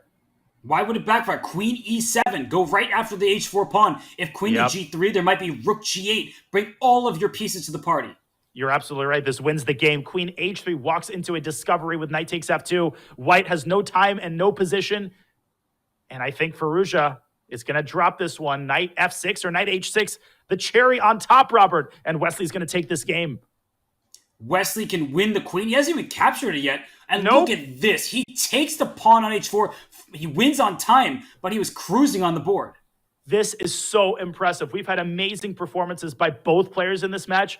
But Wesley's 2-point comeback and now a victory with black to get the 1-point lead in the match. Firouzja has been in this situation before. The only difference is that there are now 4 minutes left in the match, and so the win becomes absolutely necessary. Dare we say that Wesley might have been underrated in bullet chess? He's now over 3,100. Let's get him in the bullet chess championship next year, but that's a year away. This is right now. And Danya, we have another King's Indian defense. Firouzja has had some good success with it from the black side, but Wesley's taking a positional approach. In the context of a bullet game, I really like this pawn structure for black because it's very, very tricky. The knight typically comes to e5, and then you've got ideas like knight d3. You often advance your a pawn down to a4, so even though white has the space advantage and an undisputed objective edge, in a bullet game, it's very, very easy to lose control of this position. Let's see how Wesley arranges his heavy pieces. I vote for queen c2 and rook a to d1, or queen d2 and rook a d1. Looks perfect. Bring that rook to the center. The d6 pawn is quite loose, and black expands with a5, maybe a4 in the future, but it does feel, at least at first glance, like the d6 pawn is the biggest weakness, and then I remember c4 is a target. It most certainly is. The knight on c3 is also loose, and it can be targeted by queen to a5, which I think is likely to be Firouzja's next move. Okay, never mind. He's jumping into d3. He still could play queen a5 next, and this is why I like this from a practical point of view for black. Really, really hard for white to handle these complications. And those knights, they look a bit flimsy there. The knight on c5, it's ever kicked. The knight on d3 is loose, but you can't play b4. Black has that square under his control. f5 is also a really, really nasty move, opening up a second front in the center. And if white plays e takes f5, your minor pieces are going to get overextended because black will be able to play rook takes c3. I still like f5 here. Firouzja has to involve the second side of the board. But if the bishop were on d7, he might find f5. But with the back rank so vulnerable, it's much more difficult to play, even if the engine approves of it. So he goes back to a5 with his queen, and we look at this position and we say, what is the plan? He goes for f5, Danya. You called it, and finally it's on the board. Man, but it would have been so much better a couple of moves ago. Things still really, really complicated here. Wesley drops his bishop back to a defended square. It's anybody's game in this time scramble. Bishop back to d7. The e-file is now open. And I think Alireza should trade queens and go for that endgame. Yeah, these knights, though, are loose. So b4 is something you have to watch out for. And that's why he plugs the square with his own knight. Danya, the d6 pawn still loose, but the b3 pawn is not much stronger. I think the position is probably dynamically balanced, to use the best commentator phrase, but Black is more active. Black's got more prospects to fork White's rooks and win White's pieces. And Wesley hanging by a thread here as Firouzja supports that knight with d5. Bishop b5. Uh-oh. Uh-oh. Uh-oh. Knight c2. Uh-oh. The rook is trapped. Here they come. The rook is trapped, and that should be that. The knight goes to b2, but now you're down a clean sheet, and rook takes b3? Why do you go for that? Rook takes b3, ended the game immediately. This should win the game as well. He's going to win another minor piece on top of the exchange, and he ties the match with a minute remaining. So this could be the final game of the match. God. If it is a draw, we get 4 games of more bullet. People, fasten your speed belts. This could be the deciding game for the semifinals. I know you're rubbing your eyes. I can't believe what we're seeing here. Let's see who can come out on top. I can't believe it either. And this is not the best time for the board to freeze. Uh-oh, that is really not a good time. I'll try to keep everybody not. There we go. There we go. Oof. We have a mainline Italian, thank God. Thankfully, in this position, double pawns for Black, but Danya, I tend to like having the open F-file against an enemy king. Again, it's all about what's good in a bullet game. In the previous game, Alireza went for a bad line, but because you don't have time to figure out all the tricks, it's justified. I think the same thing is true here for Wesley. He goes d5, he's got the space advantage, and he's got ideas like knight g4, like knight h5, knight f4, but look at what's going on in the center. Yeah, we had some chess boxing there, and Black decides to take on d4. Now the center's opening up, and look at this position. The d4 pawn could be a weakness. The e6 pawn could be a weakness. Is White going to play e5 on the next turn or trade on d5? These are very big questions, and they do not have much time to figure out the consequences of each move. And Wesley is trying to answer those questions, but he's taking a lot of time to do that as he strikes at the queenside with a3. He is trying to induce b takes a3. Alireza says, I'll bite. We're probably going to get a trade on e4, and the pieces are starting to come off the board. Who do you think has the upper hand in this position as more pawns are getting captured by both sides? Watch out for rook takes f3. That's the one thing that I'm looking at. I think he could have done it. Totally. Rook a takes f3, knight takes d4, and suddenly White's king was wide open. And now he can take on a2. We're getting mass liquidation, but this is still an unbalanced position. Black's got the pass pawn on b7. So I like the endgame if White trades queens. I think Firouzja should try to keep queens on the board and maybe engineer. He offered a draw. It took a draw. Yes, Firouzja offers a draw. Wesley accepts. And you know what? Even though I don't like draw offers, I understand the situation. They both don't want to have this game decided right here and now. They want the match to continue. They're doing it for the fans. And they got what they asked for. The score is 13.5, 13.5. I think it's a reasonable draw offer. The position was objectively equal. And I think that in a blitz game, they would be likely to draw it. This is the most epic match of the SEC this year. And I think all of the other players would agree with us. Yes, and we will start the tie breaks momentarily. The players, they do get to stretch their legs, but we have fireworks on the board. I'm loving every second of it. These are the fireworks that the people pay to see. And then we remember, wait a second, are you really paying? It is September, so feel free to do that. But this is an epic brawl between two of the best players on the planet. Let's remind you of the tiebreak rules here in the Speed Chess Championship, because for those of you who have not seen it happen before, you're like, what's next? It's 4 games of bullet chess. The 1+1 continues. They alternate their colors. And if it's 2-2 in these next 4 games, we get Armageddon. Sure, Armageddon. You're getting Armageddon. But first, they're going to play 4 games for 1+1. What an incredible match it's been. I'm impressed with Wesley's speed, and I'm impressed with Wesley's accuracy in the bullet thus far. He's not as experienced of a player, but it seems like he plays bullet every day on chess.com, the way that he's played this match thus far. The games are off. Let's go. Let's go. Alireza back in his chair, so let's tune into the action as the players. Well, it's going to be very nerve-wracking stuff from them. Oh, we've seen this before, Danya. It's that Sicilian where Wesley, he was able to take control of the light squares. And I hope Alireza has done his research, because once Wesley dropped his bishop back to g3, the situation was dire for Alireza. I do not like that he's repeating this line, and he's worse again. Look at his squares in the center. Wesley is doing exactly the same thing that he did in their blitz game to a T. Or shall I say to a C? This looks really good for White, because once that queen slides back, you don't want to go to b3 because knight c5 would hit you with the tempo. That's why he plays f3 first. Later, he can bring his queen back. Oh, all the way to a2. Lovely. That way, bishop c4, knight at c4 to e3. But I'm just trying to work all my pieces into Black's territory. And Robert, it's bad enough when you suffer from a weakness on d5, but you've also got a major hole on f5. So the ideal square for White's knight is c3. Wesley has to decide if he's keeping the bishop, though. If he allows the trade, maybe Alireza could start advancing his h-pawn and generating counterplay on the king side, but that is very far away. Wesley goes for your approach and hits f7 directly with the bishop. He'll probably plant something on d5. There it is. Why not? If you take on d5, the knight takes back, hitting the queen on e7. So the knight goes out to f6. That may encourage a trade on b7, but White actually isn't afraid of these bishop trades. It helps secure complete control of d5, and down to the bishop on f8. It stares into its own pawns, and right now that pawn that's staring at d6 is loose. Wesley combining direct play and strategic play. He was attacking d6, using that to garner a tempo. I like the way that Alireza is trying to generate counterplay. Maybe something like g4, just to muddy the waters, is what the doctor ordered. Objectively, Black is borderline lost, but Alireza still holding on. Is he trying to castle here? I don't think so. What?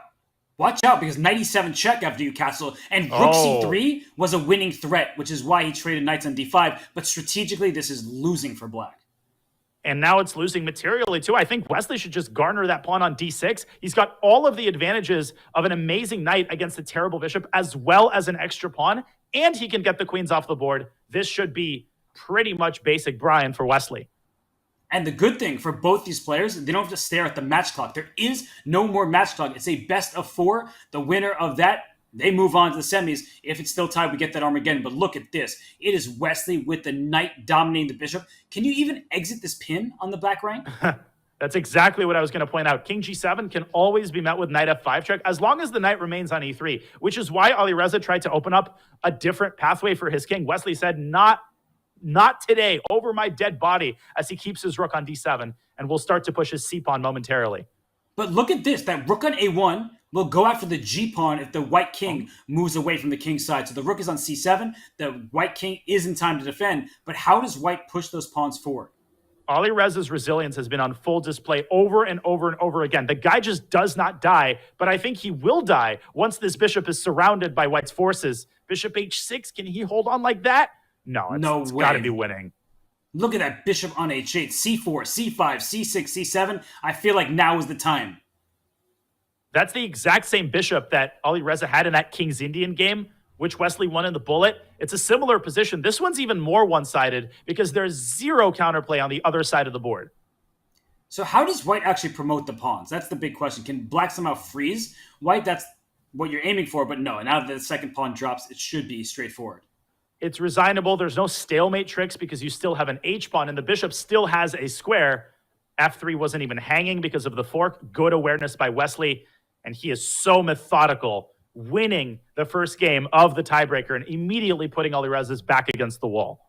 And immediately going back to e4, e5, he wants the solid approach in bullet chess. These games have been chaotic, even though they start with a very solid set of moves. But as we see the game continue, this is one where the players, they're very familiar.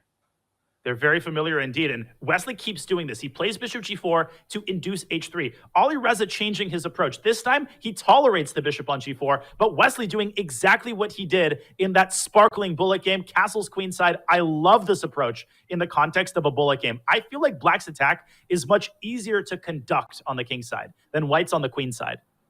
I'm with you. We saw that in the last game they played in this variation. And Alireza didn't have time to look into this line. But look at this. Instead of a3, b4, he goes right after that a5 pawn that's sticking out. And White can just go after it, win it, and then that's bad news for the Black King.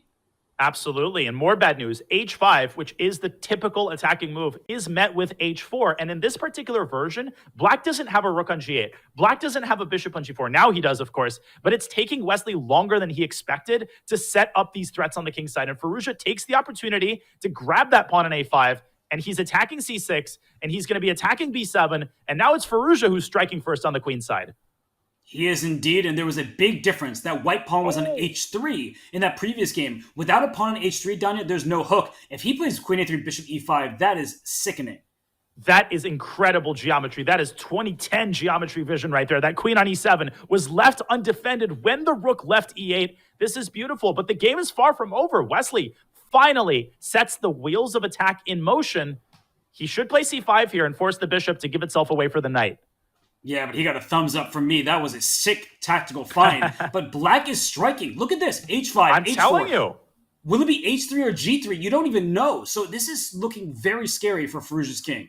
It's terrifying, especially after a move like H3. You actually can meet it with G3. That knight on E3 is a very stable defender, and the fact that it guards the G2 square is very valuable. Firouzja meeting fire with fire.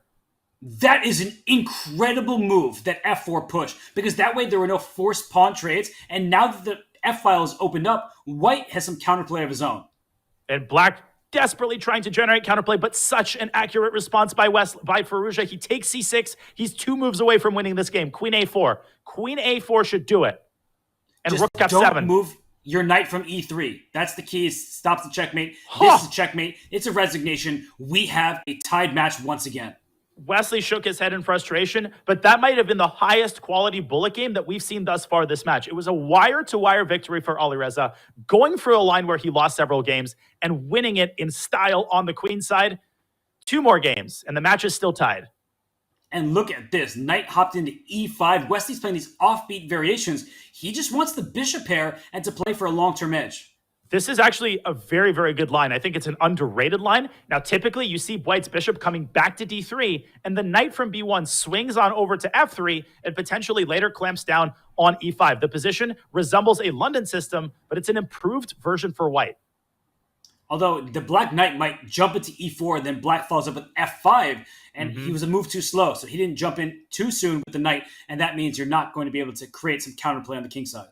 Well, if you're not creating counterplay on the king side, you might create it on the queen side with B7, B5. But his last move indicates that Alireza is not thinking about the minority attack. He is thinking exactly about the idea that you outlined. I love this for black. The knight on E4 is very hard to dislodge without opening up the F file for black's rook. So knight back to H3, then kick that knight there with pawn to F3. No, he takes on E4, but Donnie, this looks scary for white. This pawn is in white's grill. The knight is coming around to F5. The most important thing is that it's an easier position to play for black, and he takes F3, and their bishop takes G3. He missed it. No. That is a hard move because you don't actually win material. With that bishop takes G3, you actually sacrifice a piece for 2 pawns, but that was available to him. The engine, of course, off to the side helps us spot these tactics. Wesley has to secure his bishops, and he does just that. Rook E1 to F1 is such a mature move. Knight takes G3 is now not possible. The bishop would have recaptured, and now he moves his bishop away from F3. It looks like Wesley has more or less stabilized the situation as Firouzja prepares to double rooks on the F file. And I would take white in this position. I love the bishop pair. At the right moment, white might think about G4 and bishop H4 just to unravel a bit. And bishop H3, watch out for that E6 square. Bishop H3 is a heads-up move, focusing his forces on that square. But Firouzja going back to home base, trying to get this knight around to E4. He trades the rooks first, giving Wesley the F file. And look at the light squares on the king side, Robert. Wesley kind of surrounding them with his bishop. I love that decision from Wesley, but Alireza, he's hanging in tough right now. The E6 pawn is loose, so you have to be very careful here for Firouzja. Anytime there's a knight in the center, there is going to be danger. Wesley repeating moves. Is he going to go for the draw? No, he's not. He feels that he's got some winning chances in this endgame, and I think he does. I think he's still a little bit better, but Firouzja doing a great job of seeking active counterplay on the king side. Yeah, moves like G5 are excellent. You can't get an H5 because the bishop on F3 covers that square along with the queen on E2. So this is what Firouzja needs to do. He needs to make sure that he has space of his own. Otherwise, the bishops will thrive. But here, look at that queen into B1. This could get tricky for Wesley. It absolutely could. I actually think Wesley should bail out, and Firouzja's the one who's making motions to play for a win. But look at that move, bishop G4, immobilizing the knight, because white is now aiming at the E6 pawn. He goes back to F3, and we might get some sort of a 3-move repetition here, Robert. I don't think either side can really make any progress here. I'm wondering if black can play queen E4 check. And he goes for it. And we're going to get a trade, and we're going to get another trade. And is black trying to get the king to B3? But there's no way that you're in time because the white can go to G4 and H5. Who's winning the race? It could have been white, but Wesley doesn't want to find out. He wants the next game to decide the match. This is, I think, almost a guaranteed draw at this point. Firouzja's technically in the driver's seat, but he can't make any progress from here. Yeah, he'll have to play E5, but that could backfire because that pawn H6 was untouchable. We have a draw, which means this 4th and final game of overtime could decide the match if we have a winner. Well, it's going to be either this game or the next game, so there's really no point in taking a quick draw. And we are going to get another Italian. Firouzja has the white pieces in this final bullet game of the tiebreaker. Which approach will Wesley take? Again, there's that G5 move, but this time Wesley follows up by castling kingside, something that he hasn't done yet in this line. I think Wesley would be happy with the draw because then you get to Armageddon, which Wesley, as the older player between the two, has more experience in. But how can you force a draw in this position? It's about to be a slugfest on the king side. King G7, Knight E7, Knight G6, maybe push some pawns over there. Both sides will have their chances. I'm biased in favor of Black's position because I feel like Black's attacking ideas are easier to perceive and so easier to play. At the same time, Black is riddled with holes, right? The F5 square, big weakness. The king is a lot less safe. So Wesley has to justify that with accurate play on the king side. G4, really powerful move, blasting open the king side, getting the knight involved in the attack. This is getting dangerous for Alireza. Yeah, the bishop slides up to G3. That's the good news, that you don't lose the piece. But rook still comes to G, pawn to F5, and here they come. Oh my gosh, D takes E5. I think he wants F4, sneaking the pawn in. No, he takes on E4 and vacates the F5 square for his knight. Wesley is attacking with his pieces, and don't sleep on the role that the bishop on A7 could play. What is happening here? He went D5 with a fork, but knight F6 hits the bishop on H5, which is loose. And if knight F6, EF6, the knight on E7 is in trouble. The king on H8 is also in danger. Suddenly, this seems to be turning around in Alireza's favor.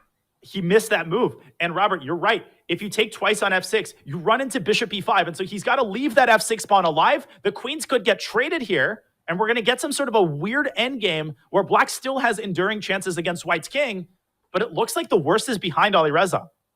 Yeah, because White currently is up 2 pawns. And after knight takes G3, rook takes F6, it's just going to be 1 pawn. It's a double pawn. But I still think that there are chances for both sides, given that there isn't a clear bailout.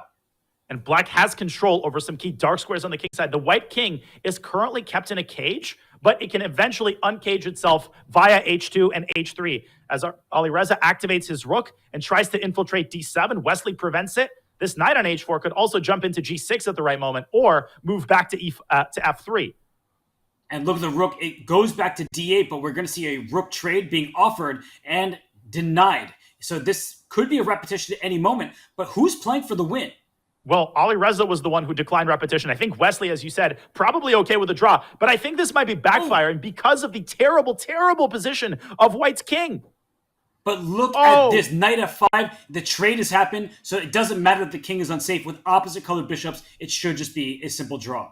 Robert, Wesley actually had the move king F6 there, and the pawn on H6 was untouchable because the knight would have gotten trapped, but this was so hard to see, especially because Wesley was in the back foot for most of the second half of the game. I can't believe this, but we're going to get an Armageddon.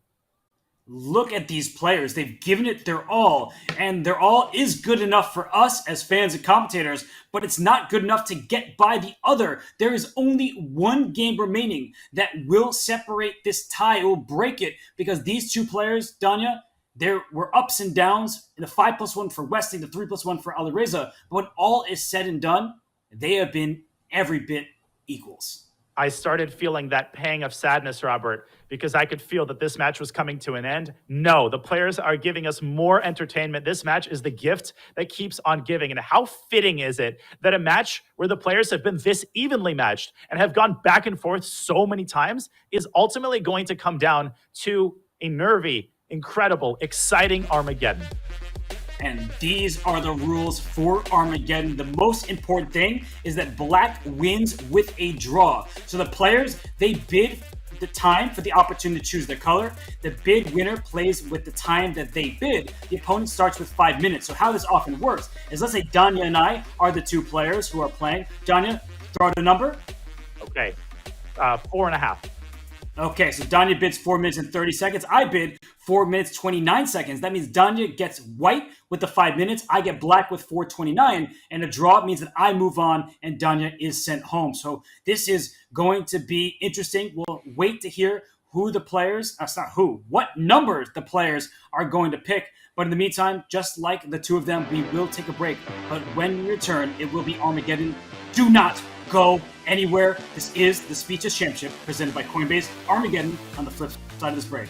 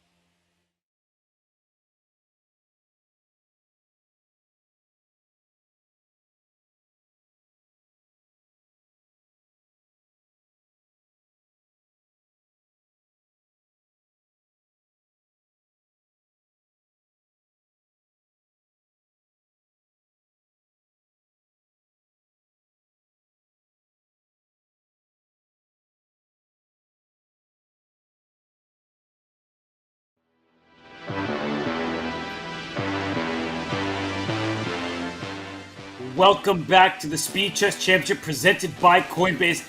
Alireza Firouzja is the man you see on the screen in front of you, and he is the player who is going to get the black pieces. Danya, he had the winning bid. He bid 3 minutes and 40 seconds. Wesley bid 3:48, so an 8-second difference in their bids. Alireza secures black. It means he has draws. And bidding in Armageddon is kind of an art, and it depends on how comfortable you feel playing with little time. The second most important thing in an Armageddon format, Robert, the first being that black wins if it's a draw, is that there is no increment. Everybody in the chat should remember this. Flagging for the first time, pure flagging for the first time in the SCC match actually becomes a thing in the Armageddon, and that really influences your bid. If there was a 1 second increment, I think a player would be totally comfortable bidding something like 3 minutes. Now they bid closer to 4, which I think is a very sensible bid, especially for someone as speedy as Alireza Firouzja. 3 minutes, 40 seconds. That's quite a time deficit because spotting a minute 20 to Wesley So, we've seen his exquisite technique on full display in many of the matches today. And I think that Wesley will be happiest that he starts with 5 minutes. Remember, in the 5+1, he dominated 7-2. Indeed. And if you're Wesley, remember, do not be afraid to flag. If you've got a situation where you can get rook and 3 versus rook and 3, and your opponent has 10 seconds, as fast as Firouzja is, play the clock as well as the game. And we've got, no surprise there, another Italian. Wesley has white. Firouzja starts with 3 minutes and 40 seconds. And here we go. Mainline Italian. If you are Wesley and this h6, g5 stuff comes up, do you sacrifice the piece because Alireza doesn't have enough time to calculate? Or we just have to remember that it's no longer a bullet. 3 minutes, even if you're down on time, is plenty of time to work with. I think it's the latter, and that actually makes it very hard to adjust. You've just played something like 50 minutes of bullet chess. You've kept one eye on the clock for the last hour. Suddenly, you can slow down, you can breathe. There's no increment, but that doesn't mean that you have to blitz out moves. And a case in point, Firouzja with a big decision here, Robert. Does he take the bishop? Does he go bishop b6? He keeps the status quo by dropping the bishop back to b6, as is so typical in these Italian positions.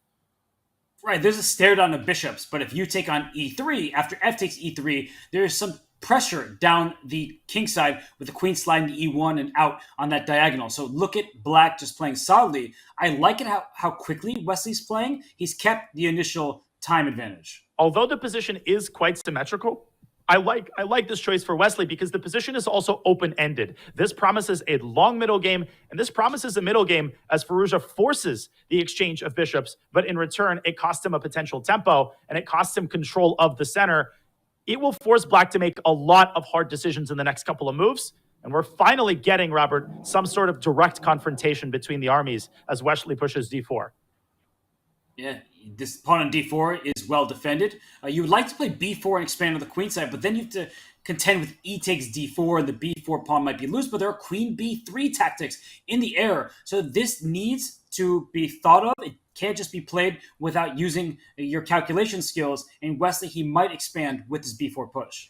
Queen b3 itself was a low-risk move, but then you would have run into knight a5 related ideas. So he does play on the queen side, but he does it a little bit differently. He establishes a bishop on this very nice square. Notice that Black can no longer play a6 because he took on b6 with a pawn. That is the drawback of the exchange on b6. The strength of it for Black is that he's got this long-term pressure with his rook on the a4 pawn without the rook having made a single move, as Firouzja tries to trade another pair of minor pieces. And the more the position simplifies, the easier it becomes to play quickly for Black, who's brought this time advantage down to 40 seconds. That's huge because Firouzja is the faster player between the two of them. But Wesley, he has the type of position that he typically is able to win games, even from equal positions. He just maneuvers. He just gets a little plus here. The knight gets an f5 first. But Daniel, there isn't too much happening just yet. There isn't too much going on, and Black is definitely maybe a tiny bit worse because of his damage structure. But if you showed Firouzja this position and said, this is what you're going to get after 18 moves, I think he would be relatively happy. Now, the next big question, does Black establish a presence on f4? The drawback of playing that move prematurely is that you're softening up the e5 pawn, and White can put a rook on d1 and start threatening things like d takes e5. Instead, knight f6 back to h7. Is he aiming for g5? It's a moot point. Does Wesley blunder the pawn at a4? He blundered a pawn. He just hung the a4 pawn. The queen and the rook are lined up, and Firouzja takes it. Oh, that's a huge deal. And Wesley had been doing great, building up that time advantage back to a minute. Now he's a pawn down for no compensation, and now Firouzja can play down the a file and try to trade more rooks. The only good thing is Wesley is up nearly 50 seconds on the clock, so he can try to use that to his advantage. Wesley is a very nice person. Shameless flagging is not in his vocabulary, but let's learn some new language today, Wesley. You have to go for it. It absolutely has to be in your vocabulary, and let's not overstate the case. Wesley is down a pawn, but he has this bind in the center that he's just established. He's also got access to the f5 square, and that means he has serious attacking chances against Black's king. I'll be honest with you, Robert, I actually do not dislike White's position here, especially after something like knight f5, which is on the board. The extra pawn is not actually playing a part. Knight takes g7, followed by knight f5 check, followed by queen takes h6. That's a checkmating attack. And a great defensive move by Firouzja. Very heads-up play there as he contests the f5 square. If Wesley takes and plays knight f5, that is now out of the question because Black will give up in exchange for the second knight. Wesley building up the attack with f4. And there are knight takes e4 ideas in a position like this because the knight on f5 will lose its defender, but White will throw in knight takes h6 check, after which Black takes back, and then Black's king is open. So it's actually just an equal trade, but the position does not look pleasant for Black there. And it's time to start talking about the clock. Firouzja is still down a minute, but he's now down almost to a minute on his clock. Again, there is no increment, and I think he just spent a bunch of time assessing knight takes c4. This is what Wesley is so good at doing. He's constantly asking Firouzja questions and forcing him to spend a certain amount of time. What's going on here? As the queen moves up to c6, the pawn is now hanging. Black can capture it on the next move if Wesley doesn't respond to the threat. And it's a pretty big threat because you cannot afford to give up that pawn. And he brings his king to h2. So if knight takes e4, Donna, there might be tactics with queen sliding to b2 or to d4 even, like just attacking the g7 pawn with a mating threat. But you see what he's doing. Every move, he is forcing Firouzja to calculate knight takes e4. And Alireza has no choice. He has to assess that move. He's down under a minute, and flagging now becomes a serious consideration. Knight takes e4 is on the board, and we're going to see queen b2. The knight will drop back to f6. And Black is hanging on by the skin of his teeth. Instead, he goes queen to d4. But knight takes h6 with check. The g-pawn takes. The f6 knight is loose. I mean, the Black king is not safe at all here. And now Firouzja down under a minute on the clock.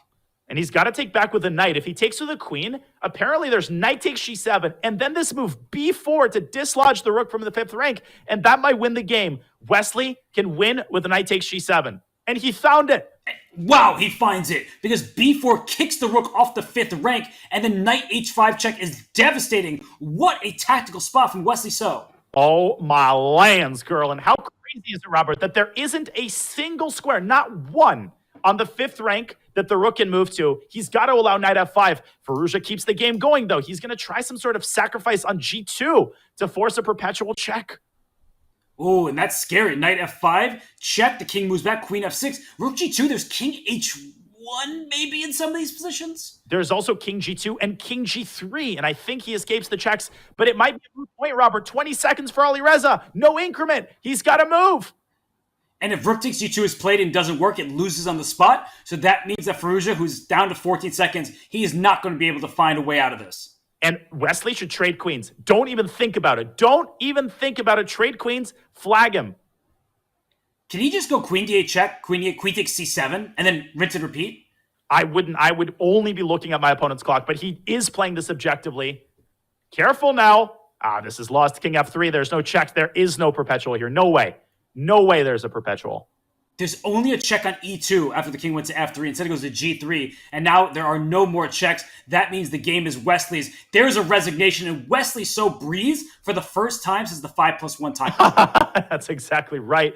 And he deserves a breath because Wesley so has just delivered on a must-win Armageddon game. And not just in any fashion. He found knight takes g7 and b4. That was absolutely incredible. I have a pretty good feeling, Robert, of what our move of the day is going to be. I don't know about you. Well, Wesley decides to get out of his chair. He was so happy. You could see it on his face. I know what our move of the day is. And Wesley, he looks out into the wild. That was an absolutely back and forth match. Wesley So beats Alireza Firouzja by a final score of 16.5 to 15.5. And it was as close as the final score indicates. It was as close as the final score indicates. And even the Armageddon game itself was incredibly close. Wesley blundered a pawn. At some point, his time advantage started to dwindle, and he found it in himself to set up an incredible, decisive attack against Alireza's king and capped it off with a beautiful sacrifice. This is a very deserving win for Wesley So, who had to go through so much in this match alone. And Wesley So is our first semi-finalist here at the Speed Chess Championship presented by Coinbase. He outlasts Alireza Firouzja to get there. What a match that was. Danya, I have to give hearts to both these players. I mean, let's come on, chat, get involved. Give those hearts for the players. They deserve it. They played such a great match. It went down to the very last game. Why do you get that? You don't have the tech that I do. Man. A guy moves, and now suddenly he's got all the cool tech. My God, what a match that was. Huge props to both players. It takes two players, right? It takes two to create a work of art. And I think it's safe to say that this match, as well as a bunch of games within it, was a work of art in itself. Well, we know what our savvy move of the day, so let's take a look at the savvy move presented by Coinbase. We'll be reviewing some key moves on the chessboard from today's match, and we don't have to go back in the day. We know what the savvy move was because, Danya, the queen took back a rook. How much more natural could it get? But it earned that question mark and earned Wesley a trip to the semis. And it wasn't by means of knight takes h6 check. That is the low-hanging fruit that you can pick off. The problem is that black doesn't have to take the knight and keeps his pawn structure intact. Instead, you take not on h6, but actually on g7. The double exclamation mark is awarded for good reason. Now, Robert, after king takes g7, Alireza saw this idea, and both players saw that knight h5 doesn't work because the rook laterally defends the key h5 and f5 squares. This is the follow-up savvy move of the day. It's b4. So nice. And earlier, Wesley played f4 to take away squares like e5 and g5 so that rook was out of real estate on the 5th rank. It couldn't go anywhere. Knight h5 was the follow-up, and it led to a devastating attack, and Alireza just didn't have enough time, even if there was a way to defend. So Wesley, he wins the match in Armageddon, and he moves on to the SEC semis. And that indeed was our Coinbase savvy move of the day. how crazy is it, Wesley's ability to deliver in clutch situations? It would be one thing if he scored a blowout victory. Yes, that would be very impressive. But to me, the more impressive thing is that he suffered a very disappointing 3+1 segment. He was down by 2 in the bullet. We were already spinning that narrative in our mind. Alireza comes back. That's it. He's the better bullet player. Take that and toss it all in the trash, says Wesley. I ain't going down that easy. No, Wesley rises to the occasion. He moves on, and we will bring on Wesley for an interview. So those of you who are still here, don't go anywhere, and please ask your questions. We will be able to ask some Lucky Chatters questions to Wesley So when we return from this break. This is the Speedtest Championship presented by Coinbase. Wesley So is your winner. We will hear his thoughts in just a few.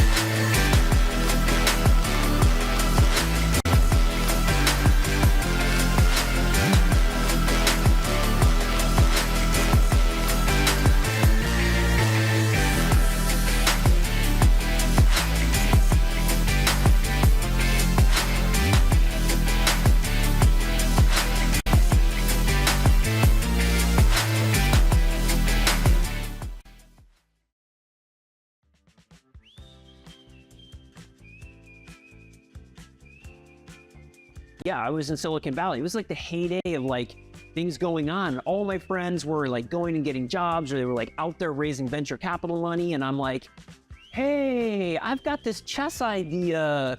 And like, I'm going into like venture capital firms and they're like, chess is way too small to be investable. And so I literally have a list of investors, including some who still I'm friends with, who are like, I missed my chance. But like everybody said no, except your friend's mom. Except my friend's mom. Shout out to friend's mom. Yeah, she was like, I'll loan you money, but I don't want to invest. He's like, I don't want equity in your ridiculous chess situation, but just pay me back my 70 grand in a few months and we'll be good. Yeah, it was actually after 3 years. So I paid her back like 100 grand. Anyway, those were the details of our first loan. But the thing is that not having venture investment, not being able to run the Silicon Valley like playbook made us do everything different. From the very beginning, chess.com was a place to capture that chess curiosity from the very beginning. If you go back, 20 years in the internet, when you would go to your browser search bar, there was no search. It was just a browser bar. If you typed chess in there and hit enter, it would just put the .com on there and take you there. And so chess.com captured the chess curiosity of the world long before the search engine was even built into the bar. It was just chess, enter, add the .com, go.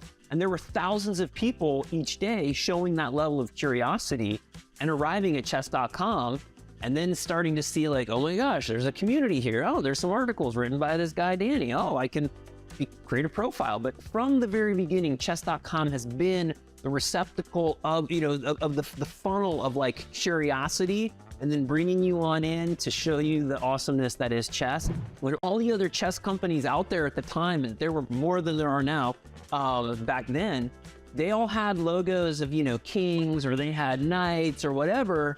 And we were like, we're doing the pawn.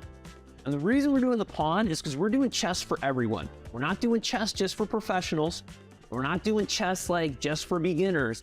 We're doing chess for everyone, starting with the pawns and on up. And that's why, people are like, well, that's not the strongest piece. It's not the most commanding piece. I'm like, no, but it's the piece of everyone. It's the piece of everybody. And that's why we started that way. So anyway, and just when it was putting that together, that I think I was at the perfect spot rating-wise and chess understanding-wise to make this happen. And maybe it would have gone a totally different direction if I had been weaker or stronger or whatever.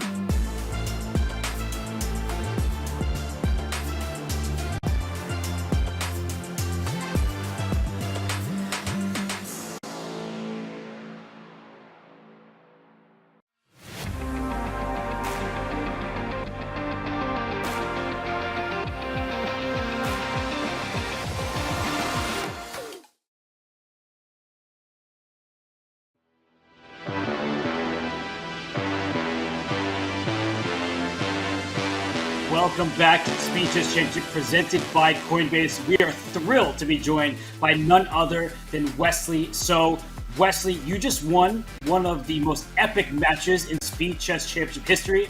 How are you feeling right now? Oh, thank you. Well, I'm very happy and very relieved. I really wanted to win that last game badly. To go all that way, play over 30 games and not win would be heartbreaking. So, it's incredible.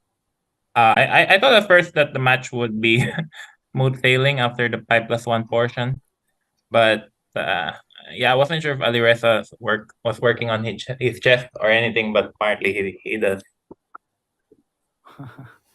Wesley, what was your proudest moment of the match? Was it your performance in the 5+1, or was it your ability to surmount the 2-point deficit that you faced in the bullet and then top it off with a victory in the Armageddon?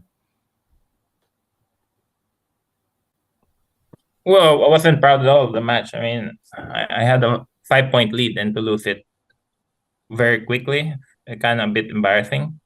But of course, I'm happy to take the lead in the 5+1 portion against Levon, also against Alireza. But I'm supposed to have a very good track record on the 3+1 portion. Not sure exactly what went wrong there, but I obviously gotta keep it up. And I actually thought coming for the bullet portion, I need to be up at least like 3 games in order to have a chance. And surprisingly enough, it worked out well. I was playing fast enough, and it's just in the end anything could happen. I thought Alireza for sure was the favorite in the bullet, but didn't work that case. I'm not sure exactly what happened there, but I think the last game was pretty nice in the Armageddon. I lost a pawn, and I thought all hope was lost, but then he started using a lot of time in the clock, as happens. I think they made some mistakes. In the 3+1 portion, there was this game where I was completely winning, and then I lost on the clock or something. And also, I kept playing with white the King's Indian. I think I lost 4 or 5 games with white there. So maybe it's a bad idea to keep it going. Playing 1d4 or knight s3. Like, I was very happy with the positions getting with 1e4 or even the London opening. But the King's Indian, I thought white's always better, but it's not easy to play. Yeah, Wesley, that makes a lot of sense. And normally you're very stoic. We don't see many reactions from you. But after you started losing your lead, you were reacting quite clearly on camera. Did you feel the match slipping away from you, or what were your emotions like during the match? For sure. Yeah, for sure. Definitely let go. I thought Alireza was gaining the initiative slowly but surely. In the middle of the match, I just tried to stop bleeding, losing 3 games in a row, and then losing a further 2 more. I just tried to make a few draws, and get some wins here and there if he lets me. But that was definitely a turning point in the match. I thought Alireza had the initiative also going to the bullet, and I was just quite lucky to be able to hold. Wesley, you're potentially going to face Magnus for Carlsen. Sure. Yeah. Oh, sorry. Go ahead. Go ahead. I apologize. Please No, go ahead. I was gonna. I was gonna mention that chess players have different personality, and I'm not like Hikaru, but it's fun to watch Hikaru matches, for instance. Wesley, that makes a lot of sense. You're likely going to play Magnus Carlsen in the SEC. Does the prospect of facing Magnus excite you? Is that something that you would be actively looking forward to? Yeah, for sure. I mean, if you want to improve on chess, you gotta play the very best of whoever is the very best at the moment. And Magnus has been #1 for over 10 years now. But he still has to win a match. I mean, I assume Ian is a big favorite against Arjun. And then, hopefully Ian can put up a good match against Magnus. Maybe I'll play him. But I have a very good record against Magnus.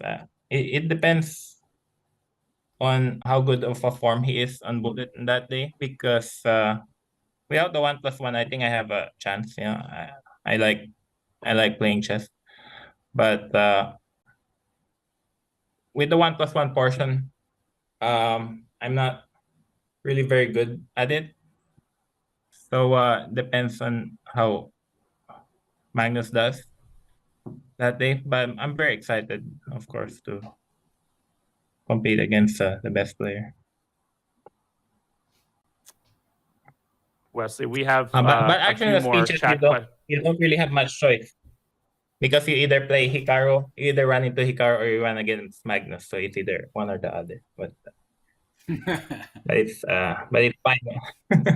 But meanwhile, I look forward to watching the other matches. For example, the Nakamura Caruana match should be pretty exciting too, and yeah.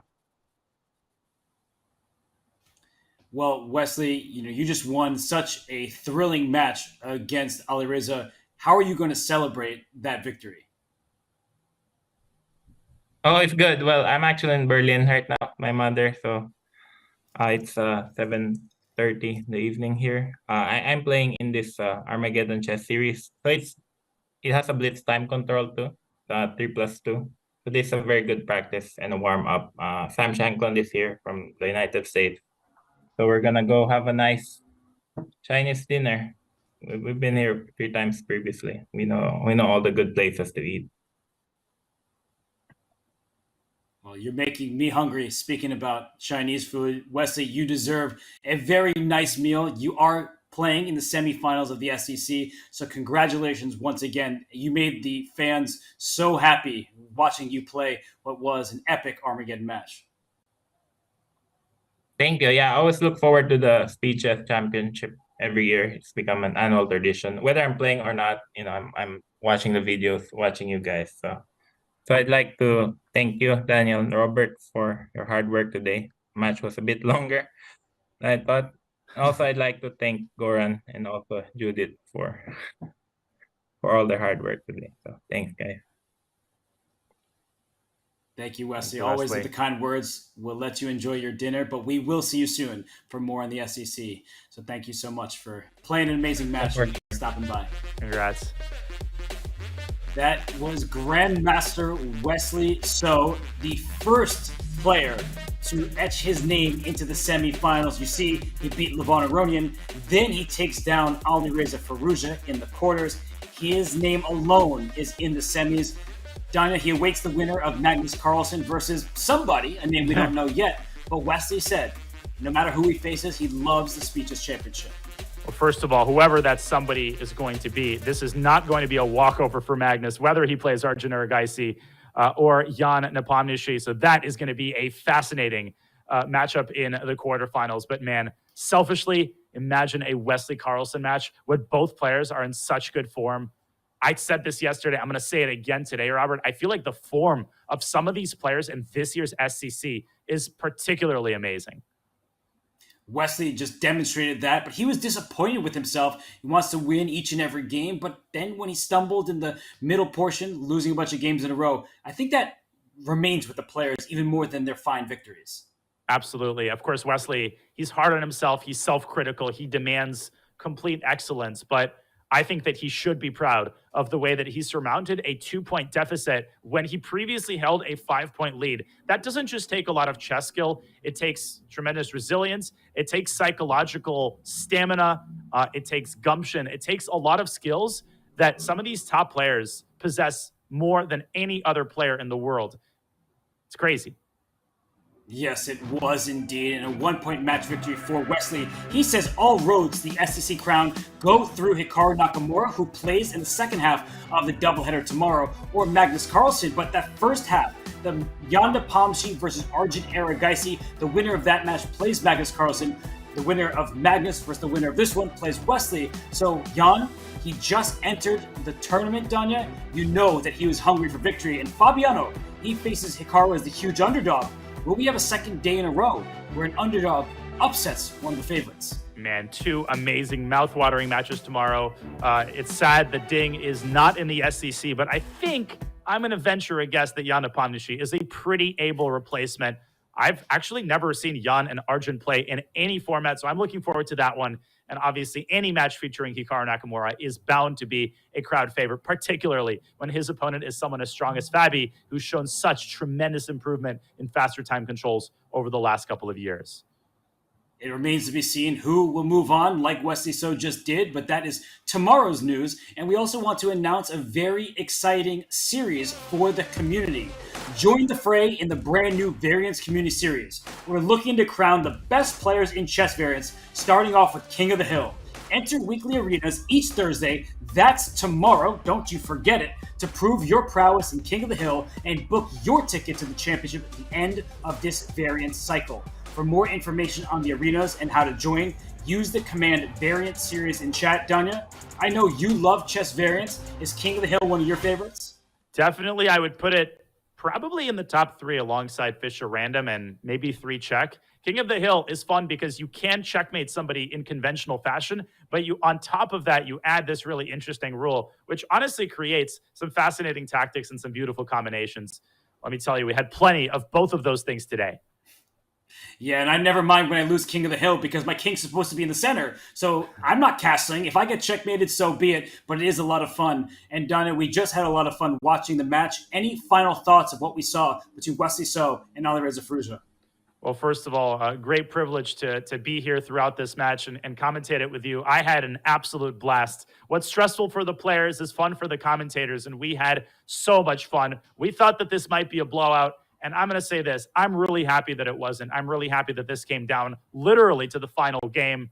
It was an amazing performance by both players, but ultimately Wesley So, that guy, is unstoppable in SCCs. And when you hear the word clutch, maybe Wesley So epitomizes that. That was a clutch finish in Armageddon. He wins in the end, taking down Alireza Firouzja. He moves on to semis. The action at the Speed Chess Championship presented by Coinbase does not stop here. It continues tomorrow. Enjoy the rest of your night. Enjoy the ride tomorrow. We'll see you then tomorrow in the SEC presented by Coinbase.